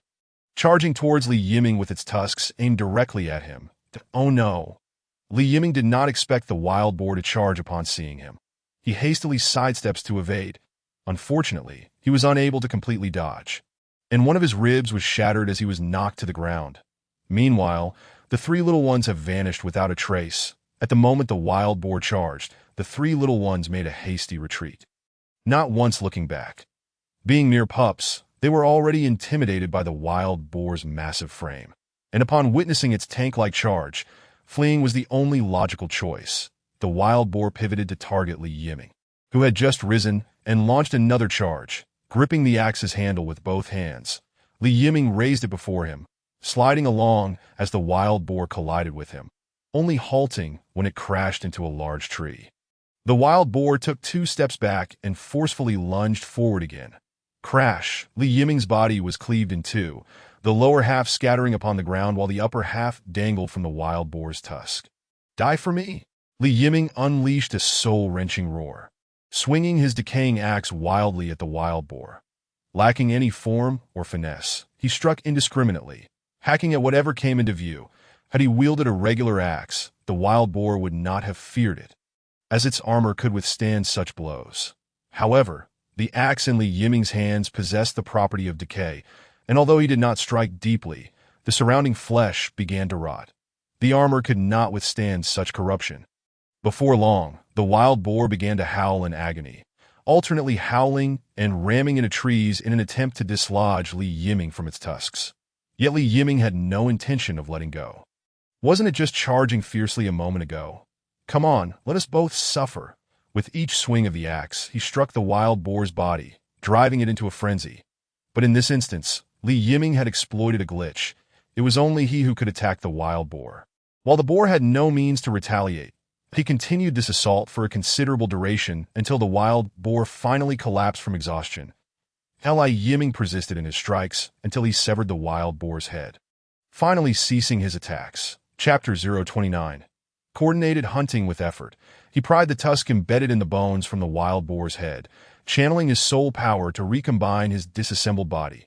Gazing at the carcass of the wild boar lying upon the ground, a sense of accomplishment welled within him. Although this hunt did not unfold as ideally as he had hoped, he had finally secured his first kill. Turning to look, he noticed the three little ones had returned at some point, their 6 round, gleaming eyes fixed upon him. Li Yiming waved the axe in his hand, and the 3 little ones instinctively took a step back, their expressions tinged with trepidation. The earlier abandonment of their escape plan had deeply irritated Li Yiming. However, upon reflection, it seemed there was nothing inherently wrong with their retreat. After all, how long had it been since their birth? Facing such a colossal wild boar, their fear was entirely natural. Nevertheless, Li Yiming could not help but use soul transmission to intimidate them. If they were to flee, they should flee together. How could they abandon him? Heartbroken, the 3 little ones whimpered, appearing aggrieved, promising to include him in their future escapes. Li Yiming nodded in satisfaction, yet a lingering feeling of unease nagged at him. The notion of planning for future escapes felt amiss. Shouldn't they be growing stronger to protect him, their master? However, witnessing the 3 little ones' pitiful expressions, Li Yiming suppressed his frustration. The journey of education is arduous. It cannot be accomplished in a short span. Patience is key. Yiming turned back to observe the wild boar's corpse. While he had been reprimanding the 3 little ones, he felt a peculiar summons that was akin to a parched individual in the desert encountering water. An insatiable thirst in his vision. The carcass of the wild boar emitted a continuous stream of light points, resembling fireflies taking flight. After a moment's contemplation, Li Yiming realized what this was. Souls? What was dissipating in abundance were the wild boar's souls. It was these very souls that beckoned him. Following his instincts, Li Yiming approached the carcass and inhaled deeply. The wild boar's souls surged into his soul fire like weary birds returning home. The wild boar's soul was not particularly strong, and in an instant, Li Yiming consumed it entirely. The exquisite nature of soul power finally dawned upon Li Yiming, and no wonder the skeletal wraiths so relished devouring souls. It was simply exhilarating. Like sipping a chilled beer on a scorching summer day, it was utterly refreshing. Alas, it was but a meager amount that Yiming gazed at the wild boar's carcass with regret as it quickly vanished. Congratulations to the host. Your first successful soul absorption has yielded the skills Soul Devour and Soul Storage. Hooray! Such a delightful surprise as skill rewards. Yiming opened the details and found two highly practical skills. Soul Devour allows him to absorb and consume souls, but presently he can only devour the souls of deceased organisms, that he is unable to absorb the souls of living beings. Soul Storage, however, is quite remarkable. He can extract souls and form soul orbs. These soul orbs serve as a reserve for the wraiths, usable not only by Yiming but also by other wraiths. This is indeed advantageous. The soul orbs can be utilized as rewards in the future, aiding the skeletal wraiths in enhancing their strength. Other skeletal wraiths likely possess the ability of soul storage as well, yet these wraiths tend to consume souls upon encountering them, never considering preservation. After all, who would choose to save for later when they could enhance themselves immediately? However, in the future, I could consider obtaining some soul orbs from the skeletal undead. Under what pretense, you ask? Well, as a lord, I shall claim it under the guise of taxation. Each day, a soul orb tax for every undead, with the rate escalating according to their level. This way, I shall have soul orbs at my disposal. What a clever little rascal I am. Yiming silently applauded his own ingenuity. The undead could never fathom that while they diligently and tirelessly hunted for their lord, he was scheming to exploit them to grow stronger. Yiming felt a slight enhancement within his own soul. Were it not for his keen observation, it might have gone unnoticed. The soul of a wild boar could only grant him a minuscule growth. The journey of advancement remained a long and arduous path. After hunting the wild boar, Yiming's mastery over his skeletal form significantly improved. Indeed, true growth emerges through the crucible of battle, and potential awakens in the face of danger. Having conducted this experiment, it was time to devise new plans. First, a return to the territory that Yiming led the three little ones back home. With a skeletal body, he no longer required sustenance. Skeletons do not partake in food. Nevertheless, he prepared some barbecue, not for himself, but for the three little ones. These creatures, aside from consuming milk, also needed meat. Once Yiming had satiated them and sent them off for a midday slumber, he delved into the realm of souls. Apart from Augustus and Salavi, a considerable number of skeletal undead had already reached maturity. Curiously, the others who had matured differed from the two. The newly matured skeletal undead merely exhibited whiter bones, appearing sturdier, with a slight increase in intelligence, yet lacking significant changes in other aspects. That Yiming selected one of the matured skeletal undead to experiment with naming. Names like Dog Egg, Second Egg, and Prosperity elicited no response. Unlike with Celisix, that it was as if the undead were indifferent, allowing him to call them whatever he wished. This realization struck Yiming, highlighting the uniqueness of Augustus and Salavi. Upon reaching maturity, the skeletal undead demanded a greater supply of souls. They required the consumption of souls at least tenfold compared to before to ascend to the next level. Yiming switched to the perspectives of Augustus and Salavi, only to find the two together. What was happening? How did they end up together? Were they disobedient and brawling? Yiming's soul fire darkened as he closely observed the scene. Bya Pond, a small herd of wild bulls had gathered, and Augustus was stealthily approaching. The bulls remained oblivious to the diminutive figure. His stealth skills were commendable. Shortly thereafter, Augustus casually chose a wild bull and struck it with a claw. The startled herd, driven by Augustus, began to flee, heading straight for Salavi's position. Was this a tactical maneuver since they couldn't overpower Salavi? However, the ensuing events left Yiming somewhat dumbfounded. Salavi stood in an open area, unflinching as the herd charged towards him, and unleashed a barrage of punches. His strength was astonishing, and targeting the bulls' heads meant that a strike would be fatal to the herd rushed past Salavi. Several corpses were left in their wake.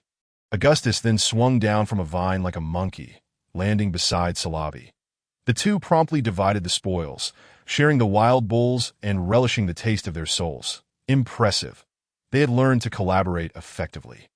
Clearly, this hunting method was far more efficient than Augustus alone snatching prey, that a steady influx of souls was assured. Observing the duo's adeptness, it seemed this was not their first endeavor. Yiming nodded silently in approval. These two were quite capable. It was time for him to initiate the next phase of his plan, delving deeper into the forest. Chapter 30. The Frenzied War Troll in the Dense Forest. A procession of over 300 undead advanced slowly. This was the adventuring party assembled by Yiming. Leading them was none other than Yiming's skeletal avatar, the newly appointed skeletal lord. The core of the expedition consisted of over 200 matured skeletal undead, accompanied by more than 100 skeletal trolls tasked with reconnaissance, vigilance, and scouting. At the helm were the undead version of Yiming, Augustus, Salavi, and the three little ones. The team was undeniably formidable. Matured skeletal undead were in a league of their own compared to their newly spawned counterparts. Possessing vastly superior combat and defensive capabilities, able to hold their ground even against forest trolls. After venturing 10 kilometers into the forest, the skeletal trolls reported the discovery of traces of magical beasts, numerous in number. Fish in the water, insects in the ground, and beasts on the run all indicated the presence of magical creatures. The forest indeed harbored tremendous dangers that could not be underestimated. Yiming felt a mix of excitement and caution. Magical beasts signified resources. Slaying them could yield immense wealth. Yet, with such a multitude of magical beasts merely 10 miles from his territory, they posed a significant threat. Yiming had no illusions that over 2,000 newly spawned skeletal undead could withstand a beast onslaught. 10 or 100, he was indifferent. The undead could easily turn them into materials. However, what if a horde descended? His territory would likely be doomed. Thus, it was imperative to continue on the path of survival. Only by enduring could one thrive. With the skeletal trolls scouting ahead, Yiming felt a degree of reassurance. The trolls were cautious. Unlike the boisterous skeletal undead, adept at concealment, that a sudden tremor signaled a discovery. The skeletal trolls sent a soul message. Yiming immediately entered the realm of souls to investigate. From the perspective, he observed a skeletal troll perched within a tree, peering into the distance that a group of trolls was engaged in hunting over there. These trolls differed from the forest trolls. They were tall and lean yet robust compared to their forest counterparts. Adorned with red and green war paint, they appeared even more savage. Their weaponry consisted not of thrown spears, but rather axes and knives. They opted for encirclement, initially lying in ambush, driving their prey into a trap before the concealed trolls surged forth. Their combat style was brutal and bloody, resembling warriors more than hunters. Frenzied War Troll Forest. Race, Troll. Maximum combat power. Tier 2. Description: a significant branch of trolls. Adept at close combat with excellent fighting prowess. Before battle, they apply dyes to their bodies and faces, creating war paint that enhances their combat capabilities. Frenzied War Trolls take pride in dying in battle. Note: Frenzied War Troll is a collective term. Different tribes can be identified through their war paint, such as Forest Frenzied War Trolls and Desert Frenzied War Trolls, etc. Frenzied War Trolls. Such a formidable name. Their combat strength was no joke, reaching Tier 2, on par with ogres. When ogres mobilized, they came in groups of 3. The Frenzied War Trolls, on the other hand, appeared in hordes that if they were hunting here, their tribal encampment must be nearby. Yiming instructed the skeletal trolls to scout the Frenzied War Trolls camp, but to prioritize their safety. The primary objective of this forest expedition was exploration, not expansion, and unnecessary casualties must be avoided. Before long, the skeletal trolls located the camp of the Frenzied War Trolls that bore similarities in size to the previous camp of the forest trolls. However, the Frenzied War Trolls camp was populated solely by young adults and children, with no elderly trolls present. Yiming pondered the whereabouts of the elder trolls. The skeletal trolls stumbled upon a burial ground, one steeped in the distinctive style of trolls. The graveyard was dotted with totem poles, adorned with colorful dyes depicting various symbols, many bearing the marks of weapons. Instead of wooden cups, weapons were thrust into the earth, many of which had decayed beyond us. Yiming suddenly recalled a line from the description. Frenzied War Trolls take pride in dying in battle. Could it be that the elder trolls had perished? This thought reminded Yiming of a certain ancient tribe from his past life, who also held a belief in dying honorably in battle. They believed that only those who bravely fell in combat could ascend to the heavens, summoned by the deities to become cherished among the divine. This belief fueled their ferocity on the battlefield. Even in old age, they would refuse to die in bed. Such a death was deemed a disgrace. An act of cowardice. Did the frenzied war trolls share a similar conviction? Was this graveyard prepared for me? Summoning the undead need not rely solely on freshly deceased bones. The long-dead remains could equally serve. Therefore, this graveyard filled with frenzied war trolls. Yiming's soul fire blazed with fervor. This was a veritable reserve of undead. Allowing them to languish in the graveyard was a waste. They would gradually return to the earth. Rather than squander them, why not repurpose them into undead to serve his cause? However, the time for such actions had not yet arrived.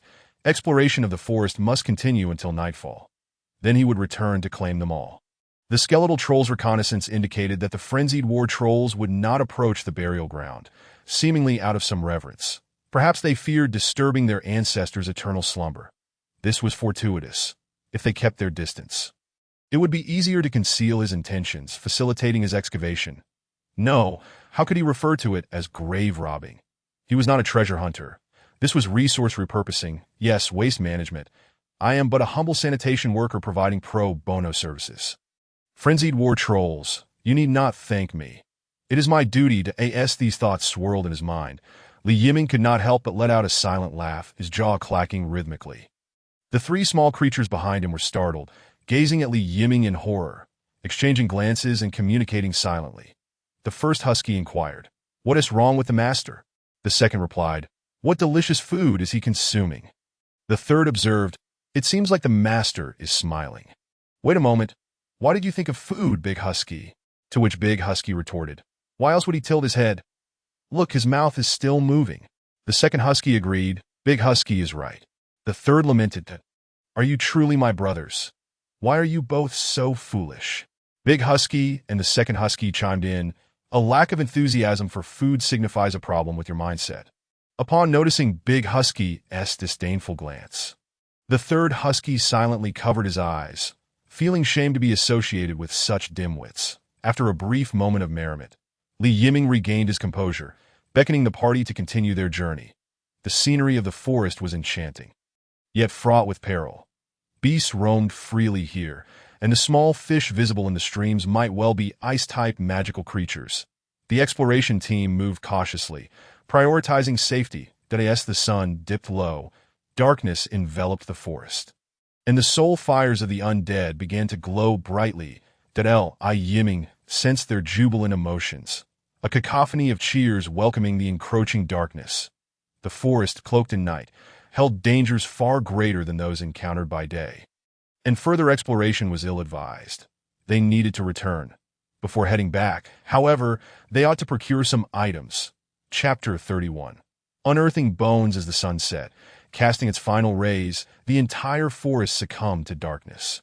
Yiming, accompanied by a multitude of skeletal undead, circumvented the camp of the frenzied war trolls, stealthily making their way to the graveyard. Within the forest's night, the graveyard appeared eerily foreboding, with ghostly flames flickering sporadically. Yiming glanced back towards the distant camp of the frenzied war trolls, where lights blazed brightly, faint laughter echoing through the air. The trolls had no guardians for their graves and could hardly fathom that someone would target the resting place of their ancestors. Standing beside a great tree, he turned to survey his surroundings. The undead shrouded in the night, casting an ominous presence, their soul fires illuminating the gloom. He raised his axe with determination, swinging it towards the graveyard as if commanding an army into battle. The rustling sounds of the undead surged towards the graveyard. The skeletal undead undertook the task of digging, while the skeletal trolls stood watch. Lacking proper tools, the skeletal undead had no choice but to claw at the earth. Fortunately, the corpses were buried not too deeply, and without coffins, they could unearth bones with relative ease. In the stillness of the night, the sound of digging was quite pronounced. Yiming's heart raced with anxiety, frequently glancing towards the distant camp. Should they be discovered in their grave-robbing endeavor, the consequences would be dire. The frenzied war trolls were not to be trifled with. They were fierce in battle. If caught, they might find themselves losing more than they gained. In truth, Yiming had no fondness for grave robbing. The elders often said, when a person dies, it is as if a light has been extinguished. Once deceased, matters should be laid to rest, let alone the act of disturbing graves. Yet, he needed to bolster his undead army, especially as he remained weak, and any bones encountered could not be overlooked.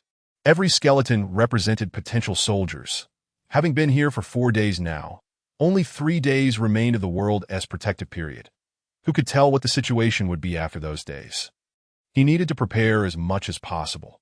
Given the present circumstances, he would seize every opportunity to enhance his strength. The skeletal undead retrieved bones from the earth, cradling them in their arms as they returned to Yiming's side. As more skeletal undead returned, his tension slightly eased. Just then, the spirit information of a skeletal troll suddenly arrived. They are coming. Those 4 brief words sent a jolt through Yiming, compelling him to issue an urgent command to retreat.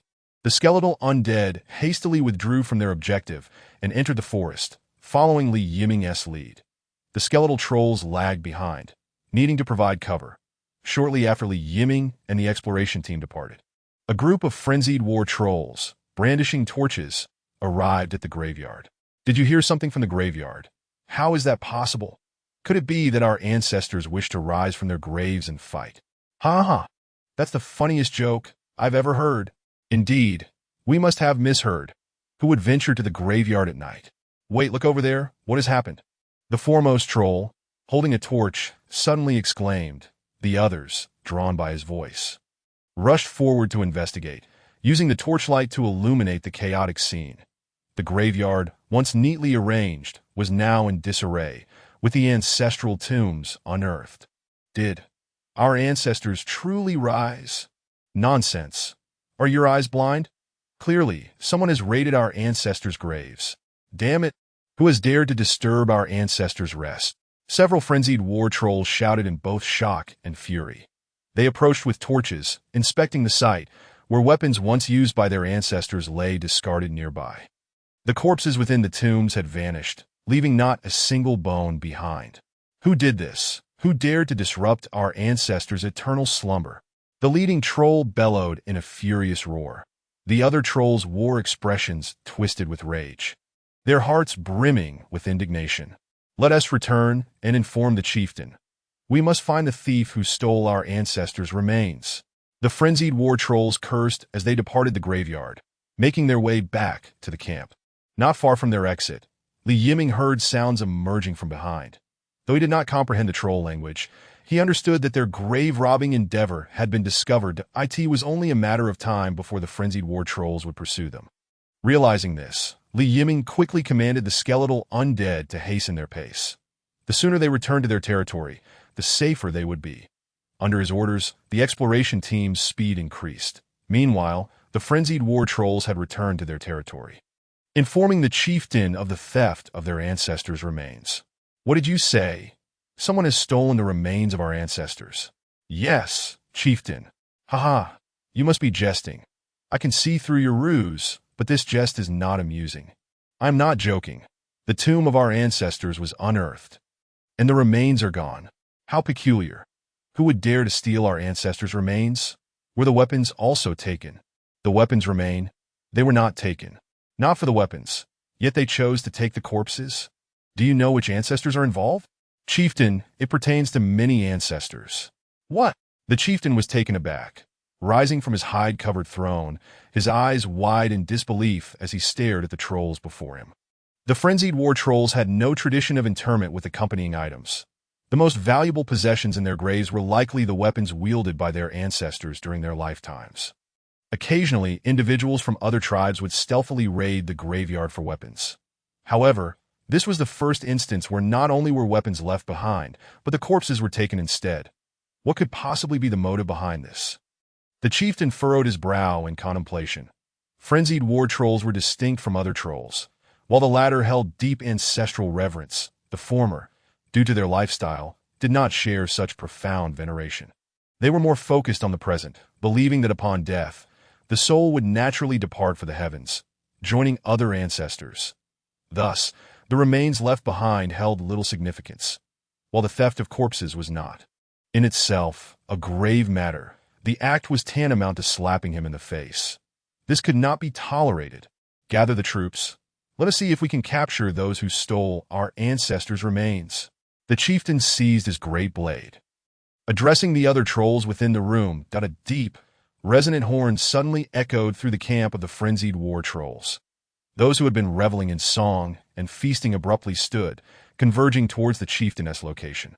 In a short time, nearly 100 frenzied war trolls had assembled, departing the camp to head towards the graveyard.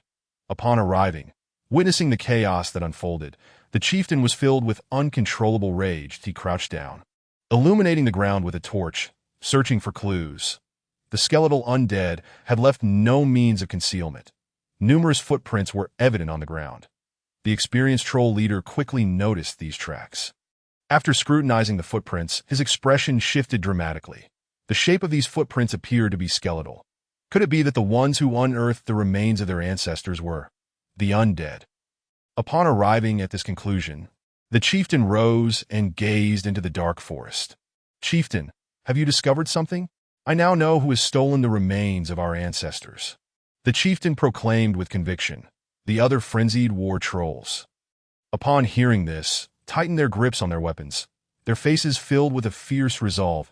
At the chieftainess' command, they would charge forth to eliminate those who dared disturb their ancestors' rest. Chapter 32. Words of the Ancestors. Chieftain, let us set off now.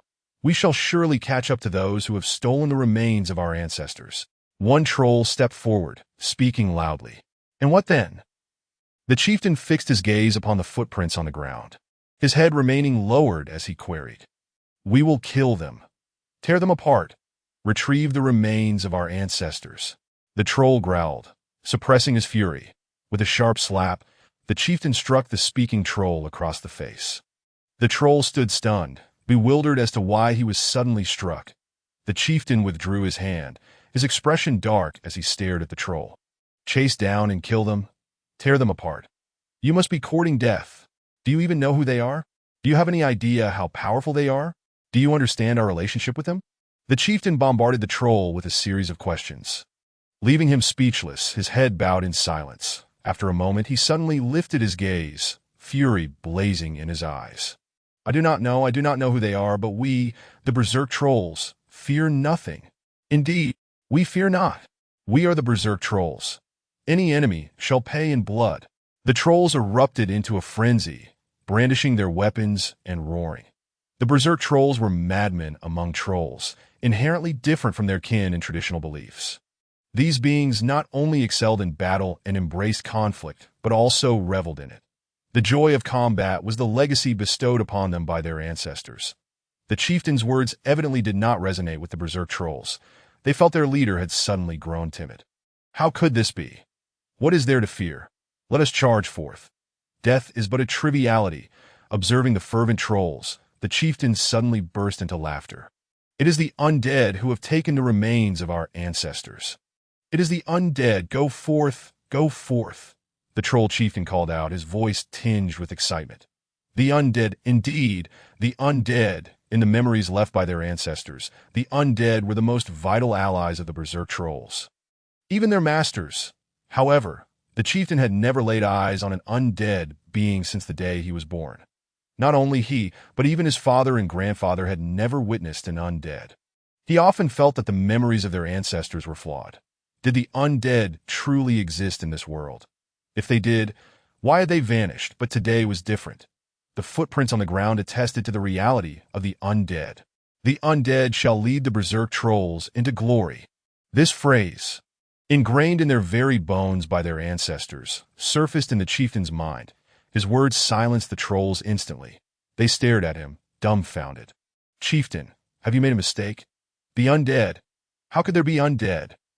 Isn't that mere legend? Indeed, we have never encountered the undead. Chieftain, are you jesting? I refuse to believe." The trolls erupted in uproar, clamoring. They too held the ancestral words in their memories, and like their chieftain, had never seen a true undead. The chieftain raised his hand forcefully, and the trolls quieted down, their gazes fixated on him. "Look at these footprints. Aside from the undead, I cannot conceive of any creature that leaves such marks." The chieftain raised a torch to illuminate the ground, the flames casting shadows that highlighted the footprints. The other trolls followed suit, examining the ground with their torches. Though they were not hunters and lacked the formidable tracking abilities of one, they had lived in the forest long enough to possess some basic skills. The footprints of the skeletal undead were indeed unlike anything they had ever seen. These are not the tracks of a beast. This is the shape of bones pressed into the earth. It is the undead who took the remains of our ancestors, the chieftain declared solemnly. Pointing at the marks on the ground, his words. The surrounding trolls gasped in unison that it seemed to be true after all. Chieftain, one troll raised his head, his eyes sparkling with fervor. This was the opportunity they had long awaited. They could not afford to let it slip away. The chieftain understood what he was thinking and nodded vigorously. Let us pursue the footsteps of our ancestors, the troll chieftain proclaimed loudly, and the trolls raised their weapons in enthusiastic response. The berserk trolls held high their torches, meticulously discerning the footprint on the ground as they set off in the direction indicated by the marks. Yiming, feeling guilty for his furtive actions, was anxious that those warlike beings might catch up to him, repeatedly urging the undead to hasten their pace. The expedition team raced through the dark forest, while the surrounding animals scurried away in chaos. Faintly, Yiming spotted the wandering skeletal undead. The soul flames in their eye sockets shone like beacons in the darkness. Unmistakably bright, he breathed a sigh of relief. Upon seeing these beings, he knew he had entered the hunting grounds of the skeletal undead. At this juncture, he need not fear being pursued by the berserk trolls, even if they came after him. He could overwhelm them with the sheer numbers of the skeletal undead. Over 2,000 skeletal undead were no trifling matter. Although each individual skeletal undead was weak, the accumulation of numbers could lead to a qualitative change. The expedition team gradually slowed their pace, heading towards the territory under Yiming's guidance. Before they could reach the confines of their territory, they received a warning from the undead. They had detected intruders. Yiming quickly entered the soul space and activated the perspective of the warning undead. Berserk trolls. A group of berserk trolls wielding torches was now in confrontation with the skeletal undead. They arrived swiftly. Were the berserk trolls a problem? Well, they posed some concern, but it was not insurmountable. Yiming immediately contacted the surrounding skeletal undead, directing them to converge towards the position of the warning undead. With his command, chaos erupted in the forest. The once aimlessly wandering skeletal undead had their soul flames ablaze, sprinting frantically in one direction. The troll chieftain, accompanied by a horde of berserk trolls, stood before a skeletal undead. Motionless, he gazed upon the skeletal undead with soul flames flickering within its skull, his expression filled with awe. The other trolls mirrored his astonishment. So, the undead truly existed. Yet, why did this undead appear so feeble? Could such a diminutive being truly guide them to glory? They observed the skeletal undead's frail limbs, cracked and fragile, and began to doubt the memories of their ancestors. Could it be that the ancestors had erred? Surely not. If one ancestor were mistaken, could all ancestors have been mistaken? Was that not the memory of an entire era? Yet before them stood the undead, indeed weak. The trolls exchanged glances, falling into a contemplative silence. Chieftain, should we not test its strength? One troll whispered to the chieftain. Under the torchlight, the chieftain's gaze flickered, seemingly tempted, but ultimately, he suppressed the urge and slowly shook his head. To test the undead's might could lead to an unforeseen attack. They had only just encountered the undead, and neither side had yet acknowledged the other. The matter of combat was trivial. What the chieftain feared was that their rash actions could jeopardize the berserk trolls' chance at reclaiming their former glory. Once upon a time, the berserk trolls had been a formidable presence, conquering lands far and wide, unyielding. At their peak, they even dared to challenge the mightiest of behemoths. Yet now, they had been reduced to lurking in the shadows of the forest like lost dogs. They had brought shame upon their ancestors. As they stood on the precipice of reclaiming their former glory, how could they let it slip away? Chapter 033. The meeting of both parties' low-tier skeletal undead possessed limited self-awareness. The berserk trolls, hesitant to act hastily, found themselves locked in a moment of mutual contemplation, their gazes intertwined, frozen in time. What are these trolls doing? Why are they not attacking? Yiming pondered in confusion as he hurried towards the scene. Keenly observing the soul space that he had anticipated that upon encountering the skeletal undead, The berserk trolls would charge without hesitation, tearing the undead to shreds. Yet, to his astonishment, they remained utterly still. There was something amiss. Had these creatures perhaps set a trap for him? Yiming abruptly halted, his soul flames flickering rapidly as he pondered for several seconds before abandoning the notion of a trap. The surrounding skeletal undead were hastening towards that direction. If there were any traps, they should have detected them. Yet, the other skeletal undead reported no signs of danger, leaving Yiming utterly perplexed. The expeditionary undead were right by his side. Tasks such as escorting the skeletal undead back to their territory could easily be managed by a few low-tier skeletal undead. An increasing number of undead gathered around him, and in no time, several hundred had amassed, proceeding in a grand procession towards the front. The commotion among the gathering undead did not escape the trolls' notice. For they were not deaf. "Chieftain, more and more undead are approaching," one troll reported nervously.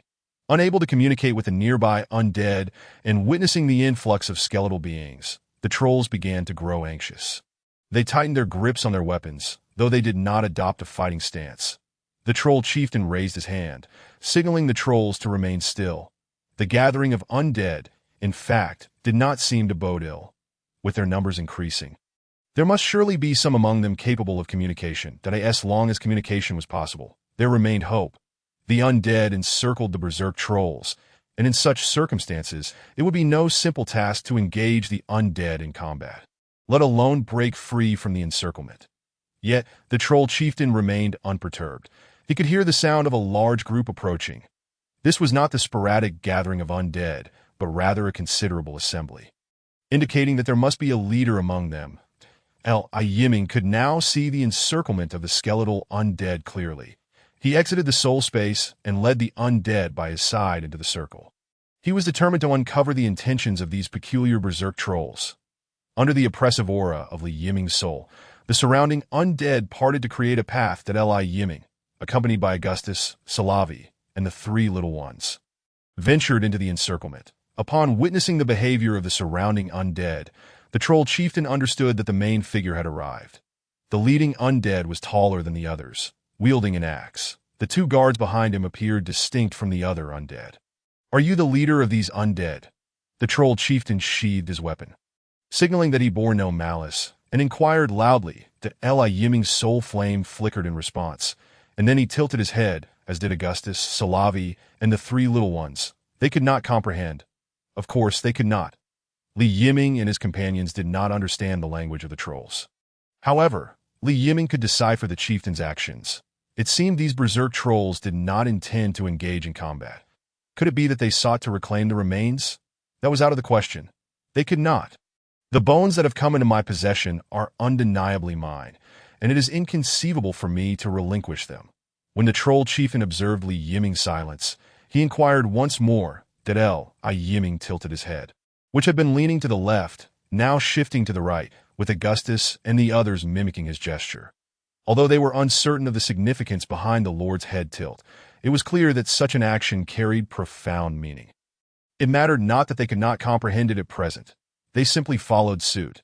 The troll chieftain's breath hitched as he beheld the demeanor of the few undead before him. A nearby troll, discerning something amiss, cautiously approached the chieftain. "It seems they do not understand our words." This realization struck the chieftain, and he felt a wave of despondency wash over him as he rubbed his temples. He had never anticipated that the undead would be incapable of understanding the troll tongue. How then could they communicate? Observing the expression of the leading troll, Yiming surmised that the intention was to engage in dialogue. A language barrier? No matter. They could communicate through soul resonance. Soul resonance transcends mere language. It embodies a form of spiritual vibration that conveys meaning directly. "It appears you have something to say to me." The chieftain was taken aback as a voice unexpectedly resonated within his mind. To call it a voice was somewhat misleading. It felt more like an instinctive understanding that conveyed meaning directly. He's speaking to me." The troll chieftain gazed at Yiming in astonishment. Yiming nodded in affirmation. "Are you the leader of the undead?" the chieftain hastily asked. "I cannot comprehend your language. Open your soul, and we shall communicate." "Open my soul." The chieftain suddenly recalled ancient legends. Undead are incapable of vocal expression. It was absurd. They lacked vocal cords and tongues, rendering speech impossible. Their mode of communication was through the soul, a remarkably effective means that allowed for swift comprehension of intent, as so it was. The chieftain tapped his fist against his palm and promptly opened his soul, establishing a temporary link with Li Yiming's essence. "Hello? Can you hear me? I can speak." Li Yiming felt a peculiar sensation akin to making a phone call.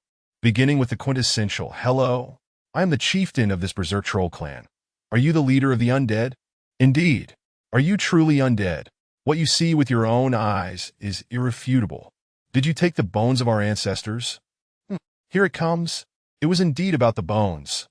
Li Yiming's soul fire flickered intensely, brimming with vigilance. "What do you intend to do? The deceased have passed on, and their remains belong to the undead." Li Yiming's meaning was unmistakable. Any notion of reclaiming the bones was utterly impossible. Such dreams were futile. Yes. Yes, of course, they belong to the undead. Do you doubt I merely inquired? The troll chieftain's demeanor shifted dramatically, leaving Li Yiming bewildered. Was he perhaps reading from the wrong script? Were berserk trolls not known for their fierce tempers and combative nature? Why was he being so accommodating? Had he known they would be so agreeable, he would not have fled so hastily. Truly perplexing. "Then, what is your purpose here?" Li Yiming inquired, puzzled. "I wish to return under the banner of the undead, hoping that the undead will lead us to glory." The troll chieftain spoke gravely. The chieftain's statement nearly left Li Yiming speechless. "Wait, I merely disturb a grave, and now an entire clan is seeking allegiance. Is this not somewhat excessive? This diverges significantly from my expectations. Have I miscalculated?" Li Yiming tapped his head, struggling to comprehend. Had something fundamentally altered within the berserk troll clan's traditions? Otherwise, why would they not attack after I disturbed their grave, but instead wish to pledge their allegiance? Was there perhaps a custom among them that the one who disturbs a grave becomes their leader? Absurd. Why? Li Yiming decided to seek clarity. "These are the words left by our ancestors. The undead are our most important allies," the chieftain replied. Arms outstretched, the surrounding trolls regarded their chieftain with puzzled expressions. Ever since earlier, their leader had exhibited unusual behavior, staring fixedly at the undead without flinching. Now, suddenly opening his arms, they wondered if he had fallen under the influence of some enchantment. Unbeknownst to them, the chieftain was merely communicating with Li Yiming through their souls. That Yiming nodded slightly, that so was indeed a matter of ancestral teachings. But from whence did this teaching originate? He had only traversed into this realm a few days prior. Chapter 034. The soul contract. The chieftain's mention of ancestral teachings ignited a spark of realization within Li Yiming. Those two simple words concealed a wealth of information. The trolls before him were not mere subjects of the time travelers, but rather authentic indigenous inhabitants. Given that it was a matter of ancestral teachings, there must be a lineage connected to it. This implied that the world had existed long before the arrival of these time travelers. Perhaps for quite some time, that a world with such a lengthy existence undoubtedly bore a history, judging by the behavior of the berserk trolls. It appeared that the lords could inherit these historical narratives, that in other words, the lords not only had the potential to develop their territories independently, but could also leverage the resources of the indigenous people for their advancement. With this realization, Li Yiming's soul fire flared brightly, followed by a surge of alarm. With every opportunity comes inherent peril. The advantage was that he had established contact with the indigenous people, allowing for a deeper understanding of them. The alarming aspect was that if he could engage with the indigenous populace, so could other lords. It was possible that other lords had already made significant advancements through their interactions with the natives. Furthermore, he and the other time travelers would not only benefit from the assistance of the natives, but would also inherit the historical burdens they carried. A double-edged sword. The future remained uncertain. Presently, however, the situation appeared promising, as the trolls before him sought to pledge their allegiance. "Are you truly certain you wish to lead your tribe in allegiance to me?" "Yes, O leader of the undead. We earnestly hope you will accept us. Do your kin wish to join you in this allegiance? Do the other trolls consent to your joining me?" "My kin shall follow the footsteps of our ancestors. As for the other trolls, what right do they have to dictate our path as berserk trolls?" The troll chieftain stood tall, regarding his kin with disdain. The berserk trolls adhered to a creed distinct from other trolls, having no inclination to abide by the customs of their kin.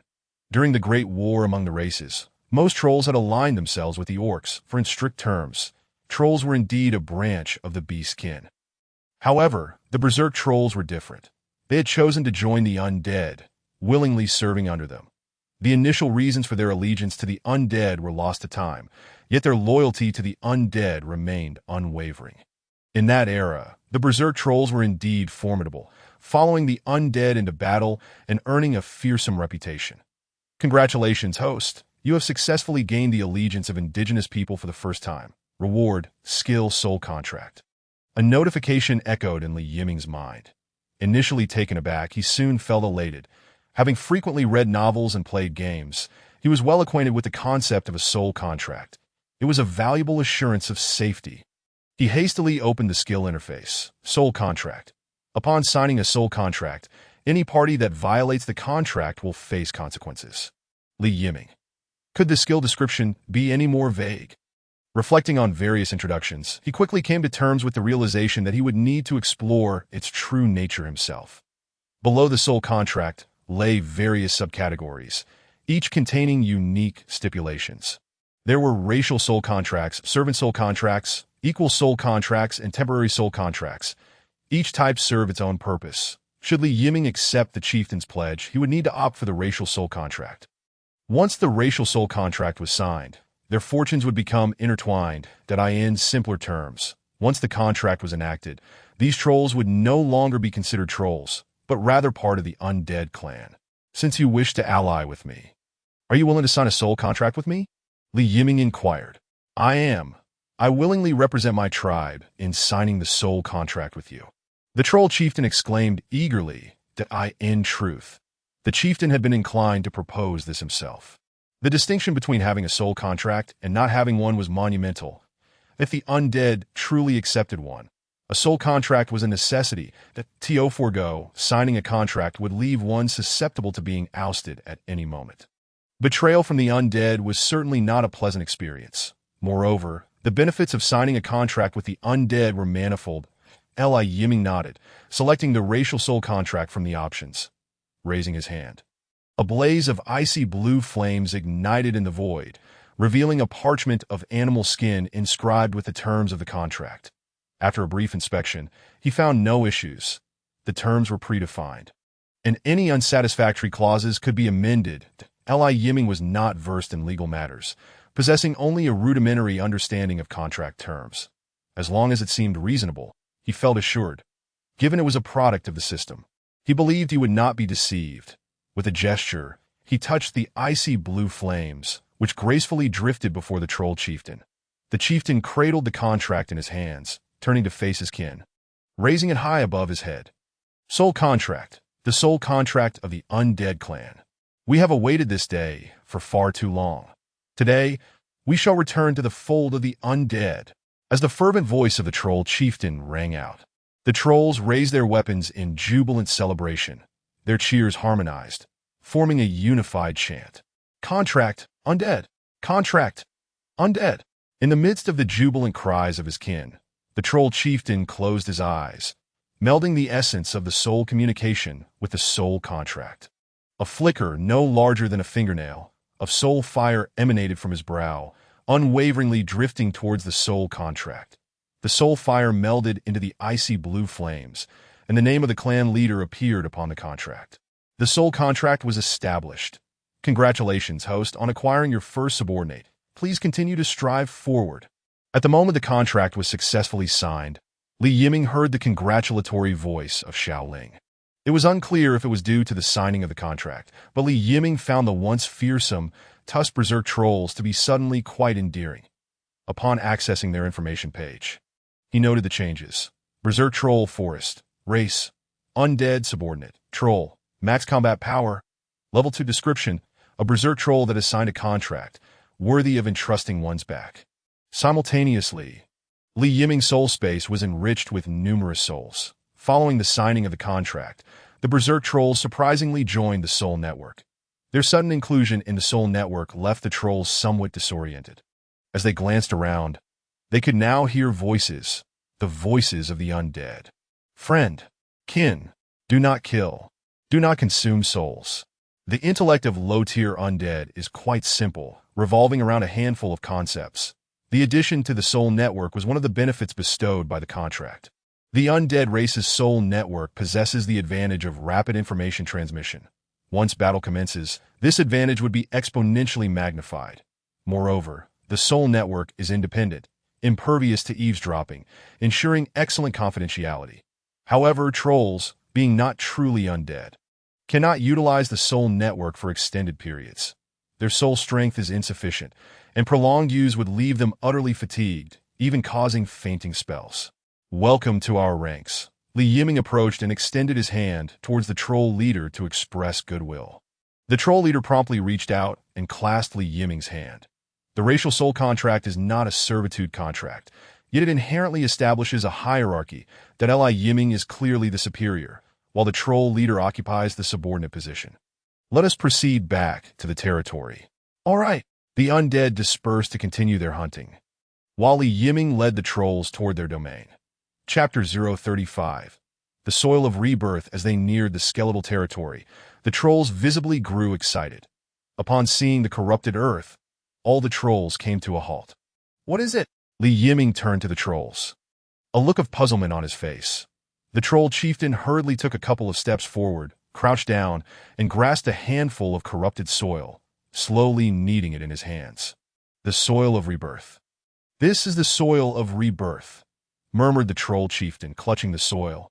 Observing his fervor, Yiming tilted his head in confusion. That wasn't this merely the common corrupted earth found within their territory? By the way, what exactly is the soil of rebirth?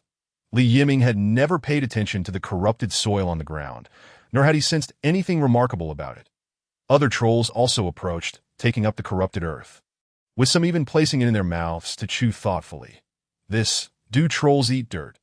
Yiming was utterly perplexed. The troll chieftain turned and, noticing Yiming's expression, suddenly realized something and quickly stood up. I apologize. I could not contain my emotions upon encountering the legendary soil of rebirth. The chieftain said sheepishly. No need for apologies. But what precisely is the soil of rebirth? Yiming waved his hand dismissively and inquired. You are unaware of the soil of rebirth? The troll chieftain asked, astonished. Does corrupted soil have another name? Yiming replied, bewildered. This is not merely corrupted soil. It is the soil of rebirth. The chieftain held out the soil toward Yiming, excitement evident in his voice. That to Yiming, this was simply corrupted soil. Nothing special at all. Yet the trolls, possessing ancestral memories, understood the significance of this soil.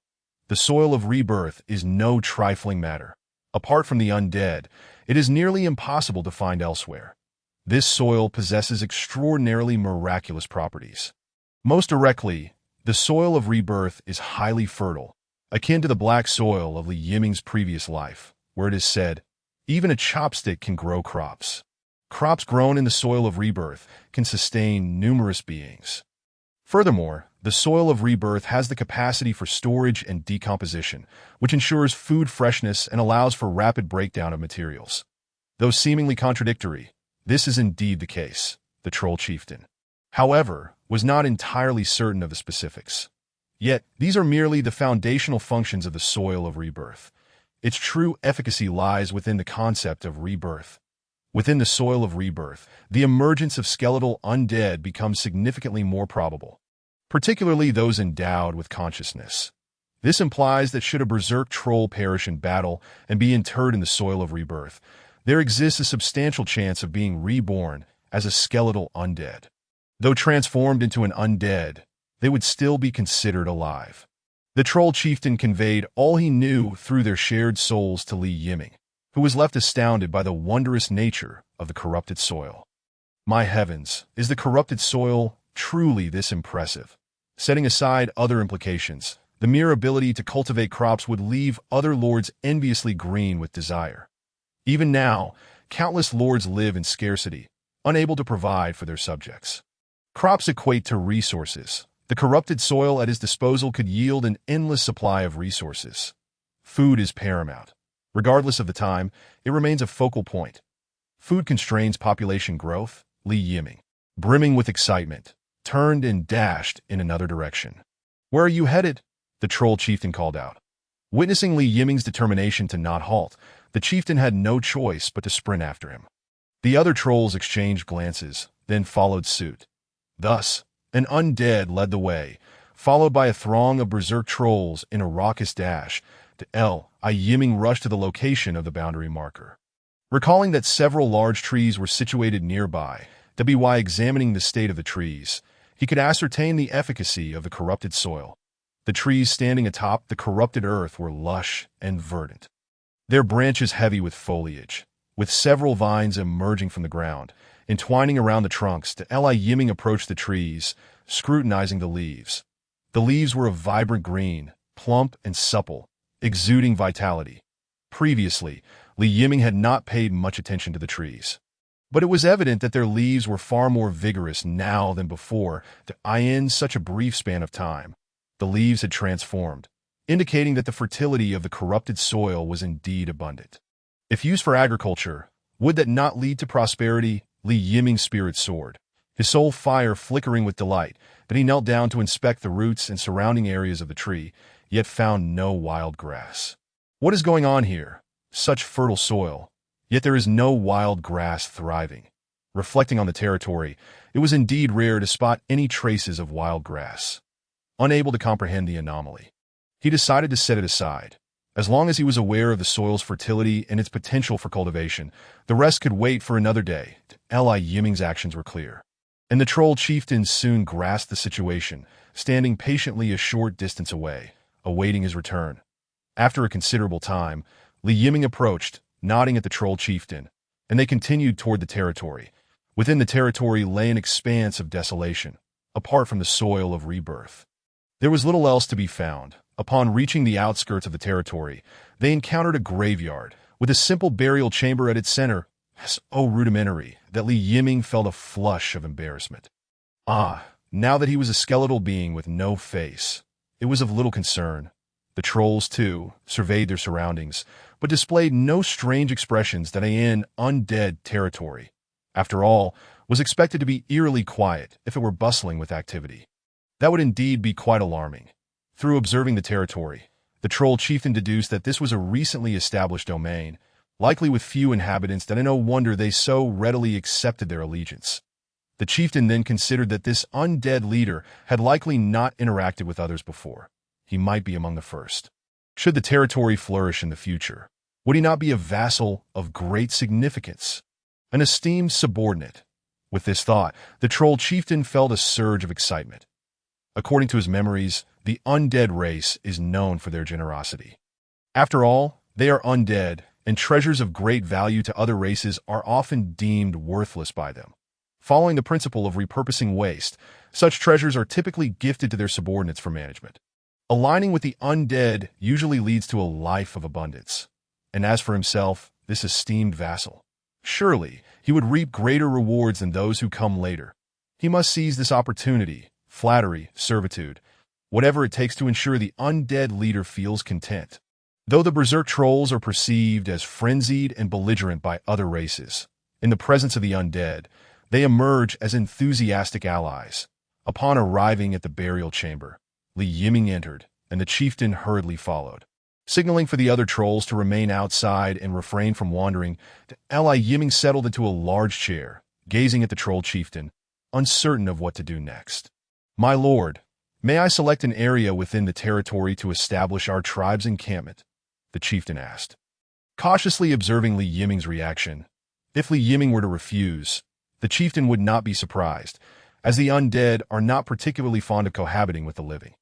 "Of course, you may choose a piece of land for yourself." Li Yiming considered for a moment, determining that designating a section of his territory would not pose a problem.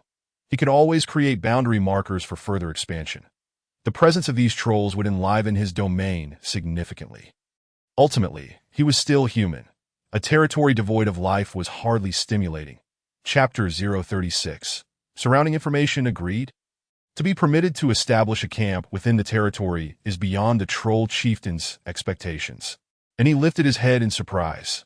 "My lord, I shall prepare immediately and expedite the relocation of our camp into the territory. Our ancestors' remains need not trouble you, my lord, that we shall bring them ourselves. And I kindly ask you to transform them into spirits." The troll chieftain spoke earnestly. Such eloquence is fitting of a leader among trolls. His words were indeed pleasing to the ear. Unexpectedly, he offered to deliver the bones himself. Had he mentioned this sooner, there would have been no need for me to summon spirits for excavation, and no need for pretense. I graciously accept this gift. The chieftain's words filled Li Yiming with great joy. He inclined his head slightly to the troll chieftain in acknowledgement.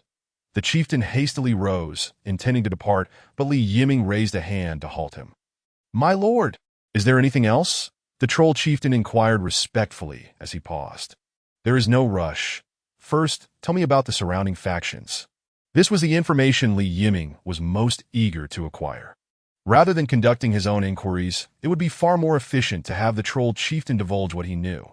The savage war trolls had lived in the forest far longer than he. The outsider, and undoubtedly possessed far greater knowledge of the local power dynamics. The trolls' factions? No, all factions. That, I cannot claim to know them all. The forest is vast and teeming with powers, and I cannot be privy to them all. The troll chieftain hesitated. For the savage war trolls did not roam the entire forest indiscriminately. They had their own territories. Naturally, they were aware of the factions within their domain, but beyond that, their knowledge was limited. Moreover, the forest harbored significant dangers. They dared not venture into its deepest recesses, where powerful beasts dwelled, which they could not hope to confront. "Please share what you know." "Yes." The chieftain exhaled in relief and promptly complied. Fortunately, Li Yiming did not press the issue further. He merely sought to learn what the chieftain was aware of. The chieftain's tribe was named Tatagan, and there were 4 factions surrounding the Tatagan tribe. 2 of these were troll clans, while the other 2 were goblin tribes. When discussing the goblin tribes, the troll chieftain, Ali Tatagan, displayed a distinct air of disdain. To trolls, goblins were merely a band of filthy little beings, their sole value perhaps being as emergency provisions during times of scarcity. In addition to these 4 factions, there were numerous beast packs which constituted the primary food source for the Tatagan tribe. This was the intelligence regarding the Tatagan's sphere of influence, after which Ali relayed further information to Li Yiming. Within the forest, there existed a grand troll city, reputed to be the most formidable force known in the woods. Clans like Ali's were abundant throughout the forest, and for survival, they would occasionally venture to the troll city to barter for supplies. Recently, they had heard whispers of peculiar occurrences. It was said that many new factions had emerged in the forest, strange and varied. Yet without exception, the leaders of these factions were human. These factions have appeared suddenly, without any forewarning. Their language is not the common tongue. As he spoke, Ali's voice gradually trailed off, and his gaze towards Li Yiming grew, increasingly peculiar. It seemed as though the dominion of the undead had also manifested abruptly. There had been no prior indication of such a domain existing here. Could it be that Ali's expression shifted, and Li Yiming noted every change? "It seems you have to do something." Li Yiming's voice was devoid of emotion, cold and unyielding. Ali's complexion paled, and with a thud, he knelt upon the ground. Bowing his head, too fearful to meet Li Yiming's gaze, he wished he could slap himself. He had learned too much. This lord of the undead might very well wish to silence him, and no one would avenge him. As a chieftain, Ali understood that certain knowledge was perilous. That to know too much often led to death. Although the savage undead were unafraid of death, dying for knowledge deemed excessive was hardly justifiable. "Haha, do not be afraid. I have no intention of concealing anything from you. That we share a soul contract, and as long as you remain discreet, we shall coexist peacefully." Li Yiming suddenly chuckled, his jaw creaking as he spoke to Ali's soul. He had never intended to hide his identity from Ali. Such a secret was unsustainable. It was inevitable that he would eventually reveal himself. There was no point in fostering misunderstandings later. Moreover, having gained a follower, he had no desire to resort to indiscriminate violence. "Yes, I understand that I shall remain eternally loyal to the undead, loyal to you, my lord. Do not refer to me as my lord. You may call me Li Yiming, or simply lord." "Understood, my lord." A bead of cold sweat trickled down Ollie's forehead, but he had narrowly escaped with his life. Thankfully, the Lord was not perturbed by the matter. Otherwise, his fate would have been sealed. With the threat to his life abated, Ollie's curiosity ignited fervently once more. Those newly emerged factions were all led by humans. The Lord's name is Yiming. Could it be that he is also human? Despite clearly being an undead, I perceive your lingering doubts, but in time, you shall come to understand. Yes, my lord. Next, you must pay close attention to these new factions, endeavoring to uncover any information about them. Additionally, I require detailed knowledge of the Troll City. At your command, my lord. Very well. Go forth and bring your tribe here. Yiming waved his hand, and Chieftain Ollie respectfully bowed before hastily departing, watching Ollie's retreating figure. The flames of souls in Yiming's eye sockets flickered with intensity. Besides myself, Xiaoyue, and those who have been eliminated, it seems there are indeed others present. The information inadvertently revealed by Ollie was of utmost importance. The true danger often does not stem from the indigenous folk, but from these interlopers. The previous peril faced by Xiaoyue had already underscored this point.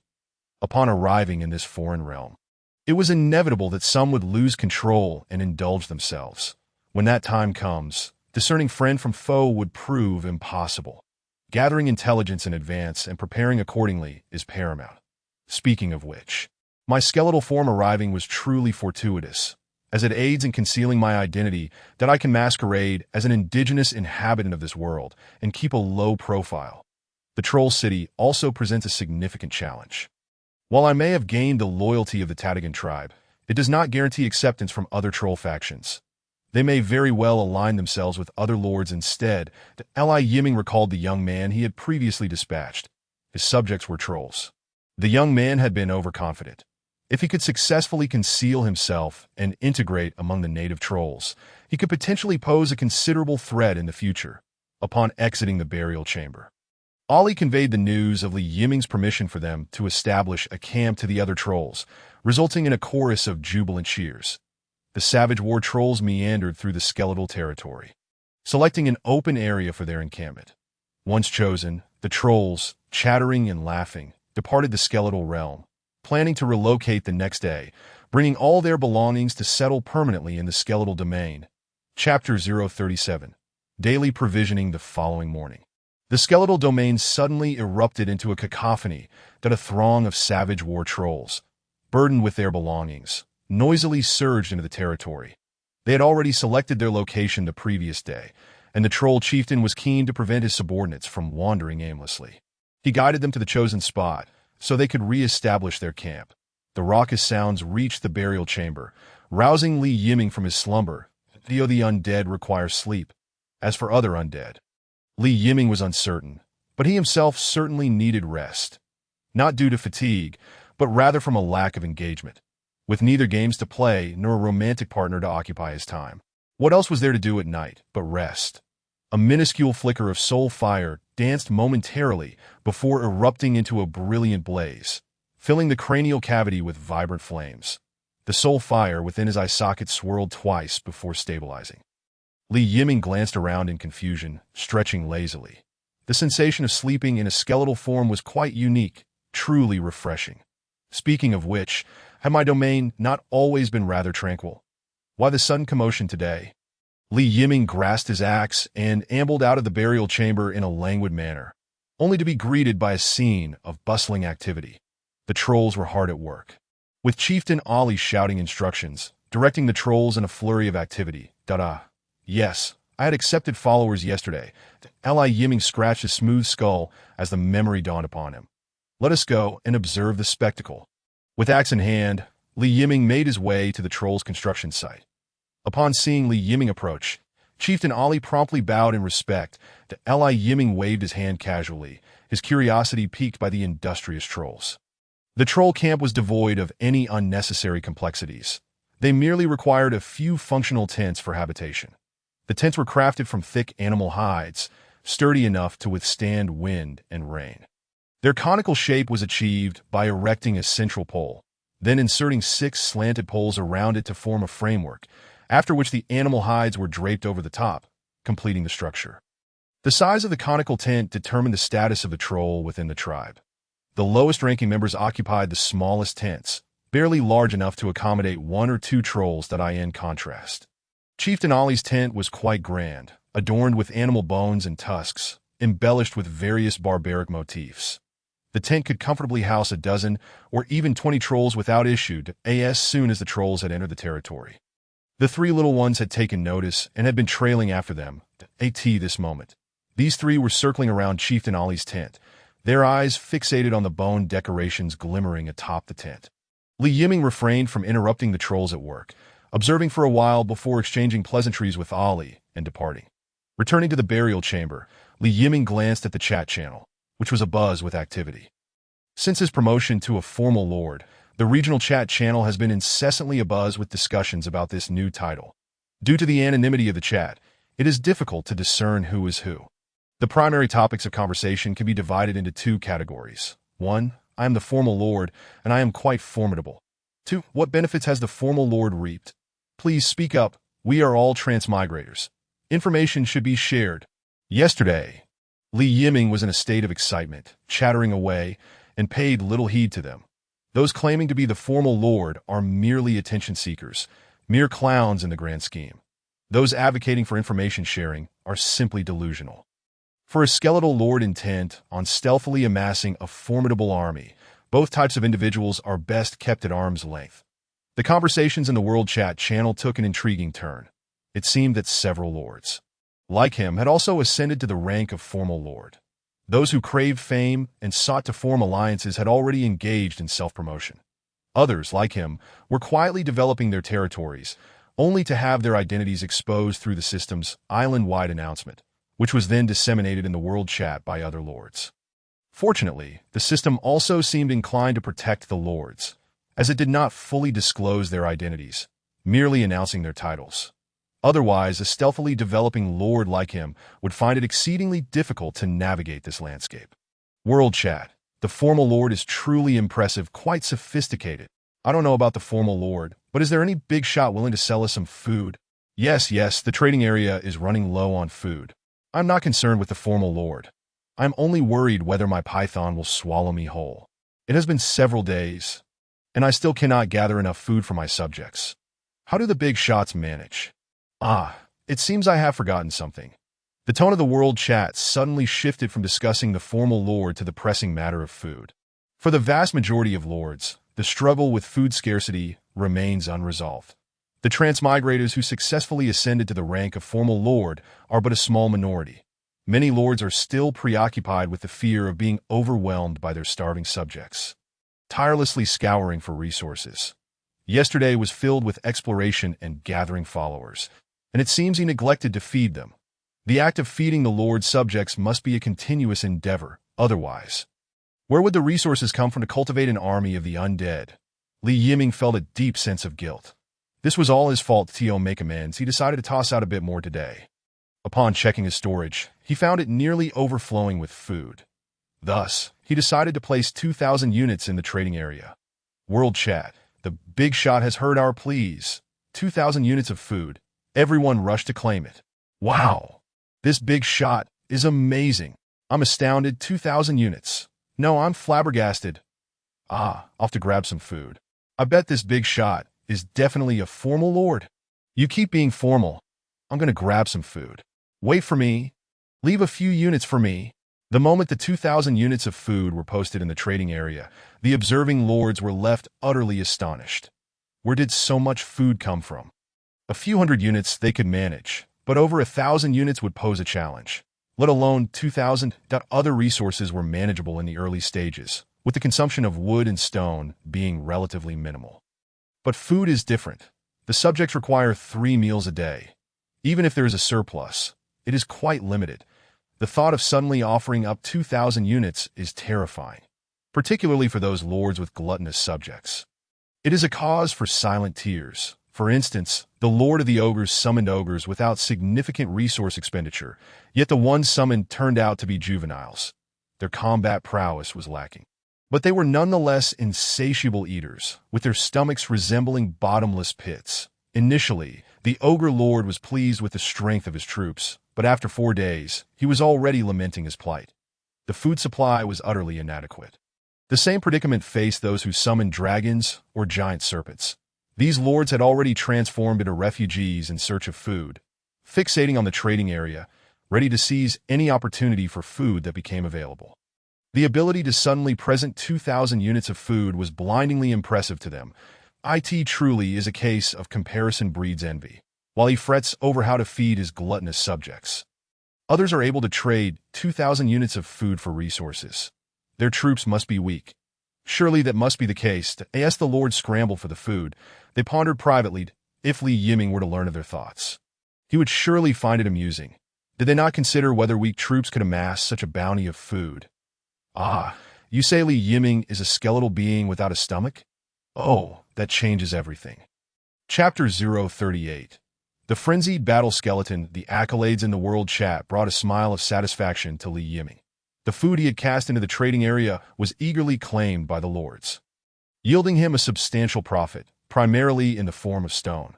After realizing the continued utility of the corrupted earth in his territory, Li Yiming had devised plans for territorial expansion.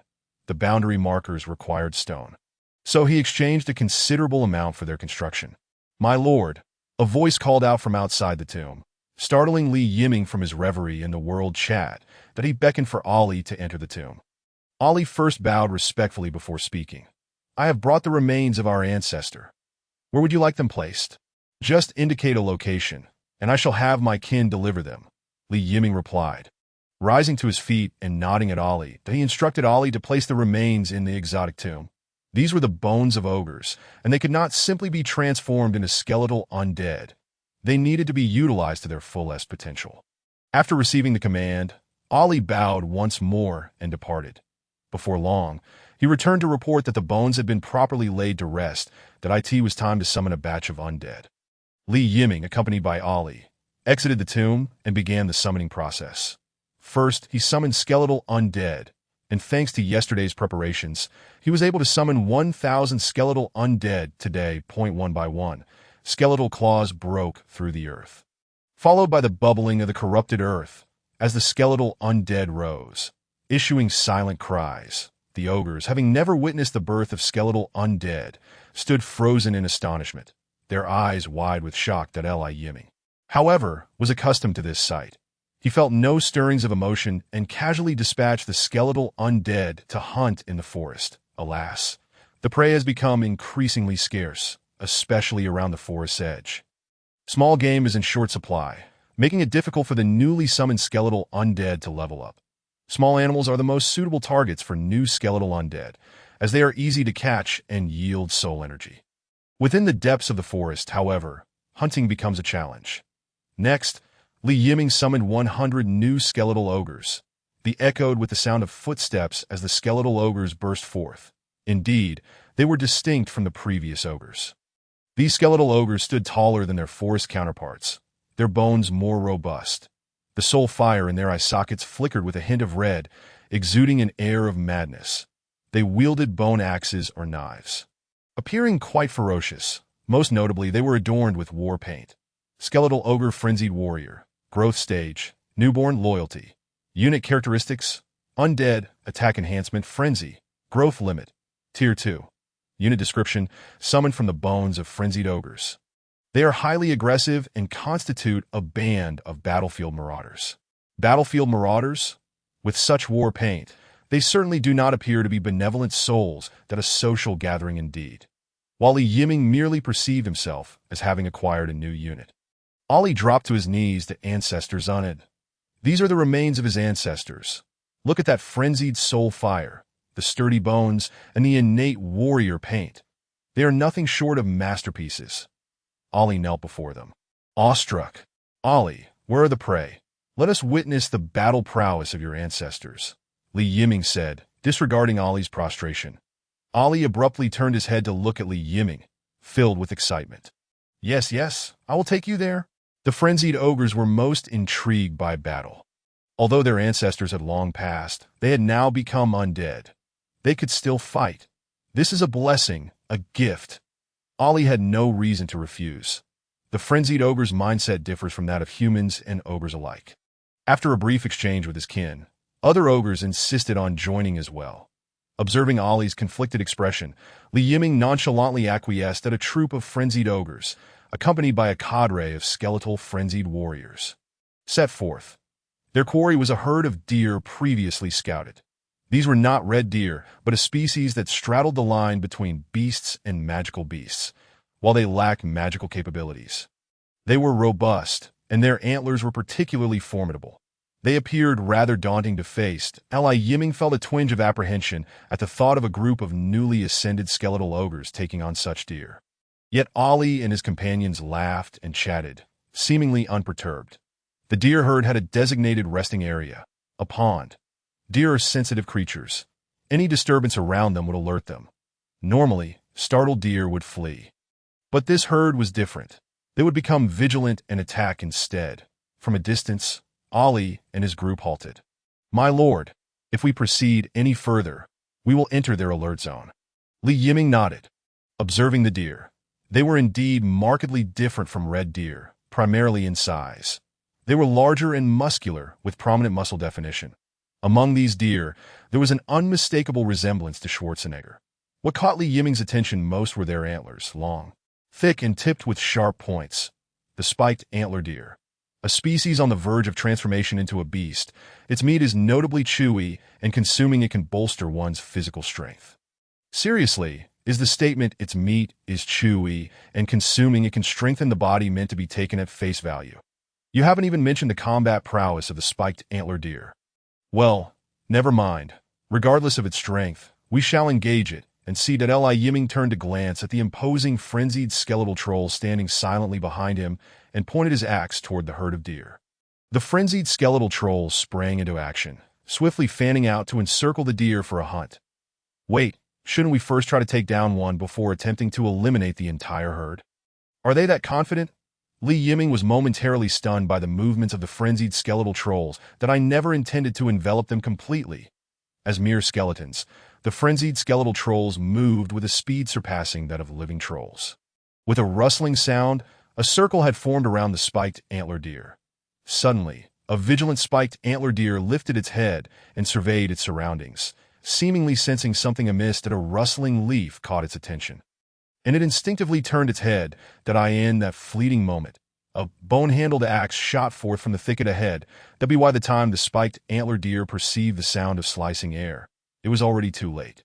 The axe, propelled by inertia and immense force, struck its neck with a sickening thud. Blood sprayed forth. As a creature on the brink of evolving into a beast, though grievously injured, the spiked antler deer did not succumb to death. Gritting through the agony, it emitted a cry that instantly roused its companions, who were either drinking water or resting. With a cacophony of rustling, the frenzied skeletal trolls burst through the underbrush, leaves flying in their wake. The unprepared spiked antler deer was caught off guard. Yet, despite this, it lowered its head and retaliated with its antlers, charging at the invaders. The combat of the frenzied skeletal trolls unfolded within the bounds of typical warfare. Something feels amiss, that Li Yiming pondered. Is this truly all they can muster? Surely they wouldn't be utterly vanquished by a mere spiked antler deer. They can't be that feeble. Please don't let me down. Chapter 039. The Frenzied Transformation. This seems no different from ordinary skeletal undead. The skeletal undead merely claw and scratch, while the frenzied skeletal trolls charge forth, axes and knives raised, to hack away. Li Yiming felt a twinge of disappointment. The frenzied skeletal trolls were rather mundane, failing to meet his expectations. However, his sentiments soon shifted. When the conventional combat tactics of the frenzied skeletal trolls proved ineffective against the spiked antler deer, their combat intelligence began to manifest. They took full advantage of their skeletal forms, which were not easily destroyed. As long as they protected their skulls, the rest was inconsequential. The spiked antler deer charges, no matter. They shield their heads with all their might, their bodies shattering upon impact. Once the chaos subsides, they reassemble and regain their former states. Some even resorted to tearing off their own skulls and tossing them aside, only to retrieve them once the danger had passed. A cacophony of cracking bones filled the air, and Yiming covered his face. Unable to watch, he furtively glanced at Ollie beside him, who seemed utterly undeterred, his eyes alight with fascination as if he had gleaned some profound insight. "Hey, wake up! The foes engaging in battle are undead, but you are very much alive. You can't afford to lose your head. Being charged by a spiked antler deer would spell your doom. Don't let your newfound wisdom lead you to folly." After a tumultuous struggle, not a single frenzied skeletal troll perished, whereas several spiked antler deer lay overturned, the remaining ones injured. Our ancestors are remarkable, employing such tactics that I could never have conceived. Oli exclaimed Eve. Li Yiming shot him a sidelong glance, remaining silent, but internally critiquing his naivety. It's not that you couldn't think of it, it's that you simply can't execute it. Such tactics are futile to convey to you.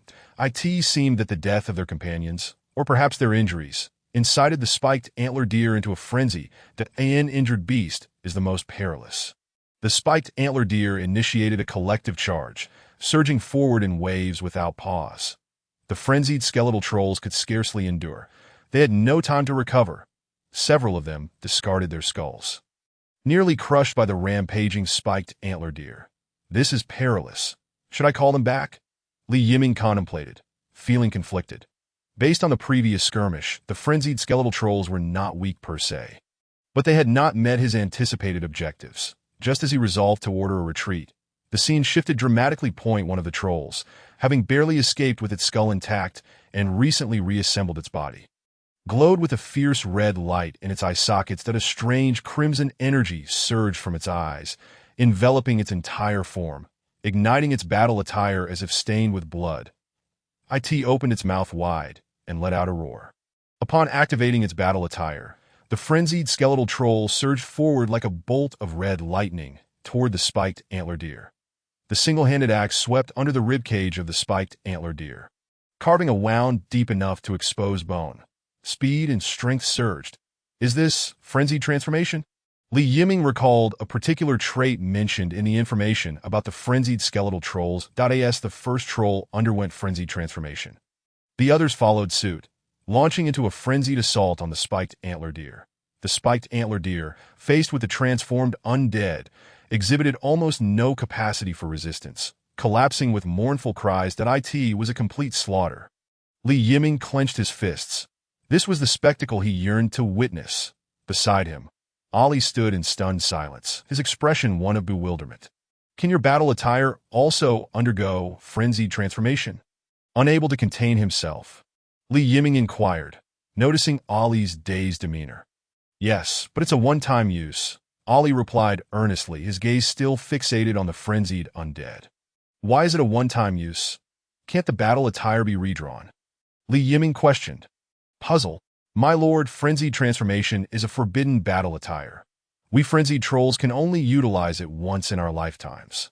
Once used, we perish. Ollie lamented that if frenzied transformation could be employed infinitely, what would the frenzied trolls have to fear? They would charge forth with a host of trolls transformed into frenzied warriors.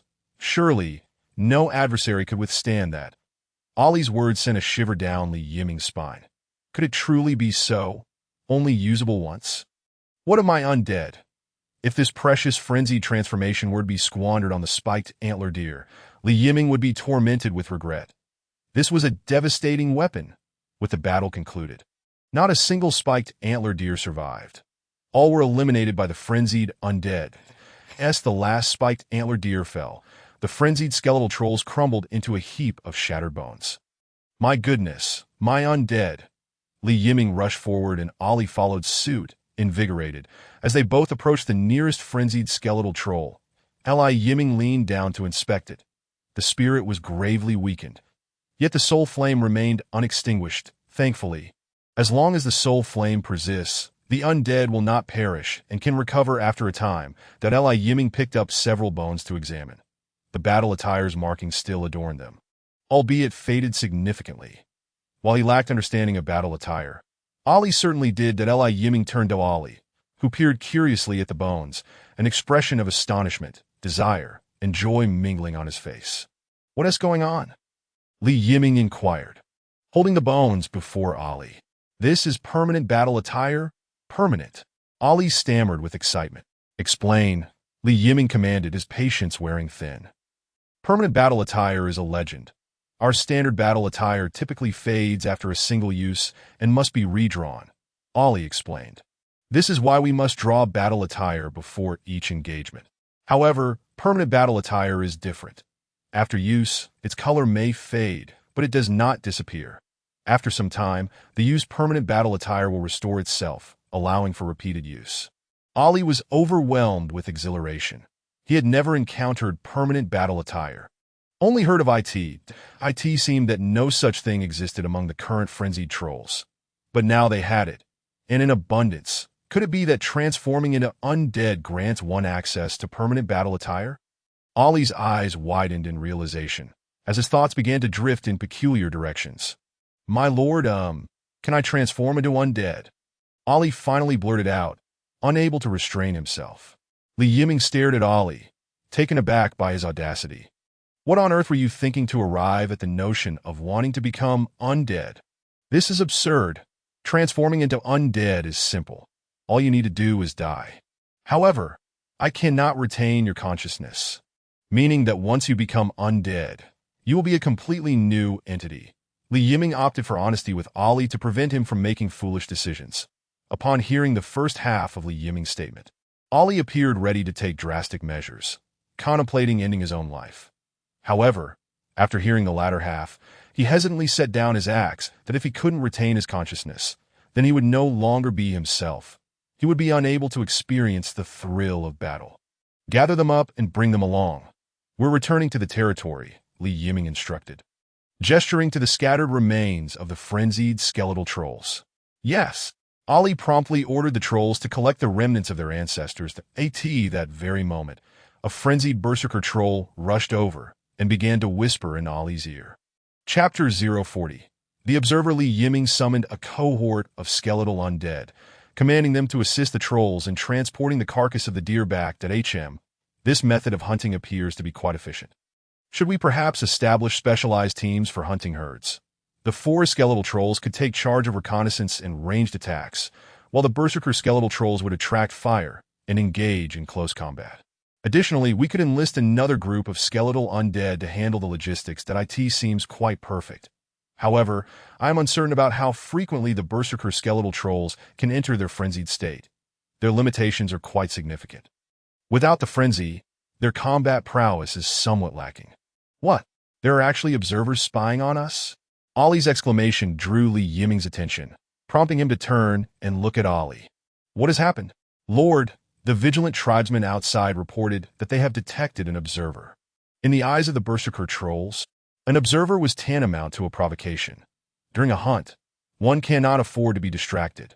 After all, life and death can be decided in mere moments amidst battle, with an observer lurking nearby. Uncertain of friend or foe, one cannot unleash their full potential in combat, which is exceedingly perilous. The trolls harbor a deep-seated disdain for observers. Who is it?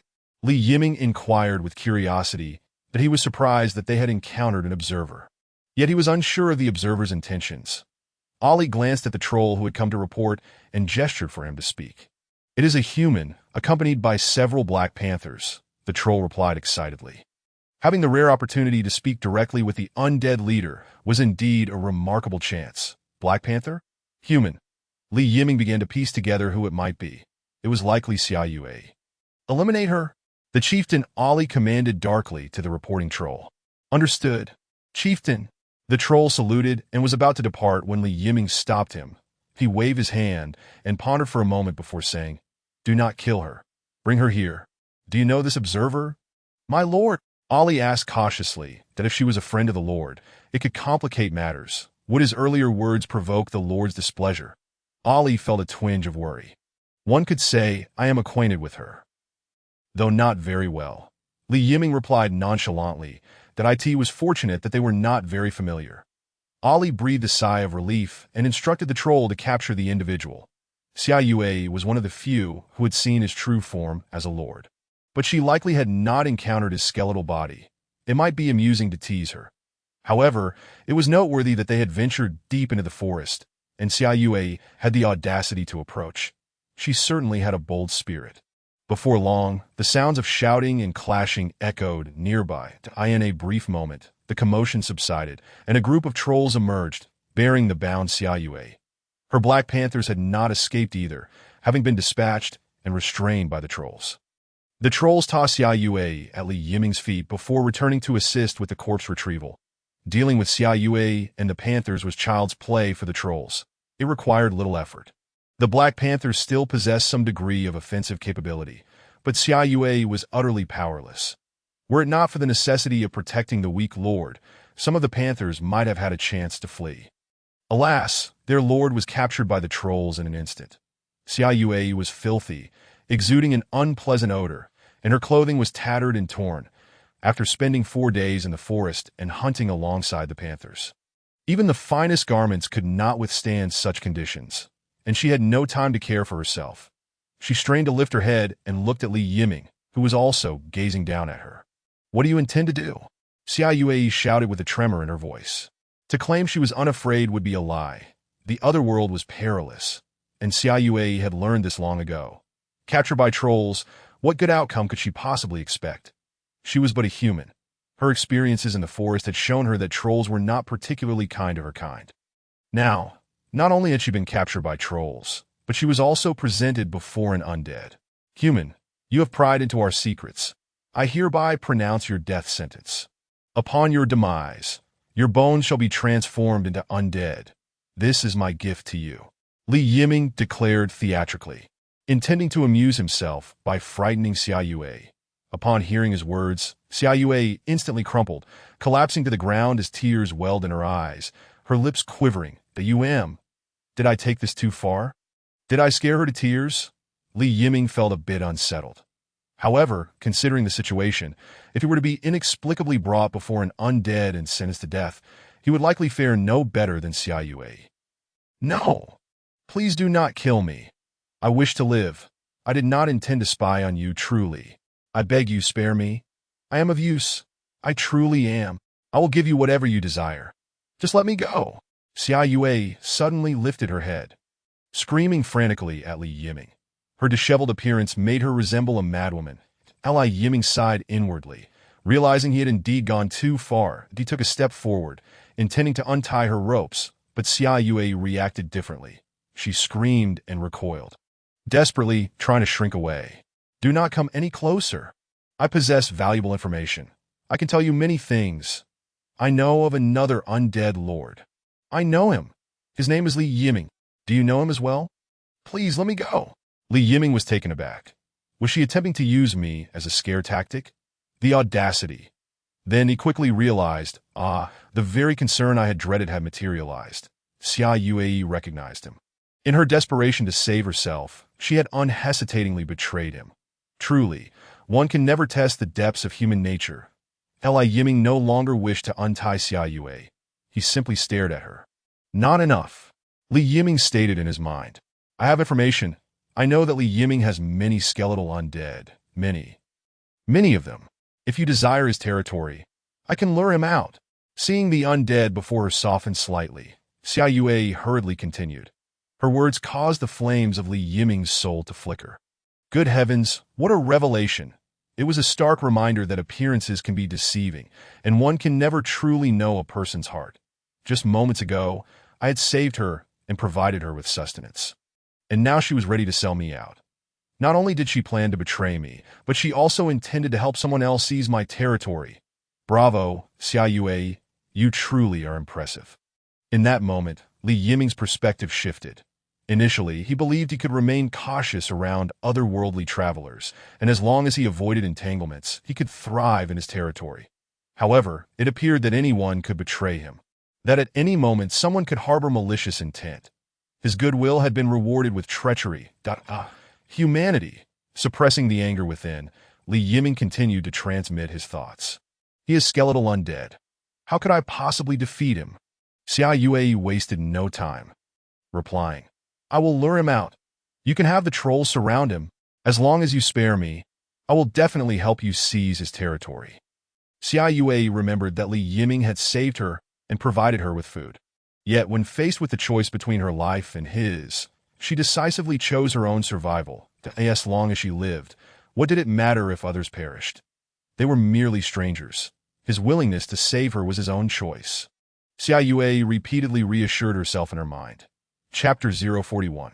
The contract, what a ruthless heart, Xiaoyue. Truly, what a cold heart. Selling information to preserve one's life is understandable, but to outright demand my death, what is that?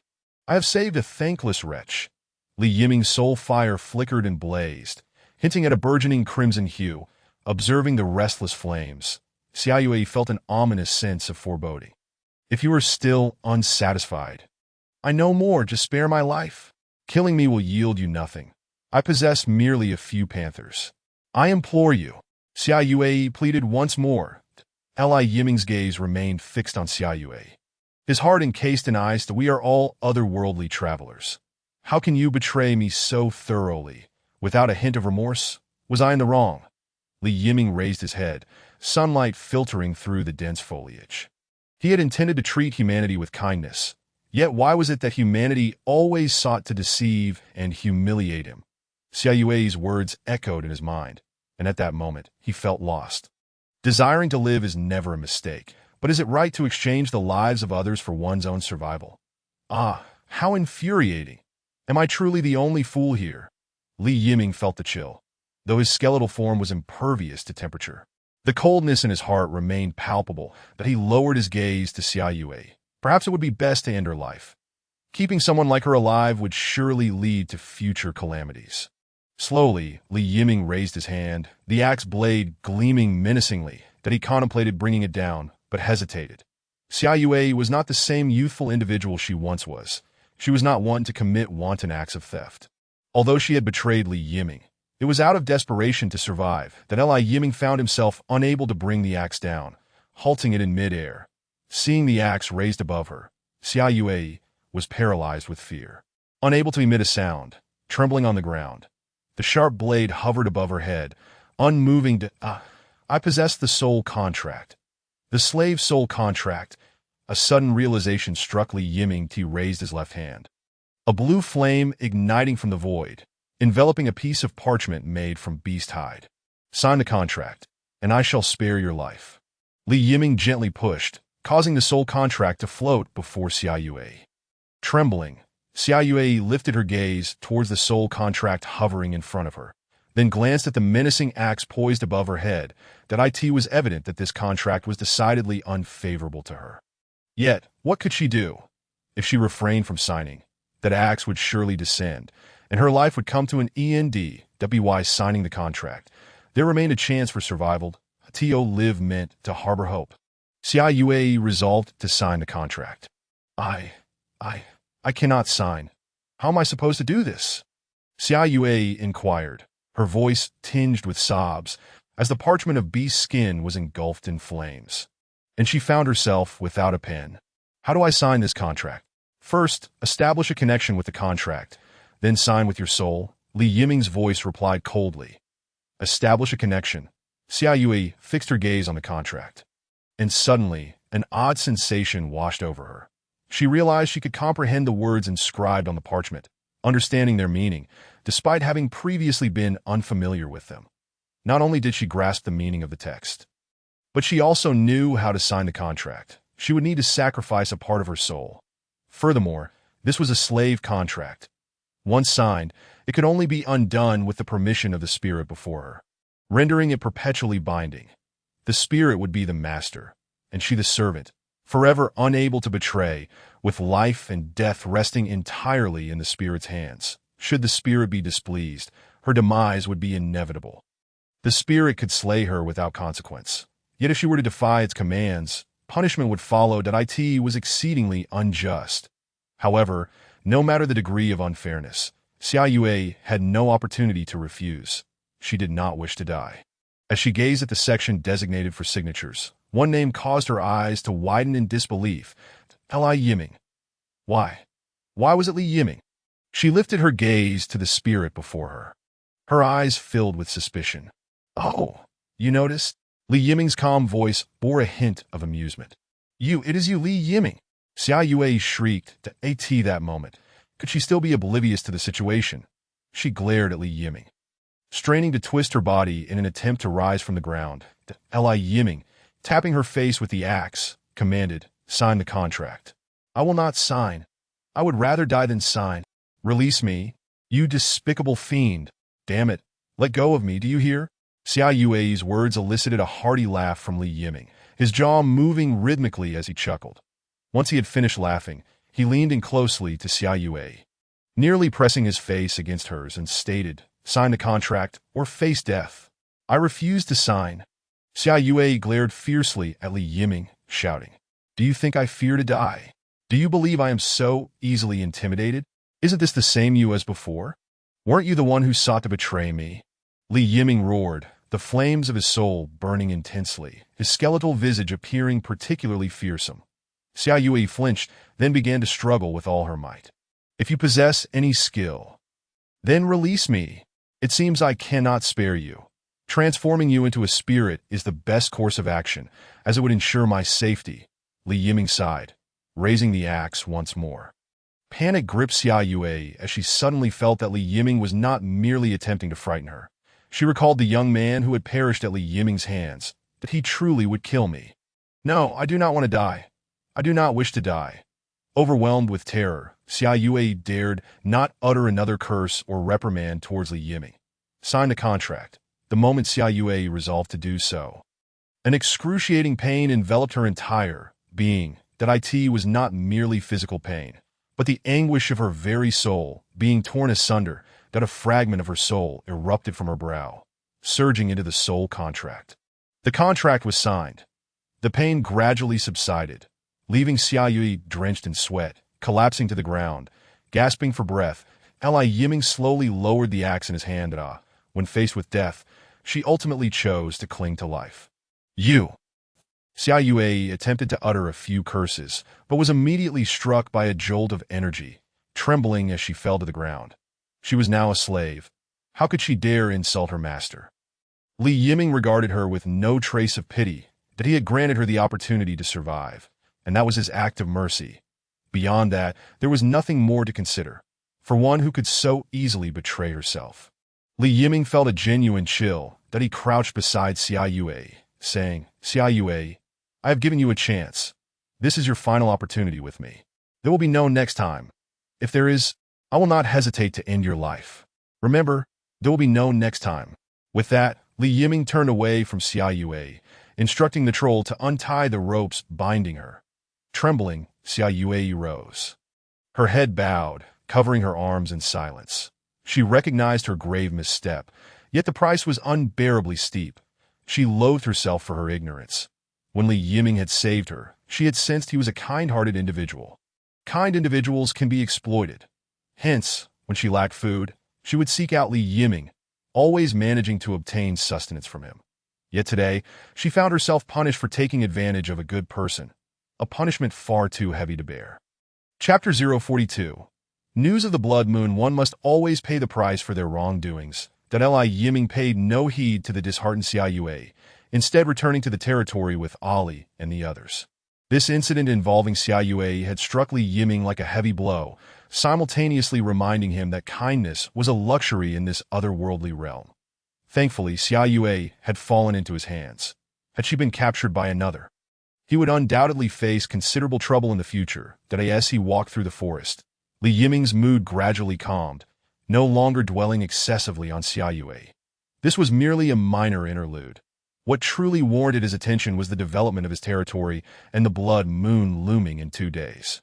The time for world protection was dwindling, and he had yet to receive any news regarding the blood moon. Li Yiming paused, tapping his head, that he realized he could ask someone.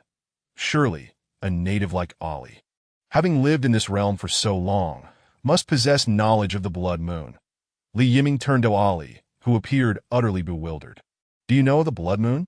Without preamble, Li Yiming inquired. "The blood moon?" Ali's body trembled imperceptibly. "It seems you are aware. Please enlighten me." As they walked, Li Yiming urged him to continue. After a moment of contemplation, Ali sighed deeply and began to speak slowly. "The origins of the blood moon's appearance are shrouded in mystery. It has been a long time since it first manifested.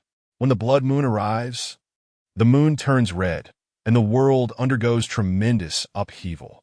Beasts become monstrous, but not in the conventional sense of magical creatures. They transform into beings that know only slaughter, while the temperament of magical beasts also undergoes drastic changes, resulting in indiscriminate attacks.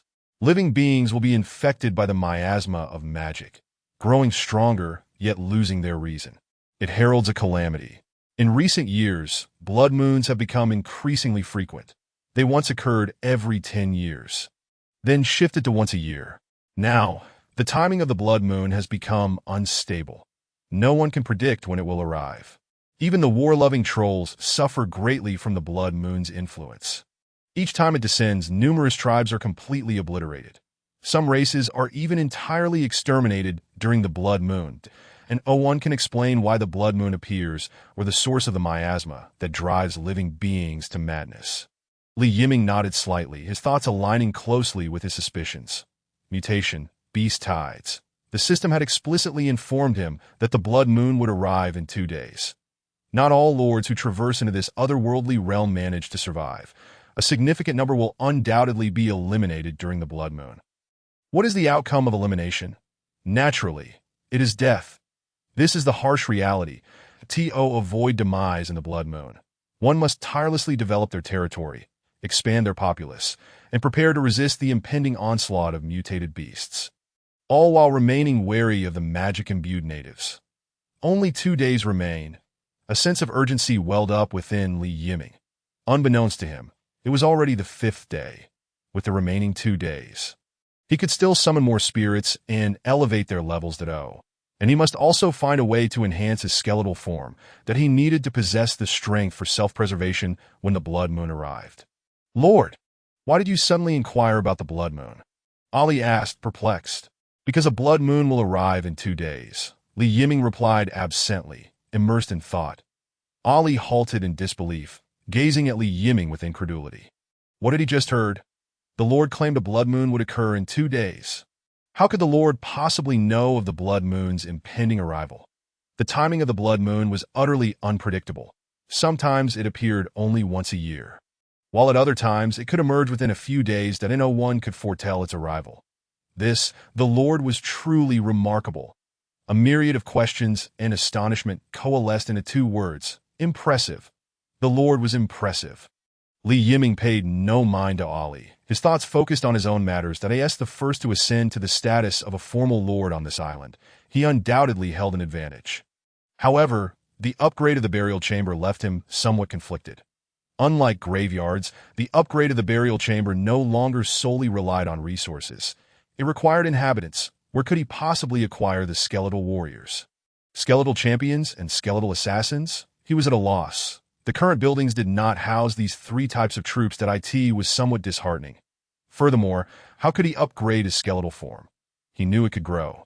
But to what extent? How many souls must he consume to achieve growth? It felt as though he had hit a bottleneck, trapped in a stalemate. Upon returning to the territory, Ali discerned that Yiming was deep in thought and said no more. Leading the way for their departure, Yiming returned to the crypt alone. That he settled into a large chair, resting his chin on one hand as he began to contemplate as for Xiaoyue. She was not a concern for the time being. After signing the slave contract, she could no longer engage in actions detrimental to herself. Although she was not within her own territory, he could always ascertain her location through the contract. He had yet to discover a method to elevate the crypt's level, and the number of skeletal undead needed to be increased. According to Ali, the blood moon appeared to be quite troublesome, necessitating further preparations. The use of corrupted soil was substantial, allowing for the construction of additional boundary markers to facilitate expansion. Lastly, hunting had become imperative as the number of undead grew and their strength increased. The availability of prey began to dwindle. The ascension of newly spawned undead had become increasingly challenging, showing signs of polarization compared to the earliest skeletal undead. This was indeed an unfavorable situation. Summoning skeletal undead required a significant quantity of bones, while the upgrade of undead necessitated an ample supply of souls. When prey was scarce, neither of these conditions could be met. Presently, he faced 2 choices: continue delving deeper into the forest, risking encounters with magical beasts, which could easily inflict heavy damage on his low-tier undead, or expand in other directions.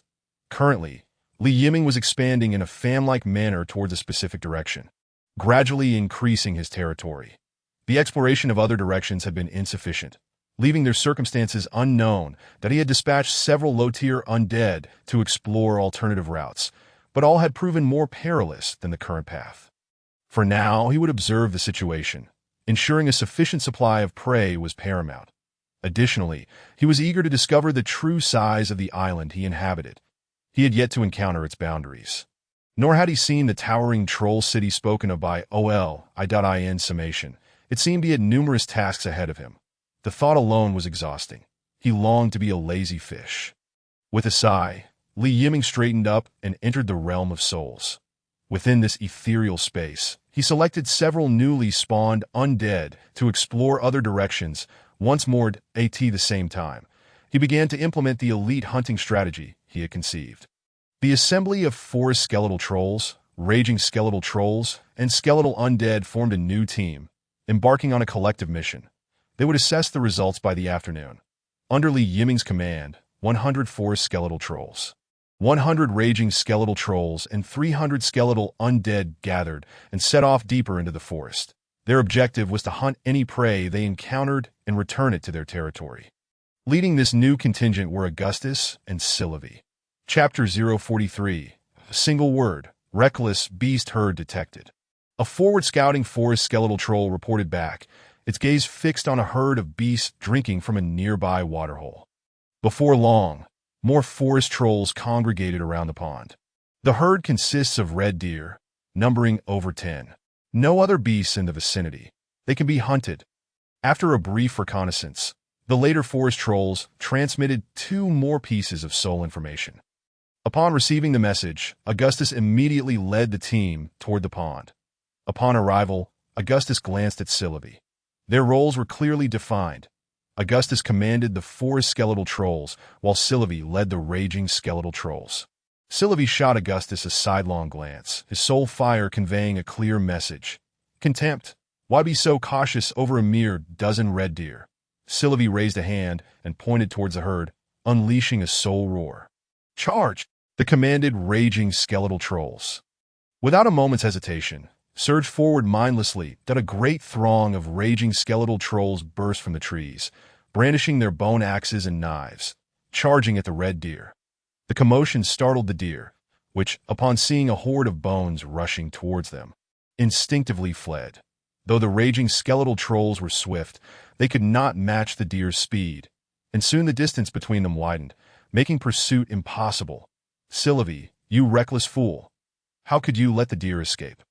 Augustus could hardly believe the outcome, his frustration manifesting as he stomped in place. He kicked Sylvie hard several times, but the latter remained unfazed. With such a small frame, his kicks were nothing but a mild annoyance to Sylvie. Furious, Augustus ground his jaw in irritation. Surround and hunt the red deer. The previously reserved forest skeletal trolls emerged, encircling the fleeing red deer. The deer darted left and right, but found themselves besieged by the skeletal trolls. Realizing escape was futile, the deer lowered their heads, bracing for a fight. Were the forest skeletal trolls intimidated by this? They swiftly readied their bows and hurled javelins, unleashing a barrage upon the red deer. Arrows flew forth, and the deer fell to the ground, lamenting their fate. Only after all the red deer were down did the raging skeletal trolls arrive, bewildered by the sight of the fallen deer. The trolls scratched their bony heads. Is it over before it even began? They looked towards Sylvie for direction. What now? Sylvie turned to Augustus, a satisfied expression on his face, pointing at the slain deer. Prey acquired. Augustus kicked Sylvie's shin with great force. What does your success have to do with me? You nearly frightened them all away. Had I not prepared beforehand, we wouldn't have bagged a single deer. How could the undead be so foolish? Augustus was seething with rage, his soul fire nearly bursting forth from his skull. This was merely the beginning of the hunt, and if this continued, whether they could secure any prey remained uncertain. Was this how he intended to fulfill the Lord's orders? Sylvie, sensing Augustus's genuine anger, wilted slightly, that he weakly defended himself. We caught them. They didn't escape. His explanation only served to further infuriate Augustus, who resumed kicking Sylvie's leg. The big oaf, scratching his head, muttered, "I won't do it like that next time." Now there was more like it. Admitting fault still made him a good comrade. Augustus finally calmed down, gesturing for Sylvie to be more careful. Sylvie promptly nodded in agreement. Augustus then waved his hand, urging the forest skeletal trolls to continue their search for prey. In the funeral crypt, Yiming had transformed the space into a makeshift command center. He sat upon a bone chair, observing the movements of his undead in real time within the realm of souls. Augustus and his team's first hunt was naturally within his purview. The reckless command of the dim-witted Sylvie made Yiming cover his face in disbelief. Fortunately, Augustus had salvaged the situation in time. Otherwise, their first venture would have ended in failure. Initially, he had thought Sylvie would possess greater wit than the other undead, but now he began to question whether he had misjudged. The Yiming slightly moved his hand away, peering through his fingers at the screen, feeling as though he had entrusted the task to the wrong individuals, that he had hoped this elite hunting squad would achieve great things. But it appeared that merely returning empty-handed would be a blessing. Prey detected. Magical beasts. The magical beasts are resting.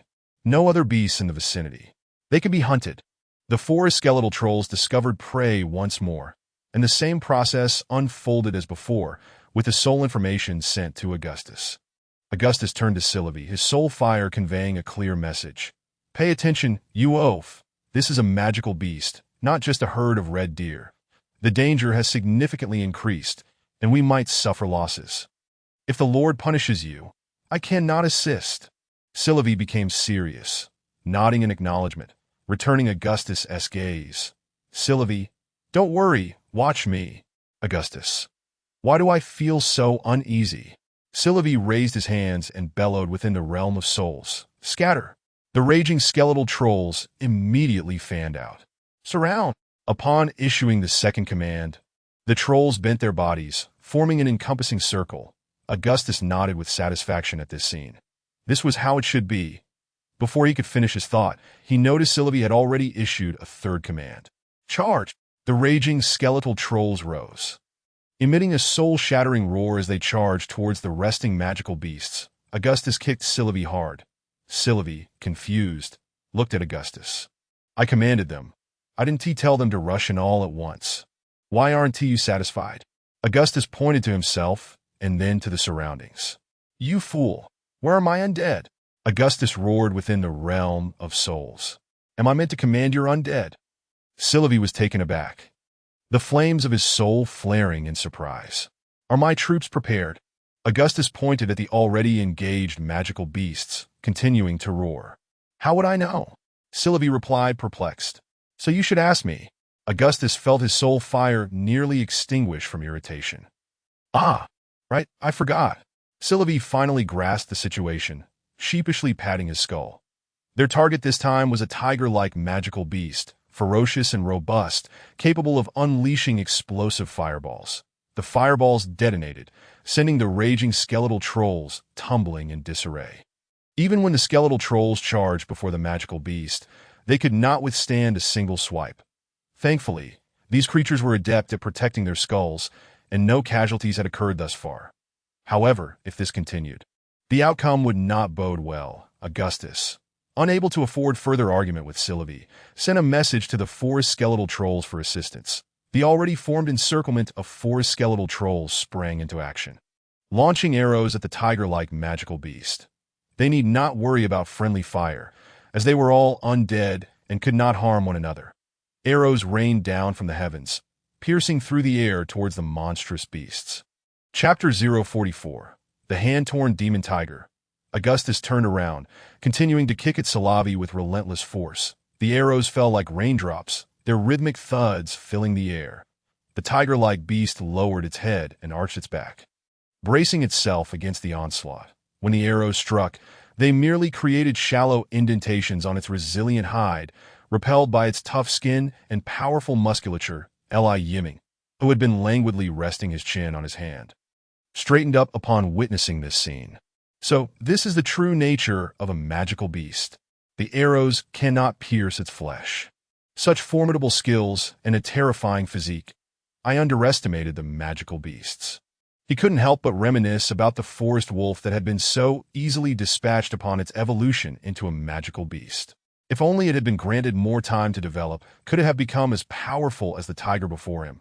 Explosive demon tiger race. Beast-type magical beast maximum combat power. Tier 2 description. A naturally born magical beast capable of wielding explosive fireballs. When enraged, it can unleash flames that scorch its enemies. It can also summon protective flames. Li Yiming pondered over the description that he was eager to discern how his undead would confront this explosive demon tiger. Should they continue to engage in battle or retreat? Salavi, observing the battlefield, noticed the arrows were ineffective against the beast, and his soul fire flickered slightly, that he smacked Augustus on the head and gestured towards the battlefield. Augustus shot Salavi a furious glance before turning to the battlefield, momentarily taken aback. The explosive demon tiger was surrounded by arrows, yet curiously, none had struck its body that he tilted his head, confused, glancing between the tiger and Salavi. He had been too preoccupied with kicking the undead to notice the tiger deflecting the arrows. The arrows cannot penetrate it, Salavi stated, looking down. Let us try again. Augustus scrutinized the explosive demon tiger, his expression grave. Under Augustus's command, the forest skeleton giants readied their bows once more. There was scarcely any delay between the two barrages. The moment the tiger stretched its body, another rain of arrows descended from the sky. It quickly buried its head and arched its back to withstand the oncoming arrows. This time, Augustus saw clearly that the arrows could not penetrate the tiger's flesh, being deflected instead. Although the arrows failed to inflict damage, the impact still caused the tiger considerable discomfort. Roar! The enraged explosive demon tiger let out a thunderous roar, flames erupting from its body in a furious blaze. The flames were indeed effective against other beings. But against the undead, they held little power. They possessed neither flesh nor pain. As long as the soul fire remained lit, they would not perish, showing little concern for the searing flames, before the explosive demon tiger could revel in its protective flames. The frenzied skeleton giants surged forward, weapons raised. You are dishonorable. The explosive demon tiger was momentarily taken aback. Then its fury escalated, tearing and biting, its tail transforming into an iron whip. Any skeleton giant that came into contact with it was swiftly reduced to a pile of shattered bones. Salavi watched the explosive demon tiger flaunting its might in the arena, his soul fire flickering with intensity, and he turned to Augustus. What now? Salavi's soul voice was laced with anger and battle fervor. Retreat, Augustus tentatively suggested. Impossible. Salavi's soul fire flared dramatically, flames blazing. How could one retreat when faced with such a foe? Was he Salavi to be cowardly? Augustus's jaw clicked, as if stifling a laugh. Then what are we waiting for? Let us take it down, Augustus shouted within the confines of his soul. Let us do it, Salavi roared, a surge of determination coursing through him, that he clenched his fists and strode towards the explosive demon tiger. With each step, he gained momentum, ultimately breaking into a full run. The ground trembled as his massive feet struck the earth. And a few frenzied skeleton giants attempted to block his path, but Salavi effortlessly swatted them aside. Entering the fray, Salavi swung his fist towards the tiger's head, which was feeling quite triumphant, surrounded by no worthy adversaries. These skeletons seemed formidable, but were merely a nuisance. The moment its claws made contact, they would crumble. A flick of its tail would send them scattering. It paid no heed to the approaching giant. With a swift flick of its tail, it struck Salavi, who, unlike the other skeleton giants, merely staggered back a step. Nonetheless, that punch landed squarely on the tiger's head, causing it to see stars, its body swaying as though intoxicated. At that moment, Augustus arrived, his sharp claws slicing through the air towards the tiger's neck. Sensing the danger, the tiger whipped its head away, narrowly avoiding a fatal blow, and Augustus's claws left 3 bloody gashes on its side. Roar! The wounded explosive demon tiger let out a pained roar. Shaking its head to regain clarity, it glared at the 2 audacious skeletons that dared to harm it. Salavi, undeterred by the tiger's wrath, charged forward once more, fists raised. The explosive demon tiger, momentarily distracted by Salavi. Allowed Augustus to vanish from sight. They exchanged blows, fist against claw, foot against whip. The frenzied skeleton giants and the four skeleton giants intermittently struck and shot arrows to divert the tiger's attention. Although their attacks bore little fruit, they succeeded in causing the tiger discomfort. Pain would distract it, allowing Salavi to land more blows. The tiger roared in frustration, feeling helpless against Salavi's relentless assault. This giant skeleton was exasperating. Not only was it tough, but its punches were equally formidable. When its explosive fireballs struck Salavi, they exploded into a shower of bone fragments. Yet he seemed utterly unfazed, his combat prowess unaffected. The surrounding skeletons, undeterred by the flames engulfing the tiger, continued their advance. Where had these creatures come from? The explosive demon tiger began to contemplate retreat. Just as it was about to flee, Augustus, who had been lurking in the shadows, made his move. Like a specter, he emerged from the side of the tiger, plunging his claw into its abdomen. Roar! The tiger bellowed, twisting its head to viciously bite at Augustus. Augustus sought to evade but found his claw ensnared. Unable to withdraw, watching helplessly as the tiger lunged toward him. Pit, pit, pit. Augustus's soul fire flickered wildly, alarm bells ringing in his mind. With a thud, the tiger found itself immobilized, its jaws clamped tightly by Salavi. With one hand above and the other below, Salavi held the tiger's massive maw open. Run! Salavi urged Augustus. Augustus glanced at him, yanked his claw free, and retreated rapidly. Seeing its assailants fleeing, the tiger swiped at Salavi with ferocity. Open! Salavi's jaws gaped wide. Emitting a soul-shaking roar, Tadayesi bellowed, he exerted force, and to his astonishment, the tiger was torn asunder. Its entire lower jaw was wrenched free. Blood gushed forth. Salavi casually discarded the severed jaw and, with a powerful uppercut, struck the tiger's head, turning it into a pulpy mess. The tiger's body quivered, and it ceased to draw breath. Salavi withdrew his fist, and the lifeless tiger collapsed to the ground, raising his blood-soaked fist high. Salavi let out a triumphant, soul-shattering roar. Well done, we won! In the tomb chamber, Yiming also rose in excitement, shouting with fervor. Chapter 045. Decomposing the Magical Beast. After vanquishing the explosive demon tiger, Augustus directed the skeletal undead to transport the carcass back to their territory.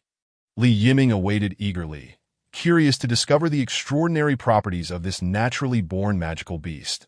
The skeletal undead carried the beast into the burial chamber, placing it upon the ground before hastily departing. This explosive demon tiger, measuring over 4 meters in length, bore a resemblance to a Siberian tiger, with a fiery red crystal embedded in its forehead. Its claws were exceptionally sharp and remarkably sturdy. After circling the explosive demon tiger several times, Yiming opted for decomposition. Decomposing the magical beast. Explosive demon tiger, magical beast bones 1, medium tiger meat 100 units, tiger blood essence 30 drops, magical beast essence 1 unit. Fire element beast crystal 1, wind element beast crystal 1, spiritual energy 2,000 points. What a windfall. This is unprecedented. I've never decomposed so many items before.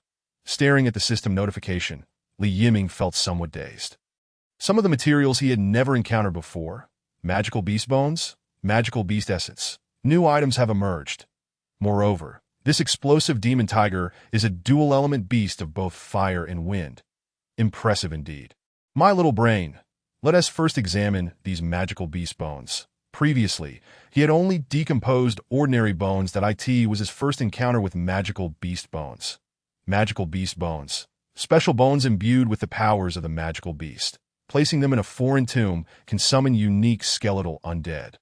Here it comes. Finally, he could summon a new variety of skeletal undead. Yiming was exhilarated. Since the emergence of the foreign tomb, he had only summoned giant skeleton undead. Whether forest giants, frenzied giants, or man-eating giants, they all belonged to the giant undead category. What a treasure. He set it aside for now and turned his attention to the magical beast essence. Magical beast essence. The primal energy of a magical beast. Usable for self-enhancement. This, another vague description, Yiming scratched his head, unable to discern the purpose of this magical beast essence. Detected that Lord has acquired magical beast essence. Friendly reminder, magical beast essence can be used to enhance the Lord's body and skeletal avatar. What? It can enhance both the body and the avatar? Yiming Li's eyes suddenly flared with a fiery spirit, as if it were about to burst forth. His only trump card for survival at this moment was that skeletal avatar. Previously, he had learned that he could nurture the skeletal avatar through his soul, but he had not anticipated that the essence of magical beasts could also enhance it. No, he must try it. He simply must. Should he reinforce his own body or strengthen the avatar? Yiming found himself in a quandary. The specific effects were still unknown. If something went awry while enhancing his body, it could spell disaster. It would be prudent to enhance the avatar instead. Even if something went wrong, the worst-case scenario would be the loss of this avatar, and he could always create another that he retrieved the essence of the magical beast. Cradling it in his hands for a closer inspection, it resembled a small blue orb, easily grasped within a single hand that a gentle shake revealed the liquid within sloshing about. Upon closer examination, he noticed glimmers of golden specks within the fluid. Reminiscent of glittering gold dust, that it was quite enchanting, indeed. After admiring it long enough, Yiming decided to proceed with the enhancement of the avatar. With a soft pop, the orb shattered, and instead of splattering everywhere, the liquid flowed onto Yiming's hand like a viscous slime. The substance writhed on its own, spreading across his palm and enveloping his entire body, seeping into his bones that an extraordinarily pleasurable sensation coursed through his soul, nearly eliciting a moan from Yiming. What was this? Such a marvelous feeling. After a prolonged moment, he finally emerged from that delightful sensation. He lifted his hand to find his bones had become translucent like jade, as if they had been polished by the hands of 10 elderly men. Now gleaming with a lustrous sheen, that he clenched his fist and struck his breastbone, producing a muted thud.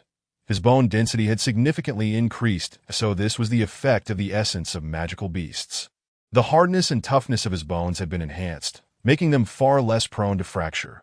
Moreover, Yiming had a premonition that continued use of the essence could bestow further benefits upon this skeletal form. Excellent.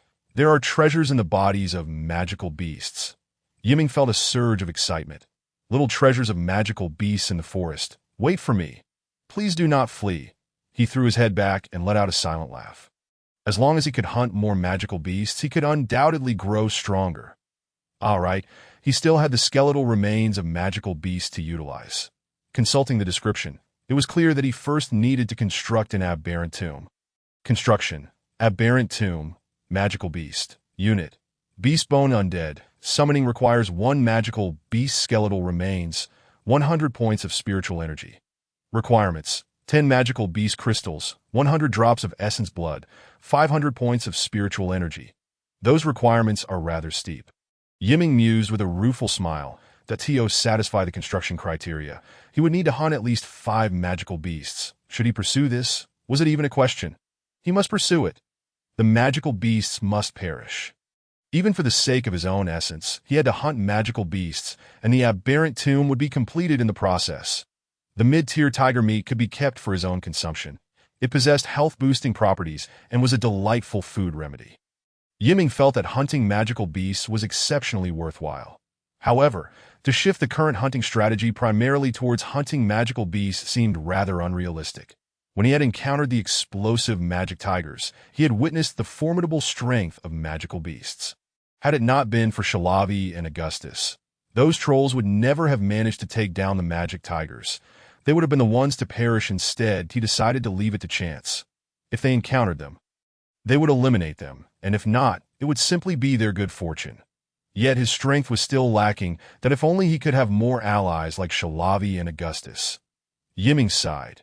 In the skeletal domain, the encampment of the frenzied war troll clan had been established, and the trolls resumed their normal lives. Upon the return of Chief Ali, his countenance appeared somewhat off, as if troubled by some concern. The trolls were puzzled but dared not inquire, that he isolated himself within his tent, pondering for a considerable time before finally reaching a decision. The return of the undead was something he needed to inform the other frenzied war troll tribes about, hoping to enlist them under the banner of the Lord. Additionally, The matter of the Blood Moon must also be communicated to the other tribes of frenzied war trolls, that it was a significant matter that could lead to their annihilation. With numerous magical beasts in the forest, should the Blood Moon occur, it would undoubtedly spell disaster. Since the Lord had prophesied the Blood Moon to arrive in 2 days, it would be prudent to prevent unnecessary casualties. However, he would only relay the news of the Blood Moon to his kin among the frenzied war trolls. Other troll tribes were of no concern to him, as the frenzied war trolls did not maintain amicable relations with them, often embroiled in conflict, even harboring ancient grudges. Having made his decision, Ali produced a piece of animal skin parchment and began to inscribe the details regarding the return of the undead and the imminent Blood Moon. The tribes had their own methods of communication. The frenzied war trolls employed a small breed of falcon. These birds were raised from a young age, possessing fierce temperaments, yet exhibiting remarkable loyalty and impressive speed, making them ideal for delivering messages. Ali summoned several trolls, entrusted them with the letters, and instructed them to expedite the transmission of information. The trolls readily complied. Before long, several birds took flight from the encampment of the Tataro frenzied war trolls and soared into the sky. Chapter 046. Ali sends word Ka. A forest falcon soared through the sky, emitting a piercing, high-pitched call that a frenzied war troll from the Tataro tribe looked up and swiftly climbed to the top of a large tree. Ka, he responded to the falcon from the treetop. The falcon circled above the tree twice, confirming its target before diving down rapidly. The troll extended his arm, and the falcon landed deftly upon it. He gently stroked the falcon's small head, examining the intricate patterns adorning its beak and legs, and checked the sealed message tube attached to it. Confirming that the tube was intact and had not been tampered with, he swiftly descended from the tree. "Chief, a message from Tataro." The troll hurried into the main tent, handing over the message tube to Chief Tataro along with the falcon. The chief verified the patterns on the falcon, nodding in acknowledgement that it indeed hailed from Tataro before taking the message tube and waving his hand to signal the troll to exit. The troll bowed respectfully and departed the tent. "Haha, that Ali fellow is still alive. How embarrassing. What made him think to send me a message?" The chief mused, a smile creeping onto his face as he spoke to himself. He twisted open the wax-sealed message tube and extracted a piece of animal skin parchment, roughly the length of a finger. Upon unfolding it, his expression froze, the smile fading as a grave demeanor took hold. The parchment was small, and its contents were limited, consisting of merely 10 words. Undead return. Blood Moon approaches. Act swiftly. Although it was only a brief message, the implications were staggering. Undead?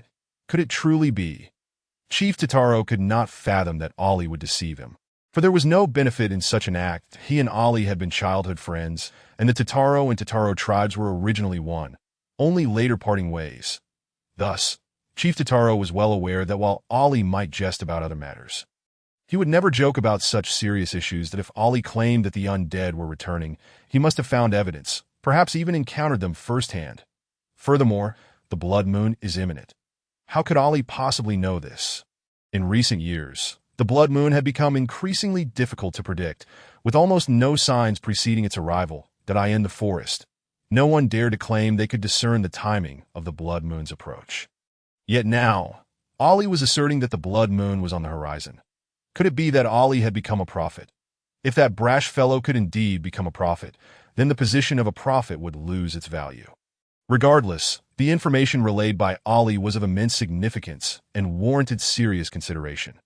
Chief Tataro clutched the note, pacing back and forth within the tent, his mind racing with thoughts of the implications. Clearly, the matters of the undead's return and the approaching Blood Moon were interconnected. After considerable contemplation, he still found himself at a loss. "Come fort." "Here, Chief." A vigilant troll stationed at the entrance promptly entered, bowing in respect. "Has there been any news from the Tataro tribe recently?" "There are no special reports, esteemed chief."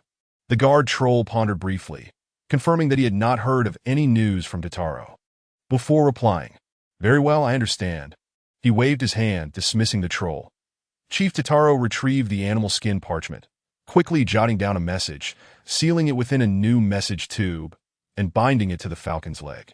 After feeding the falcon some meat, Chief Tataro stepped outside the tent, releasing the bird, which soared into the sky. Caw! After circling twice, the falcon confirmed its direction, emitting a long call before speeding away in a short time.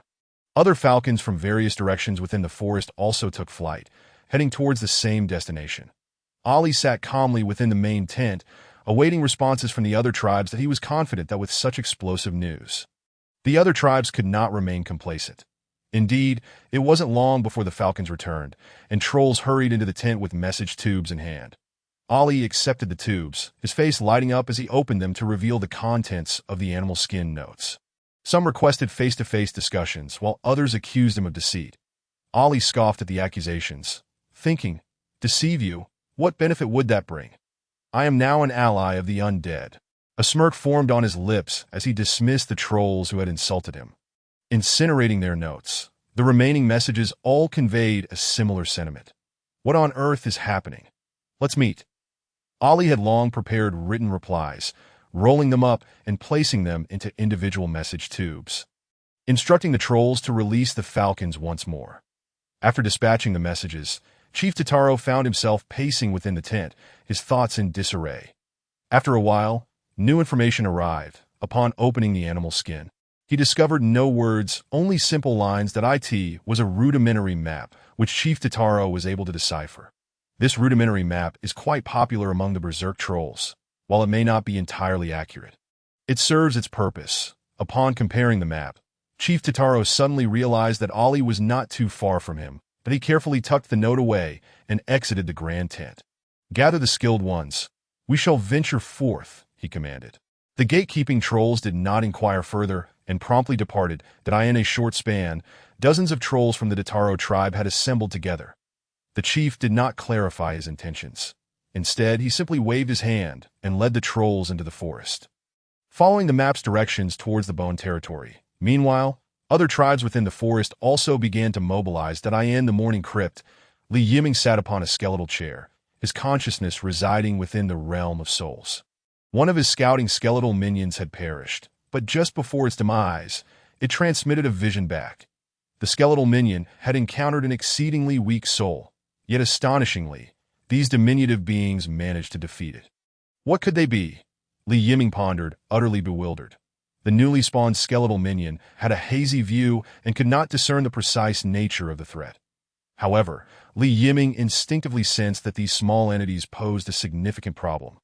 They were likely not the indigenous inhabitants of the forest, but rather other lords they had encountered. The souls were frail and their sizes modest. It was challenging to speculate on what they could be. Nonetheless, it was highly probable that they were insects, that if a lord capable of commanding an insect horde existed, it would indeed be a troublesome affair. Yiming rubbed his temples. The sea of the undead and the swarm of insects were fundamentally alike, both capable of precipitating qualitative changes through sheer numbers. It was indisputable that both the undead and the insect hordes would deplete vast quantities of resources. The resources on a single island were ultimately finite. If it were only Yiming as the sole undead lord, it would be manageable. That he could consume resources to develop himself, and the sea of the undead would eventually take shape. However, if an insect swarm were added to the equation, the resources might fall short. The insect swarm could consume resources even more voraciously than the undead. After all, insects need sustenance. Despite their small stature, their numbers were overwhelming, and a multitude of insects could devour everything in their path. If the adversary truly were an insect lord, preparations would need to be made. For the sake of the island's resources, a confrontation was inevitable, and it would be a fight to the death. In the realm of souls, Yiming dispatched several skeletal minions, following the route charted by the previous scouting minion. Their mission was to uncover the true nature of these entities, whether they were native to the island or part of the Lord's forces. Chapter 047, Evolution of the Undead. Though new skeletal minions had been promptly deployed, Yiming did not harbor much hope of locating the enemy. After all, they were not inanimate objects. They could move and would not simply remain stationary for him to find. Yiming was not overly concerned, as the encounter's location was still quite distant, and no immediate issues were anticipated. Deep within the forest, after several adjustments, Augustus and Salabi had developed an increasingly harmonious synergy. Hunting the beast herds had ceased to present any challenges for them. Upon detecting a herd, they ensured that the creatures had no chance of escape. They wielded the most formidable group of undead currently under Yiming's command. However, these two were rather indiscriminate in their allocation of souls, claiming 60% for themselves and leaving the remaining 40% for the other undead. Their hunting efficiency continued to rise, yielding an ever-increasing bounty. And the sheer quantity of souls they amassed was truly staggering. The skeletal trolls were not mindless. They sensed something was amiss, but were powerless to act. The Lord had commanded them to obey Augustus and Salavi's directives. Even the spoils of their hunts were subject to the duo's orders, leaving the trolls with no recourse but to comply. The undead hierarchy was strictly enforced, with higher-ranking undead exerting absolute dominance over their subordinates. The lower-tier undead had no possibility of resistance unless they experienced a transformation, much like Augustus had. Regrettably, the skeletal trolls had not undergone such a change, leaving them resigned to their orders. After hunting a herd of deer, Augustus and Salavi, as per usual, took their 60% of the souls. The two then divided the souls among themselves, absorbing the energy within. Once Augustus had consumed the souls, he staggered slightly, akin to a drunken state. The exhilarating sensation of enhanced power intoxicated him. Suddenly, he froze, his soul fire pulsating violently, that a powerful wave of spiritual energy emanated from Augustus. Salavi, who was also absorbing souls, abruptly turned to fixate on Augustus. The pressure of a superior soul descended upon them, causing the surrounding skeletal trolls to kneel, bowing their heads. The unintentional release of Augustus's soul energy intensified. Salavi trembled slightly, struggling against the overwhelming pressure. Gradually succumbing to a kneeling position, Salavi roared within his soul, attempting to rise, but the weight of the superior soul's pressure rendered him immobile, forcing him to remain prostrate. Augustus's soul fire flared more fiercely. Transitioning from a ghostly green to a vibrant emerald, he let out a roar towards the heavens, his soul fire surging dramatically before rapidly contracting back into his skull.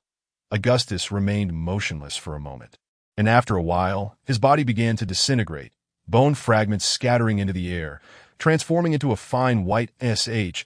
As the bone fragments continued to dissipate, a new skeletal form emerged beneath, whiter, glossier, and sturdier than before. Augustus had transformed into a completely new skeleton. He had grown taller, increasing from 1.60 meters to 1.70 meters. His claws became sharper, faintly gleaming with a metallic sheen. At some point, a bone dagger appeared at his waist, secured with leather straps. Finally regaining his senses, Augustus lifted his claw, tilting his head to scrutinize himself. Then glancing at the dagger at his waist, a plethora of new information flooded his soul. This is evolution? The new knowledge made Augustus feel considerably more intelligent than before, and he sensed newfound strength within him. Simultaneously, Yiming, seated within the morning crypt, received a notification. Congratulations, esteemed Lord, your undead has successfully evolved, and you now possess your first silver-tier skeletal minion. What has happened? What is going on? Yiming was left utterly bewildered. He hastily opened the message to ascertain the situation. It was Augustus. This fellow has evolved? Well, it doesn't seem that surprising.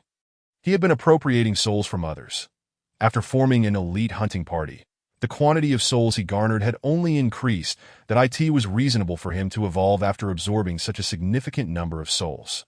Augustus, skeletal undead. Level, silver. Class, skeletal assassin loyalty.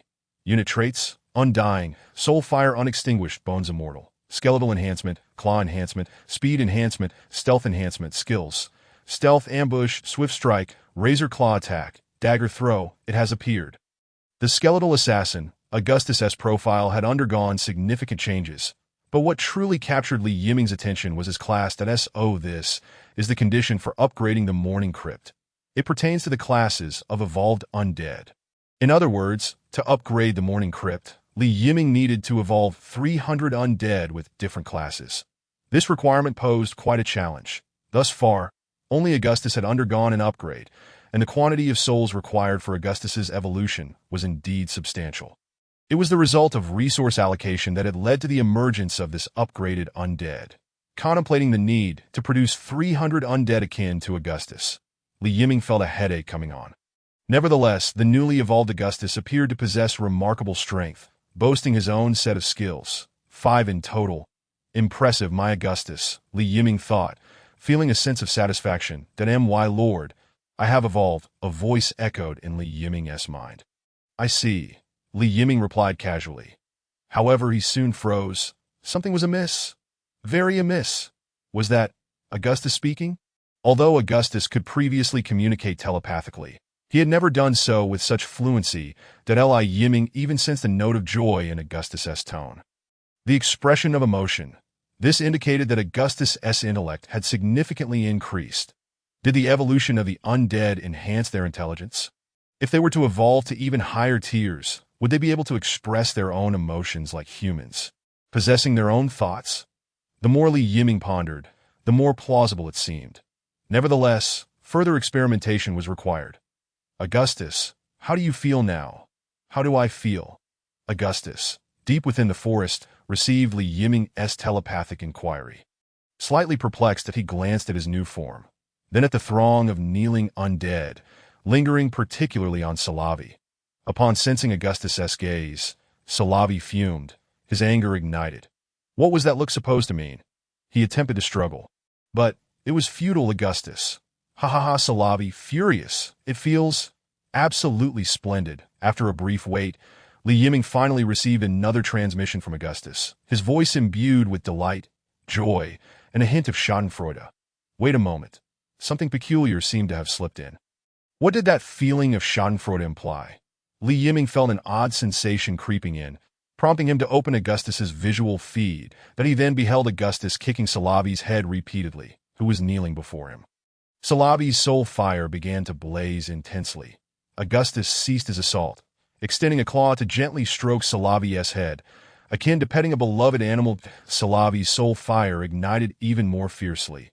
Gazing at the soul's fire that erupted from the skull of Shalavi, Augustus was overwhelmed with joy, bounding around him with exuberance. Shalavi, stop fooling around.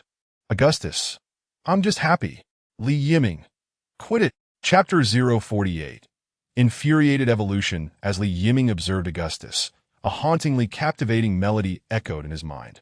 Ha ha ha. You can't defeat me, can you? There's no way. I am simply that formidable. Ha ha. You can't catch up to me. La la la la la la la. Suddenly, Li Yiming felt a surge of pity for Shalavi. While others might seek revenge after a decade, Augustus pursued his vendetta relentlessly. Despite a noticeable easing of tensions between them, Augustus had not forgotten the past. Whenever an opportunity arose, he would mercilessly torment Shalavi. Even through the screen, Li Yiming could sense the protruding cross veins on Shalavi's skull. Don't ask how one could discern cross veins on a skull. He just could. Shalavi, known for his fiery temper, could hardly endure this provocation and glared fiercely at Augustus, but he longed to seize this little imp and crush him. Such anger, such frustration.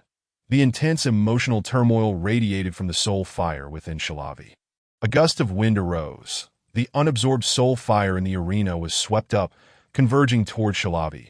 Inhale, souls continuously flowed into Shalavi's soul fire, as if adding fuel to the flames, causing them to blaze even brighter, still insufficient. The bones within Shalavi emitted a series of creaking sounds, as though they bore the weight of 1,000 pounds, threatening to fracture at any moment. Augustus, sensing something amiss, halted his antics, tilting his head curiously to observe Shalavi. Crack. A sharp noise reverberated as a rift in space opened. Whispers of soul energy seeped through the fissure, blending into Shalavi's soul fire. Witnessing this scene, both Li Yiming and Augustus were left astounded. How is this possible? Where did this soul energy come from? Augustus was envious. This method of energy absorption was splendid. No need for conflict or effort. He could draw souls directly from the void.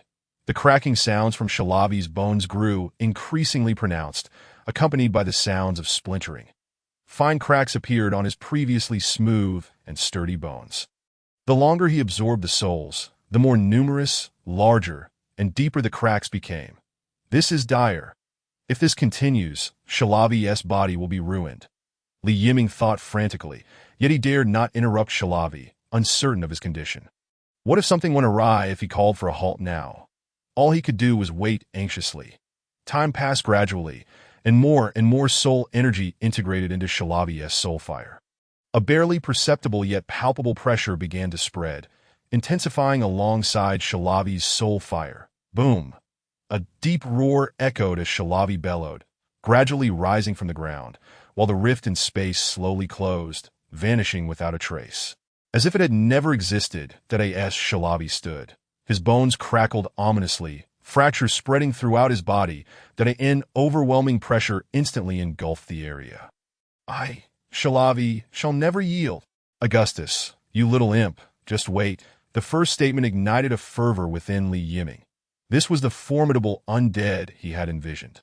The second, however, left him bemused.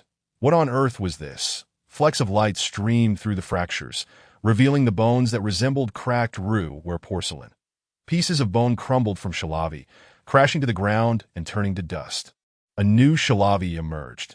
Originally towering at 2.5 meters, he now exceeded 3 meters in height. His new bones were more robust, and even at a glance, one could perceive their weightiness. Large bone plates covered his ribcage, and the bones in his shoulders expanded, enhancing his overall defensive capabilities. That he reached into the void, pulling forth a half-man-high skeletal battle axe. Grasping the axe, Shalavi resembled a battle-hardened warrior. Stepping forward with force that thundered through the ground, roaring once more, "Little imp!" Yiming nearly burst into laughter. What animosity, what rage, what indignation! Shalavi had been so incensed by Augustus that he had ascended in rank. Without the need to check notifications, Yiming knew Shalavi had undoubtedly leveled up. Augustus tilted his head, surveying Shalavi from top to bottom, left to right, before turning to flee. There was no hesitation that he confirmed with his gaze. This is someone I cannot defeat. If I can't win, I'll run. There is no shame in that. Little imp, stand still. Seeing Augustus bolt without a word, Shalavi's soul fire surged in fury, brandishing his axe in pursuit. Augustus, already swift, became even faster after his promotion, darting about like a fleeting shadow. With Shalavi's focus on strength, he found himself unable to keep pace, merely kicking up dust in Augustus's wake. Fuming, he howled in frustration. Yet still couldn't he catch up. "Ha! You can't catch me, can you? La la la la la la la." Once again, the haunting melody echoed in Yiming's mind. "Little imp, if you have the ability, don't run!" Shalavi roared. His words prompted Augustus to halt, contemplating for a moment before glancing back at Shalavi. Noticing he had closed the distance, he turned and resumed his flight. "Ah, you coward! You pretender of a warrior! Stop right there! I'm an assassin, not a warrior, you thick-headed brute!" Augustus retorted as he continued to flee. The Shalavi's fury mounted, and with a powerful leap, he swung his axe downwards. Boom! Dust erupted. A gust of wind swept through, clearing the haze to reveal an unharmed Augustus leaping up, delivering a kick to Shalavi's forehead. To Shalavi, it was neither painful nor debilitating, but it was an immense humiliation that he reached out to grasp Augustus. But the agile little imp dodged effortlessly. Augustus continued to flee, taunting as he ran, while Shalavi pursued him relentlessly with his axe, seeking any opportunity to cleave him in twain. These two, Yiming sighed, deciding to let them continue their antics for now, that he would first examine Shalavi's post-promotion statistics. Shalavi, skeletal undead, level, silver tier, class, skeletal berserker, loyalty. Unit traits, undying, soul fire never extinguished. Skeletal structure immortal, bone reinforcement, strength enhancement, skeletal growth, rapid recovery. Skills, bone armor, heavy strike, frenzy, fearless charge, ground axe strike. Like Augustus, he had gained 5 additional skills. However, his class differed. He was a berserker, not an assassin, given the names of his skills. He appeared to embody the traits of a fierce warrior, perfectly aligning with his temperament. Charging ahead and absorbing damage. Fearless charge. Yiming paused, quickly focusing on the visual screen, just in time to see Shalavi halt his pursuit of Augustus. Adopting a bow stance, leaning forward. Fearless charge. Dust exploded from the ground as Shalavi transformed into a white comet, hurtling toward the fleeing Augustus. Augustus, sensing something amiss behind him, glanced back, his soul fire widening in alarm. "Augustus, what?" Shalavi surged forward, yet in that fleeting moment, Augustus activated his stealth and speed, narrowly evading Shalavi's fearless charge. Chapter 049. The tribe arrives while playful skirmishes were acceptable. Unleashing genuine fury was unwarranted. Upon witnessing both combatants employing their skills, Yiming's displeasure grew. They were kin, comrades. How could they resort to using skills against one another? Cease this at once. What do you think you resemble? Yiming's voice boomed, echoing through their souls. Both Augustus and Shalavi halted simultaneously, heads bowed like chastised children, obediently awaiting reprimand. Have you been drinking? Are you intoxicated? Or do you no longer discern friend from foe? Playful bickering is permissible. But now you're employing skills? You've grown quite bold. When I neglect you, you act out. I tasked you both with leading the others on a hunt, and this is how you choose to set an example. After leveling up, you decide to brawl, fighting to the death. Yiming's relentless tirade left the two newly promoted undead trembling. He was their creator, their lord, their sole sovereign. Faced with their master, they were utterly powerless. The weight of his presence was supreme. Augustus and Shalavi could only listen meekly, quaking in their boots. They resembled children caught fighting outside, now facing their parents. All they could do was comply. After a lengthy reprimand, Yiming finally paused, taking a breath. You two wait here. I'm going to find you. This declaration carried even greater weight than the previous scolding. Earlier, they faced rebuke. Now, their lord intended to leave the territory to confront them directly. They had stirred a hornet's nest. Augustus and Shalavi exchanged glances, both recognizing the fear mirrored in each other's eyes. How do we explain this? How can we justify being caught red-handed? But if we don't explain, what will happen when the Lord arrives? They were utterly cowed. The Lord's fury has been ignited, and he seeks retribution against us. How can we appease him? I beseech you for guidance. I am in a state of urgency. Yiming exited the realm of souls, seething with rage as he brandished his axe while emerging from the funeral chamber. He intended to venture into the woods to confront those two miscreants when he encountered Ali, who was hastily approaching to report. My lord, what brings you to this state? Ali inquired, observing the fiery wrath emanating from Yiming's eyes. Oh, Ali, what is it that you wish to communicate? Yiming, having calmed slightly, replied in a voice devoid of emotion. My lord, I have matters to report, Ali hastily stated. Who has dared to invoke the Lord's ire? Yiming remained silent, and Ali, aware of their hierarchical relationship, dared not pry further.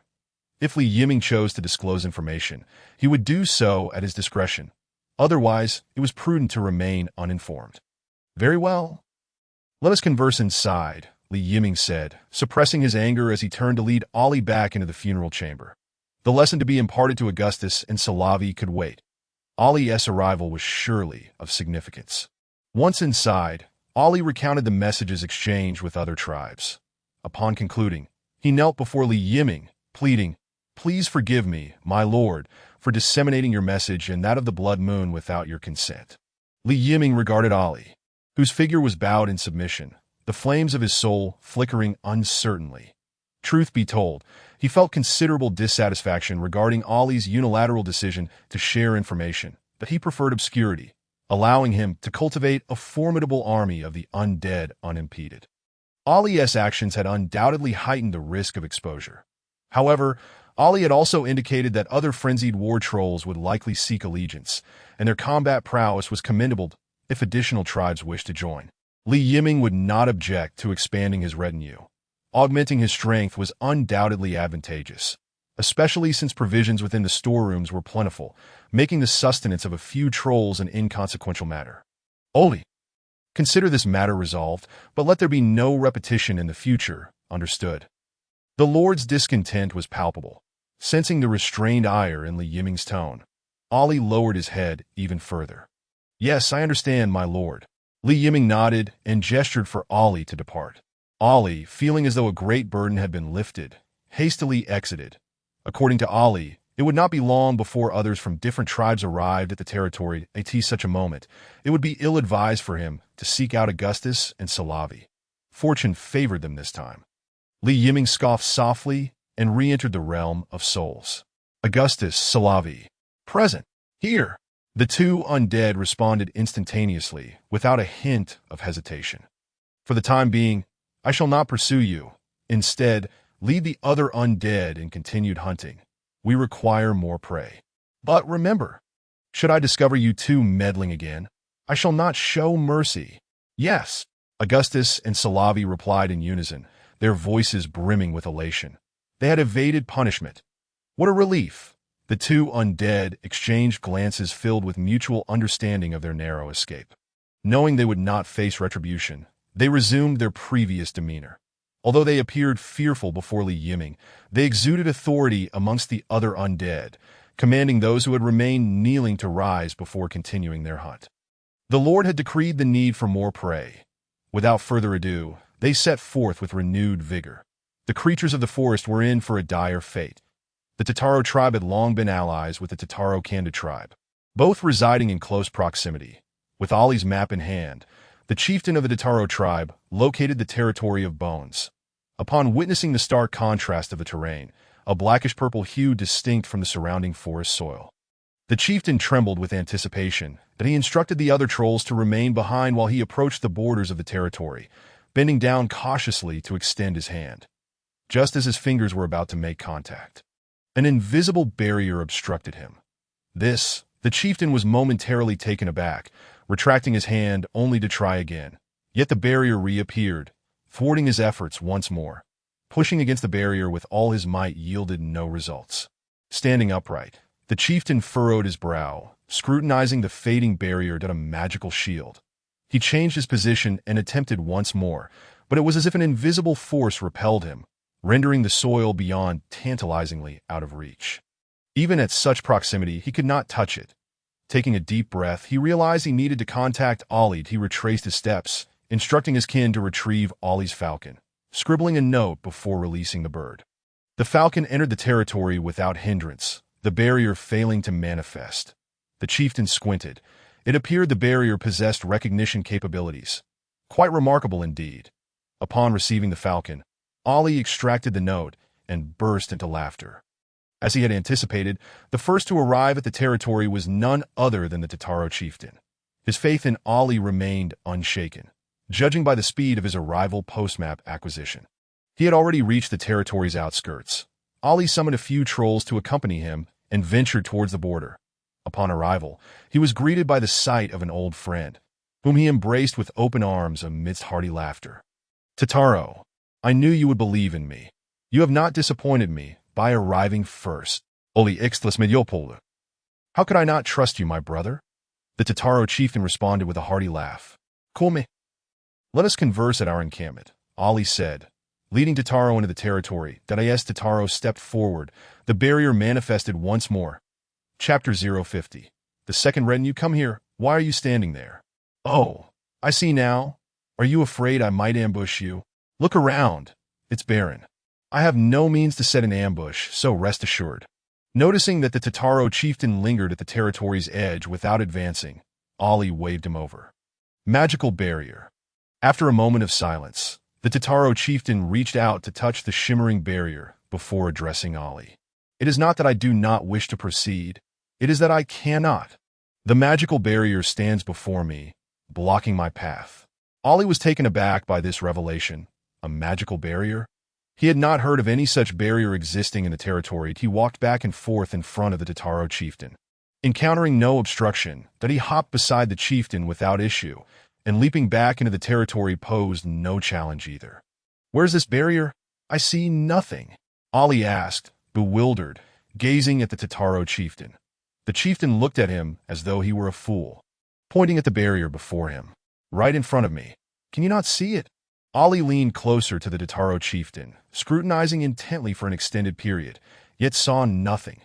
Could it be that he had developed myopia? Unfazed, he leaned in even closer, only to find the barrier still eluded his sight. Get your face away from mine. Your breath reeks, and I can see the remnants of meat stuck in your teeth, the Tataro chieftain remarked. Exasperated that if Ali were a female troll, it might have been acceptable, but a rough-and-tumble male like him had no business standing so close. almost as if they were about to kiss, unperturbed by the chieftain's disdain. Ali thought nothing of it. After all, trolls predominantly consumed meat, and remnants in one's teeth were hardly unusual, that if one had no remnants, it simply indicated a poor quality of life. There is no magical barrier. You jest. I see nothing at all, Ali retorted, stepping back with a pout, but he felt that the Taro chieftain was merely jesting, putting on an elaborate act. Yet this was hardly a time for jest. The Lord awaited his response. The Tataro chieftain sighed and summoned a troll to his side. Tell Tataro Kanda chieftain whether there is a barrier before us. The chieftain gestured toward the barrier. Indeed, there is a magical barrier. We cannot proceed, the troll replied earnestly. You're not joking. There truly is one. Oli reminded Stiptico. If there were not, would we be standing here? The Tataro chieftain countered. Do you see the magical barrier? Ali turned to inquire of the Tataro Kanda trolls behind him. We do not see it. They all shook their heads in unison. This is indeed perplexing. None of us can see it. Ali scratched his head in confusion. Well, it seemed he could not resolve this matter alone and would need to consult the Lord. He had not anticipated the territory having such enchantments. Reluctantly, Ali sent a mental message to Li Yiming. Another tribe has arrived. So soon. What? They cannot enter. There is a barrier. Li Yiming realized that the barrier preventing the trolls from entering was likely a protective measure from the world itself, but he had no means to circumvent it. They truly could not enter. The reason Ali and his companions could freely come and go was likely due to their contract, designating them as his retinue, thus deemed one of their own by the world as protections. Very well, he would have to go to them himself. It seemed his authority as Lord had diminished. Sigh. Li Yiming sighed and instructed Ali and the others to wait as he made his way over. You all must have quite the influence. The Lord has stated he will come personally. Ali remarked enviously. In his mind, Li Yiming was the utmost authority. The Tataro tribe's trolls had managed to elicit a personal visit from the Lord, which was a significant honor. Before long, Li Yiming arrived at the territory's edge, spotting the Tataro tribe's trolls at once. Undead. It was indeed the undead. The Tataro chieftain's eyes widened in disbelief. Previously, he had harbored skepticism regarding Ali's claims, given how long the undead had been absent. In ancient times, the existence of the undead was merely a legend, something that no troll had truly witnessed. Yet now, he stood face to face with a living, breathing specter, but he harbored no doubts about Li Yiming's identity as an undead. What other creature could be nothing but a skeletal frame? What other being could have flames of soul burning within its skull? Only the undead could possess such characteristics. The trolls of the Tataro tribe were equally astonished. When their chieftain had summoned them, he had not disclosed the purpose of their gathering. They had merely followed orders without question. They had not anticipated such an unexpected delight. They were in the presence of the legendary undead. In that moment, two trolls immediately knelt, fervently prostrating themselves upon the ground, murmuring incantations. The chieftain of the Tataro tribe, recovering from a shock, was mortified to see his trolls behaving so disgracefully that he swiftly kicked them back to their feet before turning to face Li Yiming. Alf Tataro, chieftain of the Tataro tribe, extends the most sincere greetings to the esteemed leader of the undead. May your soul find eternal peace. May your soul find eternal peace. Chieftain Alf bowed deeply, and the trolls behind him quickly mimicked the gesture towards Li Yiming. Li Yiming waved his left hand, signaling for them to dispense with such formalities. What brings you to my domain? His voice resonated within Tataro's very soul, leaving him momentarily stunned. Was this how the undead communicated? Directly through the soul. How wondrous and convenient. Awe and admiration sparkled in Tataro's eyes. We received a message from Ali, specifically to pay our respects to the esteemed leader of the undead. Oh, so you have already seen me. I have a request. Speak. We wish to become your vassals. Oh, was it truly that simple? Li Yiming was taken aback. Chieftain Tataro was so readily willing to become his vassal that it felt somewhat insincere. Yet, upon reflecting on Ali's initial approach, it seemed rather similar that it was not merely due to his celestial aura, but rather the legacy left by the undead. Should I assert my authority, would an immediate agreement come across as lacking seriousness?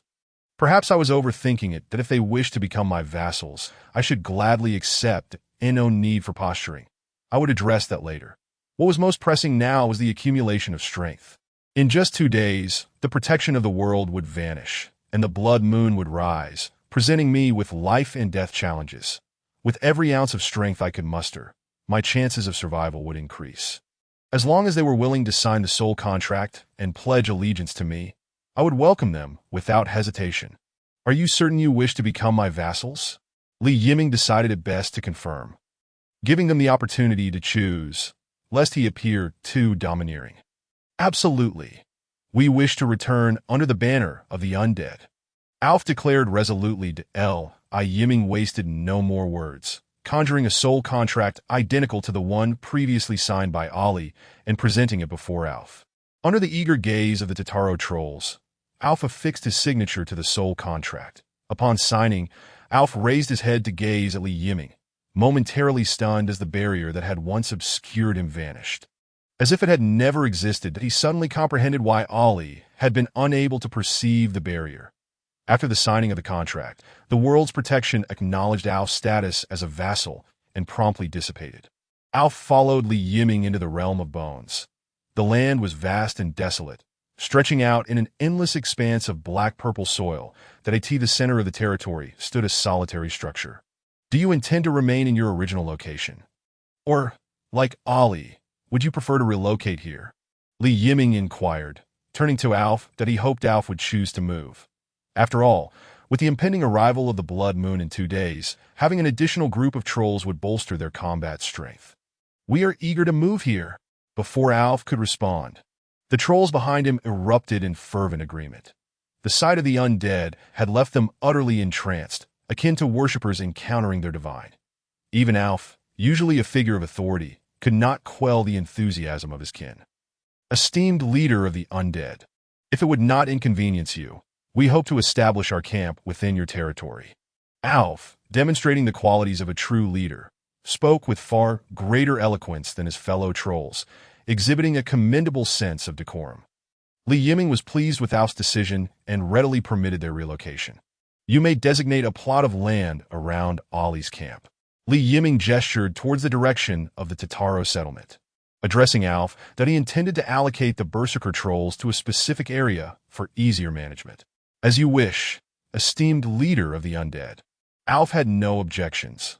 After all, the entire territory was composed of the same black-purple soil, making any location equally suitable. Being closer to Ali would foster their already amicable relationship, and reuniting as one tribe was a cause for celebration. In the future, do not refer to me as the leader of the undead.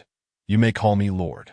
Li Yiming felt that the title of leader of the undead sounded rather peculiar, as if elevating him to an undeserved pedestal. That in truth, he was merely a lord of bones, far from the status of a leader of the undead. Just then, as they conversed, a forest hawk soared through the sky, emitting a cry before diving down to perch upon Ali's outstretched arm. Ali retrieved a note from the messenger tube attached to the bird's talon. What is it? Li Yiming inquired, looking towards Ali. My lord, another tribe has arrived, Ali replied, holding the note with a hint of awkwardness. Very well. Alf, you lead your people to select a site. I shall meet with the newcomers. Li Yiming turned and spoke. My lord, please do not let me keep you. Alf responded promptly. The title of my lord felt so warm. Although he had exchanged only a few words with Li Yiming, Alf sensed through their brief interaction that Li Yiming was not the tyrannical undead he had imagined.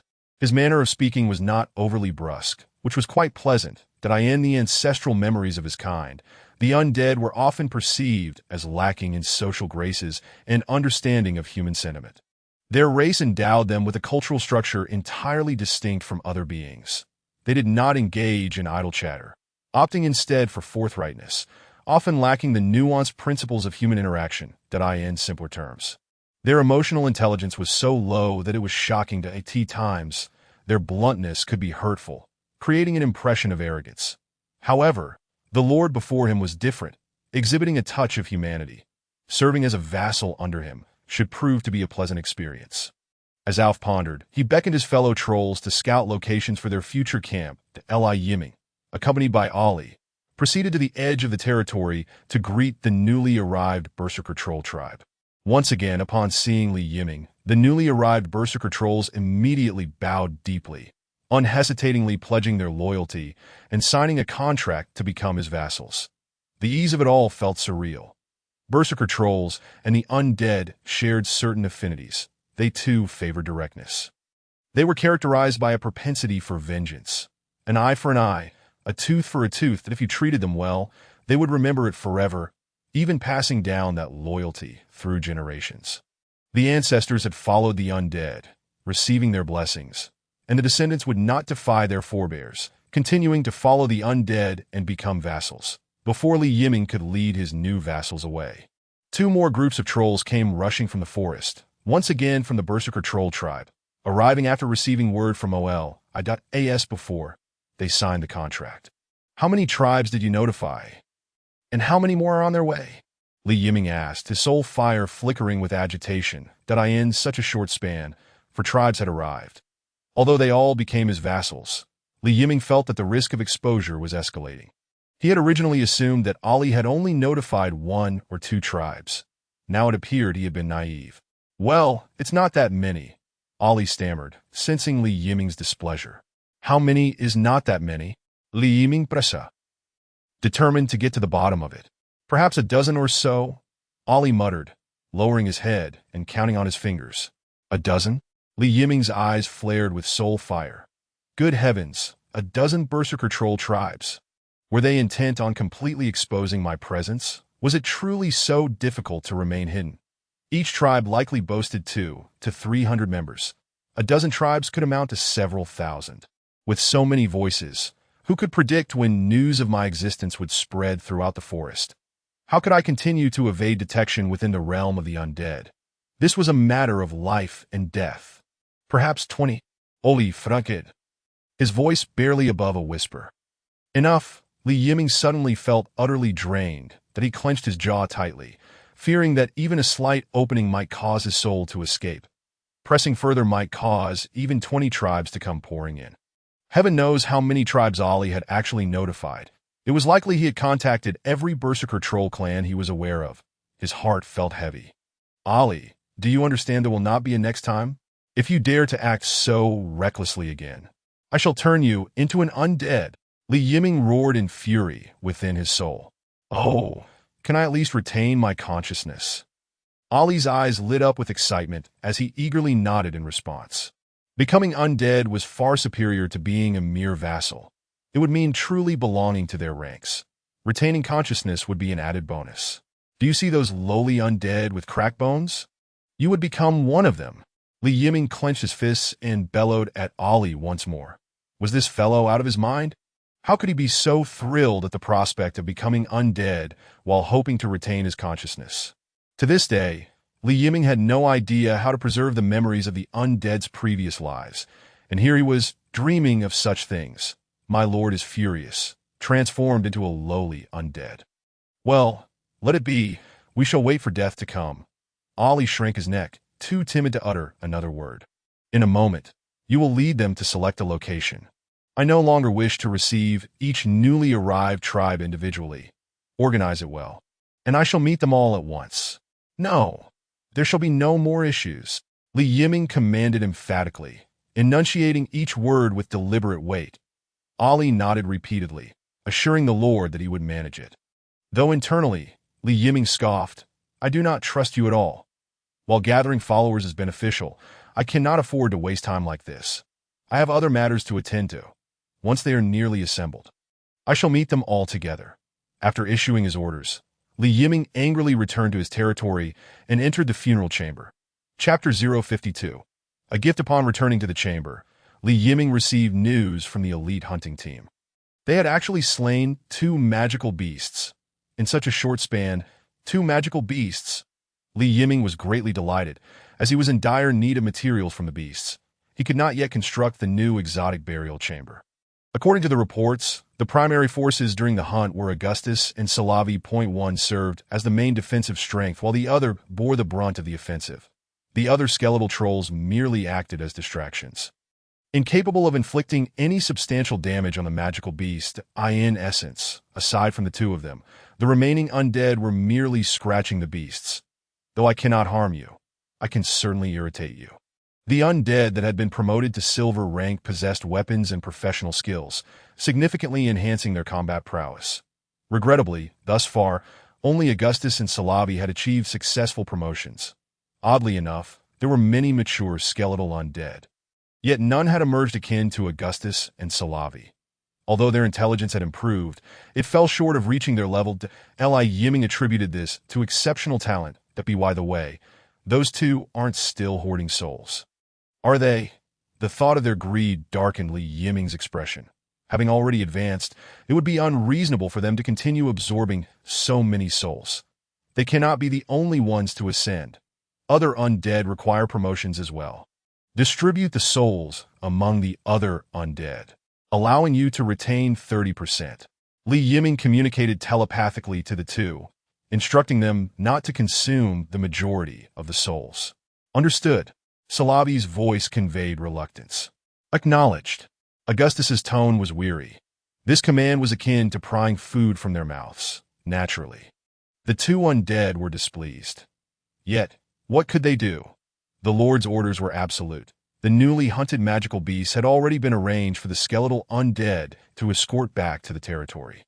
And it would likely take some time for their return.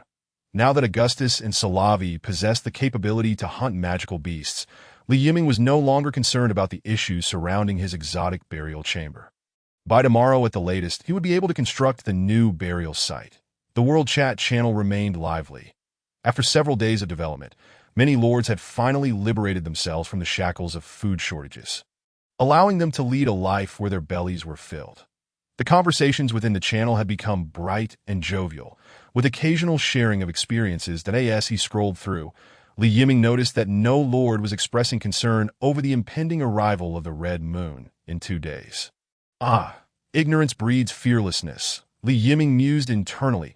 Idea you think that solving your hunger problems means you are out of danger. This is merely the beginning. The Red Moon is undoubtedly a perilous threshold. Failing to surpass it would lead to dire consequences. The world protection would also vanish in 7 days, leaving the lords fully exposed at that time. They would not only face the magical beasts unleashed during the Red Moon, but also the malevolent indigenous peoples. Li Yiming had observed that some lords had already encountered the natives, and some had even clashed with them. World Chat. Oh dear, goblins are so bothersome. There are too many. I can't kill them all. Have you never fought them? I ran back to my territory. Invincibility protection. Haha, those little green imps outside are jumping in frustration. It's hilarious. Haha, me too. I encountered an oversized spider, and now it's outside my territory. I won't go out just to infuriate it. I'm envious of your ability to venture out. Since my arrival, I've had a giant bat flying overhead, and I haven't dared to step out of my territory. Don't worry if you can't win. Just retreat to your territory. After all, it's invincible. Li Yiming propped his head up, pondering whether he should remind them that there were only 2 days left of world protection. Should they not consider what to do after its disappearance? As noon approached, he once again placed a batch of food in the trading area. The trading zone was filled with numerous peculiar items, all special materials discovered by the lords. Li Yiming examined them and found nothing of personal necessity. Upon reflection, he realized that he had indeed gained a significant advantage. The early demands of the undead race were not high, making development considerably easier. Had he been of another race, he would likely share the same furrowed brows as other lords in recent days. Li Yiming had been quite busy, leaving little time to monitor World Chat. Now he finally had the opportunity to eavesdrop. Extracting the essence, he found that there were still many useful messages within the World Chat. For instance, regarding races, Li Yiming discovered that this world boasted an overwhelming variety of races, a chaotic assortment to be sure. Conventional races like elves and dwarves were present, but there were also bizarre races, such as the mudfolk, a race born from mudflats. The mudfolk could transform into mud, concealing themselves in the mire, and when they struck, they could drag individuals into the muck to drown. Upon leaving the mire, their bodies would gradually harden, greatly enhancing their defense. However, if they solidified completely, they would be rendered immobile and slowly perish. There were also plant-based races, like the grassroots and vines, that no wonder it was said that myriad races were vying for supremacy. Li Yiming had thought it an exaggeration, yet it seemed rather realistic. What a vibrant and perilous world this is. In the afternoon, commotion erupted outside. The tribes that had previously signed contracts with Li Yiming began their migration. Peering outside, he found little amusement and retreated back to the chamber to continue monitoring the chat. While he was eavesdropping, Ali approached him. "What is it?" Li Yiming asked lazily, reclining in his bone chair, his attention elsewhere. "My lord, I have brought a gift." Ali bowed before stating that a gift. Li Yiming turned his head, pulling his focus away from the world chat and gazing at Ali. "What gift?" The nature of the gift was of little consequence. The mere act of receiving one brought him joy, and he was quite intrigued by what Ali had to offer. "The ancestors' bones from the Oaf tribe have been sent to you." "Oh, the bones of trolls."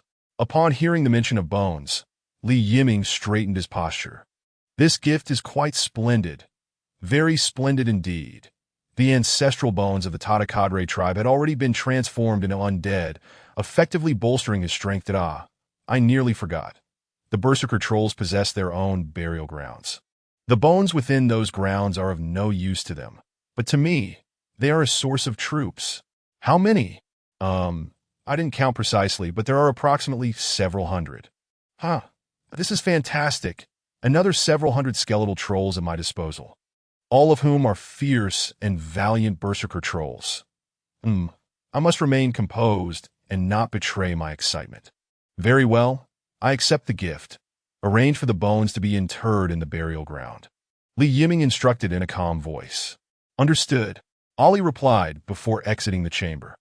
Outside, Oaf and several other tribal leaders awaited anxiously. After becoming vassals, they had been fretting over what to offer their lord.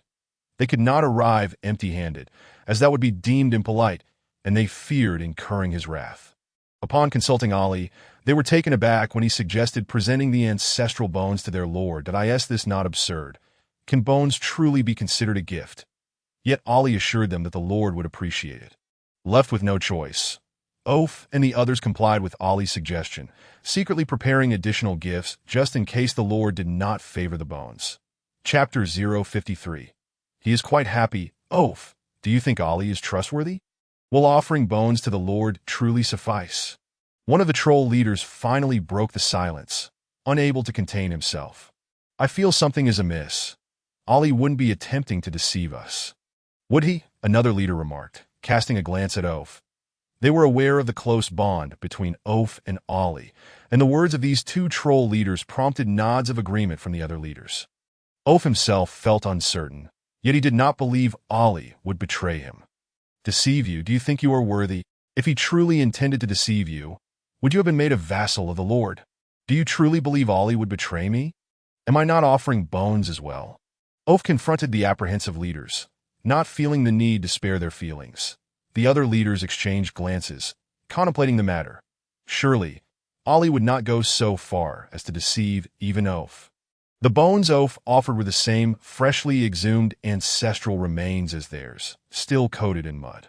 By the way, what gifts have you prepared? One troll leader shifted the topic, inquiring about the other's offerings. I haven't prepared anything, the leader under scrutiny stammered. At this moment, there's no need to feign ignorance. I do not believe you have not prepared other gifts. The troll chieftain who had spoken earlier remarked with a sardonic laugh. What is there to hide? I have arranged for two exquisite beauties. Their figures, their complexion, simply divine, interjected another troll chieftain, chuckling lewdly. Indeed, our esteemed lord is a most noble skeletal undead, and you propose to present such trolls from your tribe? Their appearance would haunt my dreams. Right. With that aesthetic of yours, how do you expect the Lord to appreciate your beauties? By their two grotesquely yellowed tusks. How utterly ridiculous to offer beauties to an undead. What were you thinking? Hoping to infuriate our Lord, or perhaps to have him utilize their bones? Silence. How dare you speak of our Lord in such a manner? Ulf glared, his voice booming with authority. The scolding startled the other chieftains into silence, and they quickly fell quiet. After surveying the chieftains, Ulf slowly cautioned. Mind your words. You must be wary of what you say, lest disaster befall you. The other chieftains nodded earnestly in agreement. Indeed, they were no longer the reckless chieftains of the savage troll tribe. They were now the vassals of their lord, who held their fates in his hands that if the Lord were displeased, their lives could hang in the balance. While they were not afraid of death, it would be utterly foolish to perish over mere words, especially for having spoken ill of their lord, a fate that would lead to eternal disgrace, forever barring them from becoming undead. Ulf, what gifts have you prepared? After a moment of silence, another chieftain finally inquired, curiosity evident in their eyes. Metals, jewels, crafts? I am uncertain what would please our lord. Ulf sighed. Metals, jewels, and crafts were commonplace gifts. Frankly, he doubted the Lord would deign to value such offerings. The undead have no need for such trinkets. Yet he could not fathom what the undead truly desired. They did not require food or sleep. Gold and silver held no worth for them. Presenting gifts to the undead was undoubtedly a vexing dilemma. Upon hearing Ulf's words, the chieftains fell into contemplative silence. Indeed, they were at a loss for what to offer, their usual gifts now utterly inadequate. As the trolls pondered in silence, Ali swiftly emerged from the tomb. Upon seeing him, the chieftains clustered around. Ali, what did our Lord say? Did our Lord accept our gifts? If our Lord is displeased, we can offer other gifts. Yes, we have other offerings. Scanning the eager faces of the chieftains, Ali raised his chin, a triumphant expression adorning his face that he had never experienced such treatment before. The savage trolls had once held themselves with pride, dismissing others entirely. Now, they sought his favor. The wisest decision of my life was to unreservedly pledge myself as a vassal to our Lord. The Lord accepted the gifts and expressed great joy, Ali declared. His chin lifted, smirking. Incredible, he truly accepted them. Ali would not deceive us. Nonsense. When has Ali ever deceived us? Indeed, you speak foolishly. Ali, do not heed his words. We will depend on your guidance in the future. Ali cast a suspicious glance at the chieftains. Wondering if they had been speaking ill of him in his absence, that he exchanged a knowing look with Ulf.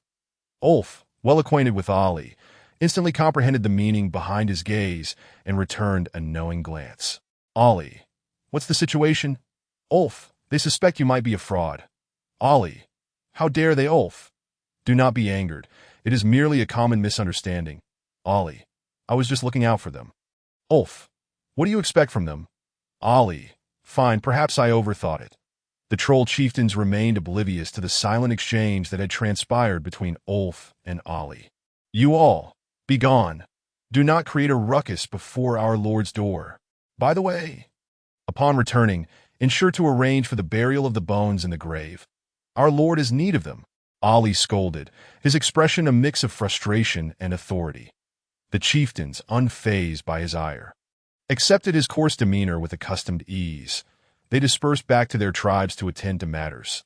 The burial of the bones was paramount, as it was a command from their lord, and they could not afford to delay his wishes. Once the other chieftains had departed, Ulf remained, approaching Ali. Did our Lord truly accept the bones and express happiness? He accepted the bones, but whether he is pleased, do you think I can discern? Ali replied with exasperation. Ulf contemplated this, realizing the logic in Ali's words. Their lord was but a skeletal figure. It was impossible to gauge his emotions through facial expressions. Then, do not me that I shall speak plainly. Our Lord requires bones, an abundance of them. Do you not grasp the significance? What do you mean?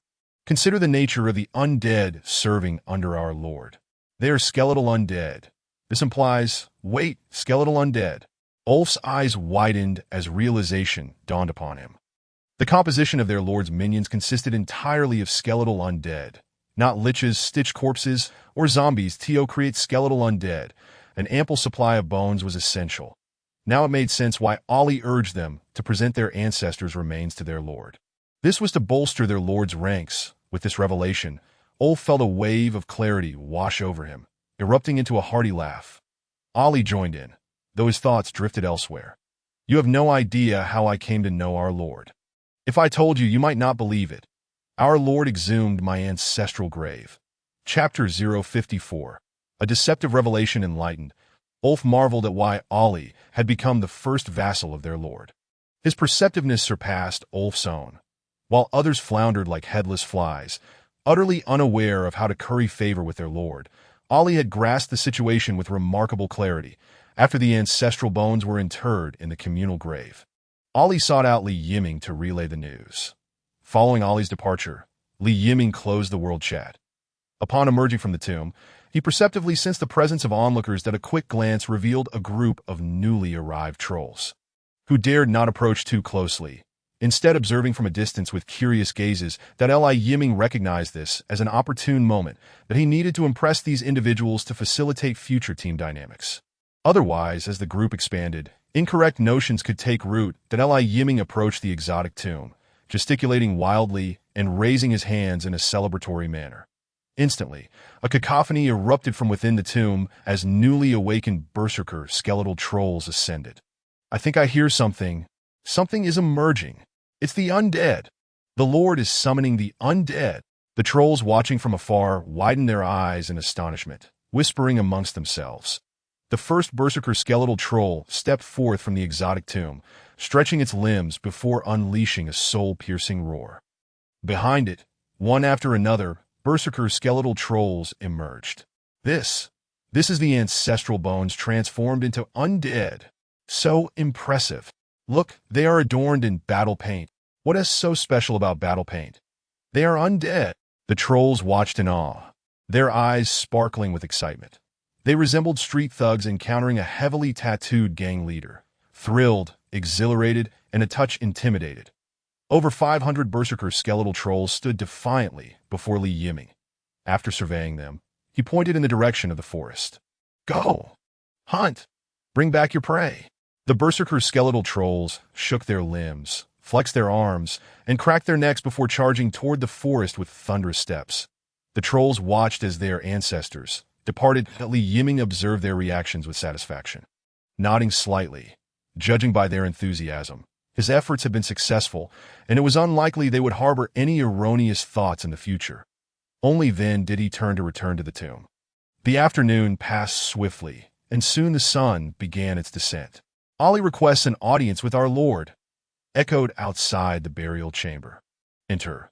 Yiming responded lazily, reclining in his bony chair. Upon receiving permission, Ollie stepped into the tomb, bowing respectfully to Yiming. What is it? Yiming inquired, still slumped in his chair.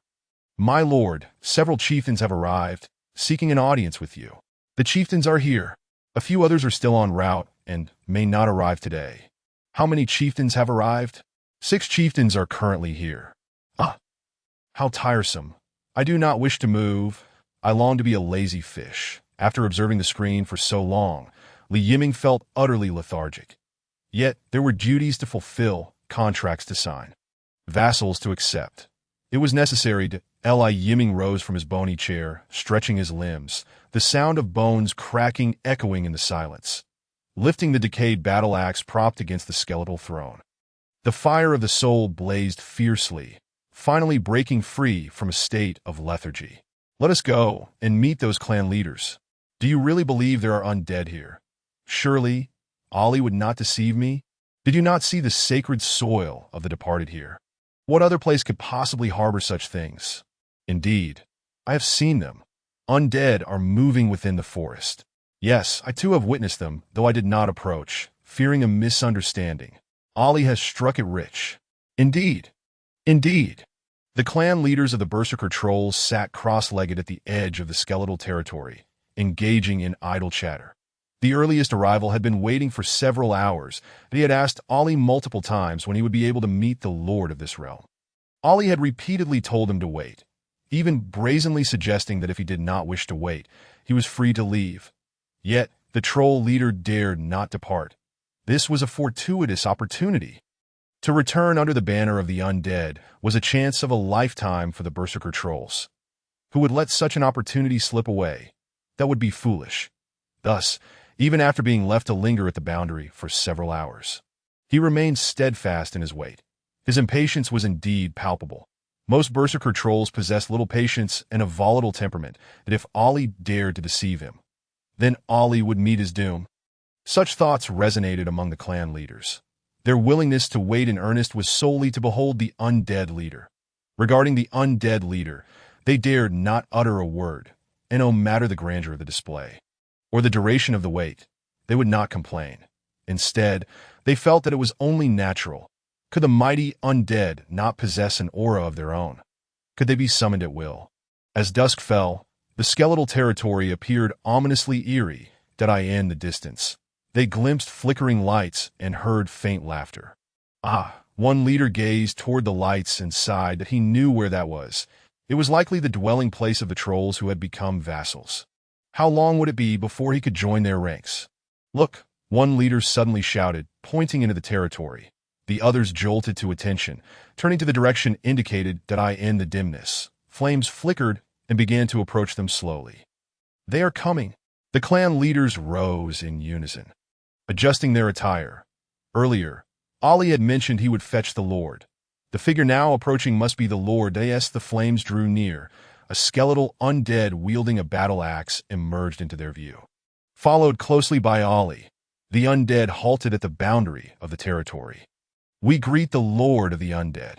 The Berserker Troll clan leaders bowed deeply. Rise! The voice of Li Yiming resonated within their souls, causing them to straighten up in astonishment. Soul transmission. This truly was the undead leader. What followed was a mere formality, a repetition of duties that Li Yiming was too disinterested to speak. Ali incessantly chattered beside him, dazzling the clan leaders into a daze. In Ali's words, the skeletal territory was a paradise seldom found in the heavens or the earth, and becoming a vassal was a divine blessing, with a glorious future awaiting them. Li Yiming scratched his head inwardly. Was his territory truly so remarkable? Why was he unaware? Little D, is that you? It must be said that Ali's incessant chatter was exceptionally effective. The clan leaders genuinely accepted it, their eyes sparkling with wonder as they looked toward Li Yiming. What more was there to say? Come. These are the soul contracts. Sign them. After Ali's brainwashing, the leaders did not even think twice. Failing to review the contracts before signing, as they put it, such a magnificent skeletal lord could not possibly deceive them. Li Yiming cast a sidelong glance at Ali, who gave him a thumbs up. Well done, little D. In the dead of night, the bright moon hung in the sky. The moonlight struggled to pierce through the mist, casting delicate silver spots within the skeletal territory. Silence reigned in the realm. The boisterous trolls of the day had long since succumbed to slumber, with only the flickering flames of the campfire dancing sporadically. A few skeletal undead emerged from the forest, bearing their catch. Entering the territory, on such a night, only the undaunted undead, unafraid of toil and fatigue, continued their labor. They lifted the prey to the deep burial pit, several skeletons exerting their strength in unison to toss the catch down. The prey plummeted into the pitch-black abyss, vanishing without a trace, soundlessly. After completing their task, they turned quietly, swaying as they returned to the forest. Li Yiming slumped within the tomb, the tranquility soothing his spirit. The clamor of the world fading away. Perhaps this was the sole peace that the undead sought. The fire within his skull dimmed, gradually retracting, as though extinguishing, ultimately transforming into a tiny point of light. Chapter 055. A newborn at dawn. The first rays of the sun heralded the sixth day. The tiny point of light trembled slightly, swelling and contracting, before bursting forth in an explosion of fierce soul fire. Li Yiming awakened from his slumber, gradually shaking off his confusion as he surveyed his surroundings. Rising, he stretched before checking his information. His storage had accumulated a wealth of materials. The skeletal undead continued their diligent hunting. Oh, they had hunted magical beasts again, and remarkably, there were 5. Excellent. New exotic burial chambers could be constructed. The newly hunted magical beasts were all of the wolf clan. Li Yiming suspected that Augustus and Sheila had hunted a pack of wolves. But what did that matter to him? In any case, resources were sufficient. It was time to erect new structures. Starting the day with such good fortune surely promised smooth sailing. Let us proceed to construct the exotic burial chamber, magical beasts. The new structure quickly manifested. On the surface, it appeared as a dark, unassuming hole. Li Yiming now possessed 8 magical beast skeletons. 1 explosive magic tiger skeleton, 1 earth magic bear skeleton, 1 hurricane leopard skeleton, and 5 gale magic wolf skeletons. These magical beasts were formidable during their lifetimes. He wondered if they would retain their strength as undead, that a thrill of excitement coursed through Li Yiming as he rubbed his hands together. Deciding to summon the explosive magic tiger first. The explosive magic tiger had left a lasting impression on Li Yiming. Without Augustus and Sheila, he would never have had the chance to defeat it. Summon. Explosive magic tiger. A deep, muffled roar emanated from the burial chamber, and a fearsome skeletal tiger head emerged from within, followed swiftly by the skeletal explosive magic tiger bursting forth that it howled at the sky. Its tail whipping the ground like a steel whip, sending dust swirling into the air. Oh, splendid! This specimen appears quite formidable. Li Yiming gazed at the skeletal explosive magic tiger, his heart filled with joy. Explosive magic tiger, magical beast skeleton undead. Level, peak level 1 cannot evolve. Loyalty. Unit traits, undead, soul fire unextinguished skeleton unperishable. Skills, explosive fireball, protective flames. Peak level 1 cannot evolve. This creature is born at its pinnacle, unable to grow. It merely possesses a fierce appearance, lacking substance that Li Yiming grimaced slightly in disdain. Presently, this level 1 peak magic tiger still holds some utility, but as his army of undead grows, higher tier undead will emerge in droves, relegating the explosive magic tiger to the status of cannon fodder. Li Yiming was perplexed by the world's ranking system, and it felt exceedingly complex. The skeletal undead were not defined by tier levels of combat strength, but rather by the potency of their souls and their chosen classes.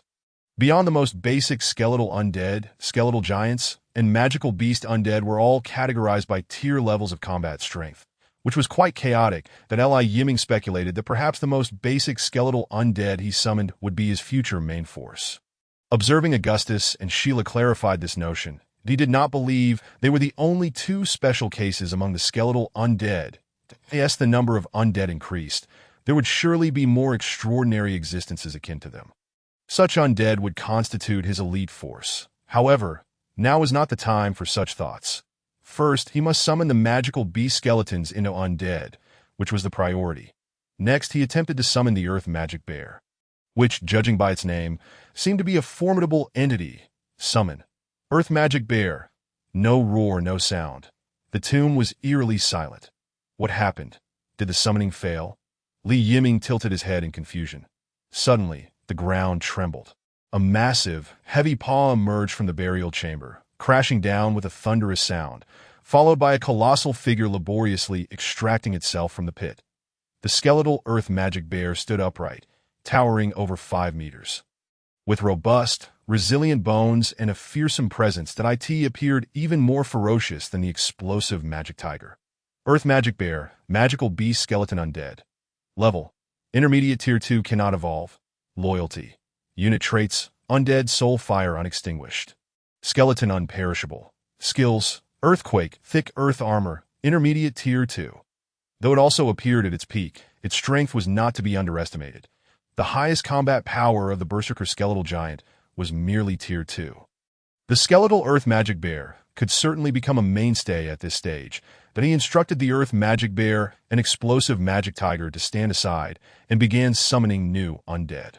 This time he opted for the gale magic wolves, summoning 5 at once. The magical wolves did not disappoint, though their strength was somewhat lacking. Tempest Phantom Wolf, undead beast. Level, first tier low, cannot evolve. Loyalty. Unit trait, undead, soul fire unquenchable. Bones immortal.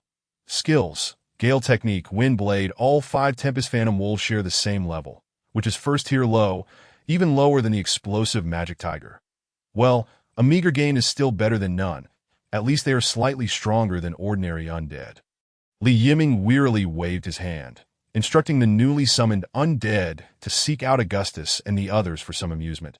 The strength of the beastly undead is still useful at this stage, capable of joining the elite hunting team. With only 1 beast corpse left, Li Yiming held little hope and summoned it with a casual gesture. The wind was light and the clouds were sparse. There was no sound. Was it planning to emerge directly like the earth demon bear? No, this is a hurricane leopard, which eyes into even a large beast. Li Yiming felt puzzled. Then he saw a small creature staggering out from the tomb. Indeed, it was a diminutive creature, roughly the size of a kitten, a hurricane leopard. What the hell? I even summoned a baby beast.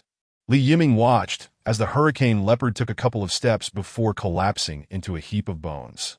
His expression darkening. Did this even considered undead? It's weaker than a newly born skeletal undead. Li Yiming felt as if a lump was lodged in his throat. He was now seriously doubting whether Little Spirit was playing tricks on him or if he had failed the summoning. Otherwise, why would such a pitiful creature be summoned? One glance was enough to tell that this creature was pathetically weak. What could this small frame possibly fight against? A rabbit. A rabbit could squash it with a single plop. I am in deep trouble. After a lengthy struggle, Li Yiming managed to suppress the soul fire that had nearly blackened his skull. Let us check the information. Hurricane leopard undead beast. Level, baby can evolve. Growth stage, newborn, loyalty. Unit trait, undead, soul fire unquenchable. Bones immortal. Skills, dash. The level is actually baby. Am I playing some fantasy game here? Summoning an undead and it turns out to be a baby. Wait a moment, a baby? Can evolve. Aye. Li Yiming's soul fire blazed ferociously in his eye sockets, nearly bursting forth. This creature is actually a growth-type undead beast. The previous undead beasts were all peak upon emergence, lacking any growth potential. Now this little fellow is indeed capable of evolving. It possesses attributes akin to a normal skeletal undead. This is somewhat promising that moment. The little hurricane leopard was diligently attempting to piece itself back together. When it raised its head, it found itself staring at a gigantic skull. Startled, it took 2 steps back, only to collapse once more in a clatter. Chapter 056. Silver Undead, come here, come here. In the realm of the undead, Li Yiming crouched down, beckoning a tiny skeletal beast ahead of him. The diminutive creature scampered towards Li Yiming, but after only a few steps, it shattered into fragments. Struggling to restore itself, it continued its approach toward Li Yiming. This skeletal beast may not appear particularly endearing, and might even be somewhat alarming. Yet to Li Yiming, it was utterly adorable. After all, it was a growth-capable beastling with immense potential for future development. The trio of small creatures noticed the commotion and rushed over. Tongues lolling, they encircled the skeletal beastling, spinning around it a few times, their eyes filled with confusion. "What is this thing, third?" asked the second wolf. "Not quite sure. It seems similar to those moving bones," replied the third. "What do you think?" "Bit. It's just bones, damn it." Before the third could intervene, the first wolf lunged forward, biting down on the little hurricane leopard's spine and darting away. Just as the little hurricane leopard was piecing itself back together, its spine was snatched away by the first wolf, causing its tiny skull to clatter to the ground. Its limbs scattered. Yiming could almost see tears welling up in that little soul fire. "Damn it, foolish dog. Big. Return that to me?" Li Yiming bellowed within his soul. After a while, the first wolf was dragged back to Li Yiming by the second wolf, who had clamped down on its neck. "Let go!" Li Yiming scolded while grasping the spine that the first wolf had bitten. The first wolf stared blankly at Li Yiming's blazing soul fire before reluctantly releasing its grip. Upon examining the spine, Li Yiming found it mostly intact apart from 2 rows of bite marks. He tossed the spine back to the little hurricane leopard, allowing it to reassemble itself. Grabbing the first wolf, he hoisted it up and delivered a sharp slap. "Ow, still daring to yelp? Keep it up and I'll stew you." "Whimper," the second wolf inquired. "What does stew mean?" The third replied, "Not sure." The second continued, "What does it mean that the master wants to stew big?" The third again replied, "I don't know." The second queried, "Will Big die?" The third said, "No idea." The second pressed, "Why don't you know anything?" The third retorted, "As if you know everything." The second fell silent. "If Big dies, then I will be the boss." After threatening the first wolf, Li Yiming tossed it back onto the ground and waved the trio away. The first wolf, as if granted a reprieve, dashed away, realizing the master was genuinely angry, and it needed to flee to save its life. That as soon as it hit the ground, the first wolf took off, panting heavily as it ran far away. The second and third wolves exchanged glances with Li Yiming before chasing after the first.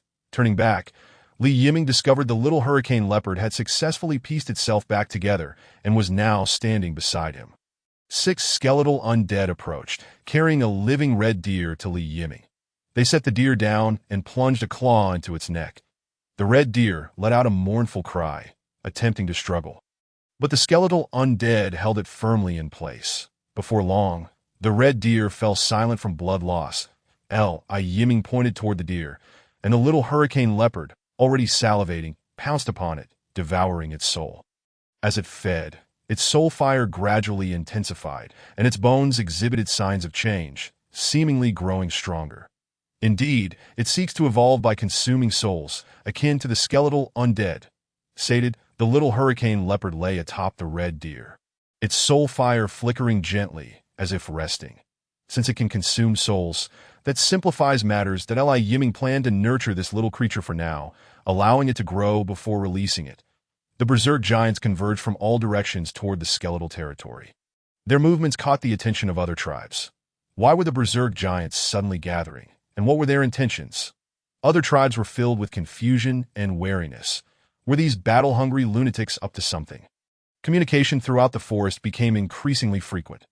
Various means of communication were utilized, as everyone sought to uncover the berserk giants' motives or targets. Such large-scale gatherings were rare occurrences.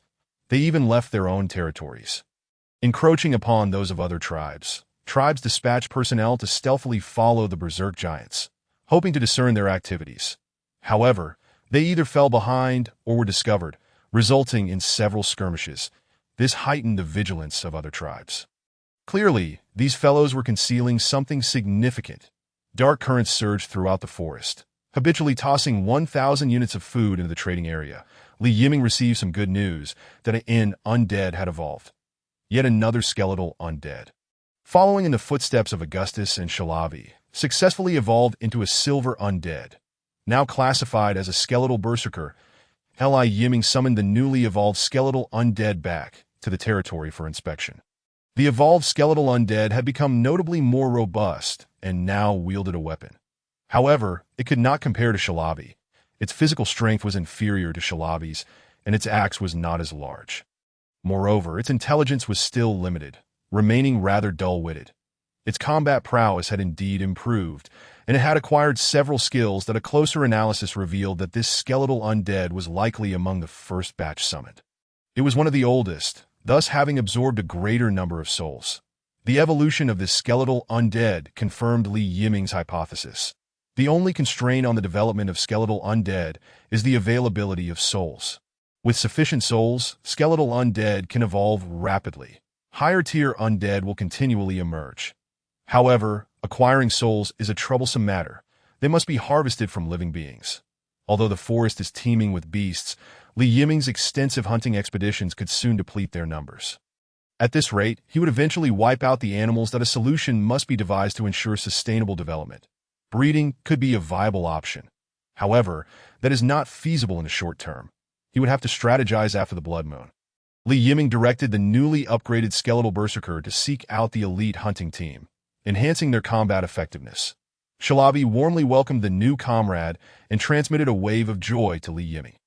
At present, Li Yiming was quite anxious. The blood moon was drawing near, and his high-tier combat strength was still insufficient. That if what Ali said was true, with beasts launching an assault, he might not be able to withstand the onslaught. Currently, it seems only Augustus and Shalavi possess the ability to inflict damage on the beasts. This implies that only undead that evolve to the silver level can stand a chance against the beasts. Troublesome. Today and tomorrow, there are only 2 days left until the world protection dissipates. The blood moon is likely an event that occurs at night. This means that specifically, the blood moon will descend the night after tomorrow. He essentially has 3 days to prepare. In these 3 days, he must evolve a batch of silver-level skeletal undead. He needs to find more prey to absorb their souls. To be honest, there are quite a few mature skeletal undead available. The undead that were summoned upon their arrival have all reached maturity, that as long as there are sufficient souls, these specters can swiftly evolve into silver-tier entities. However, where can one possibly find such an abundance of prey? Exclamation point.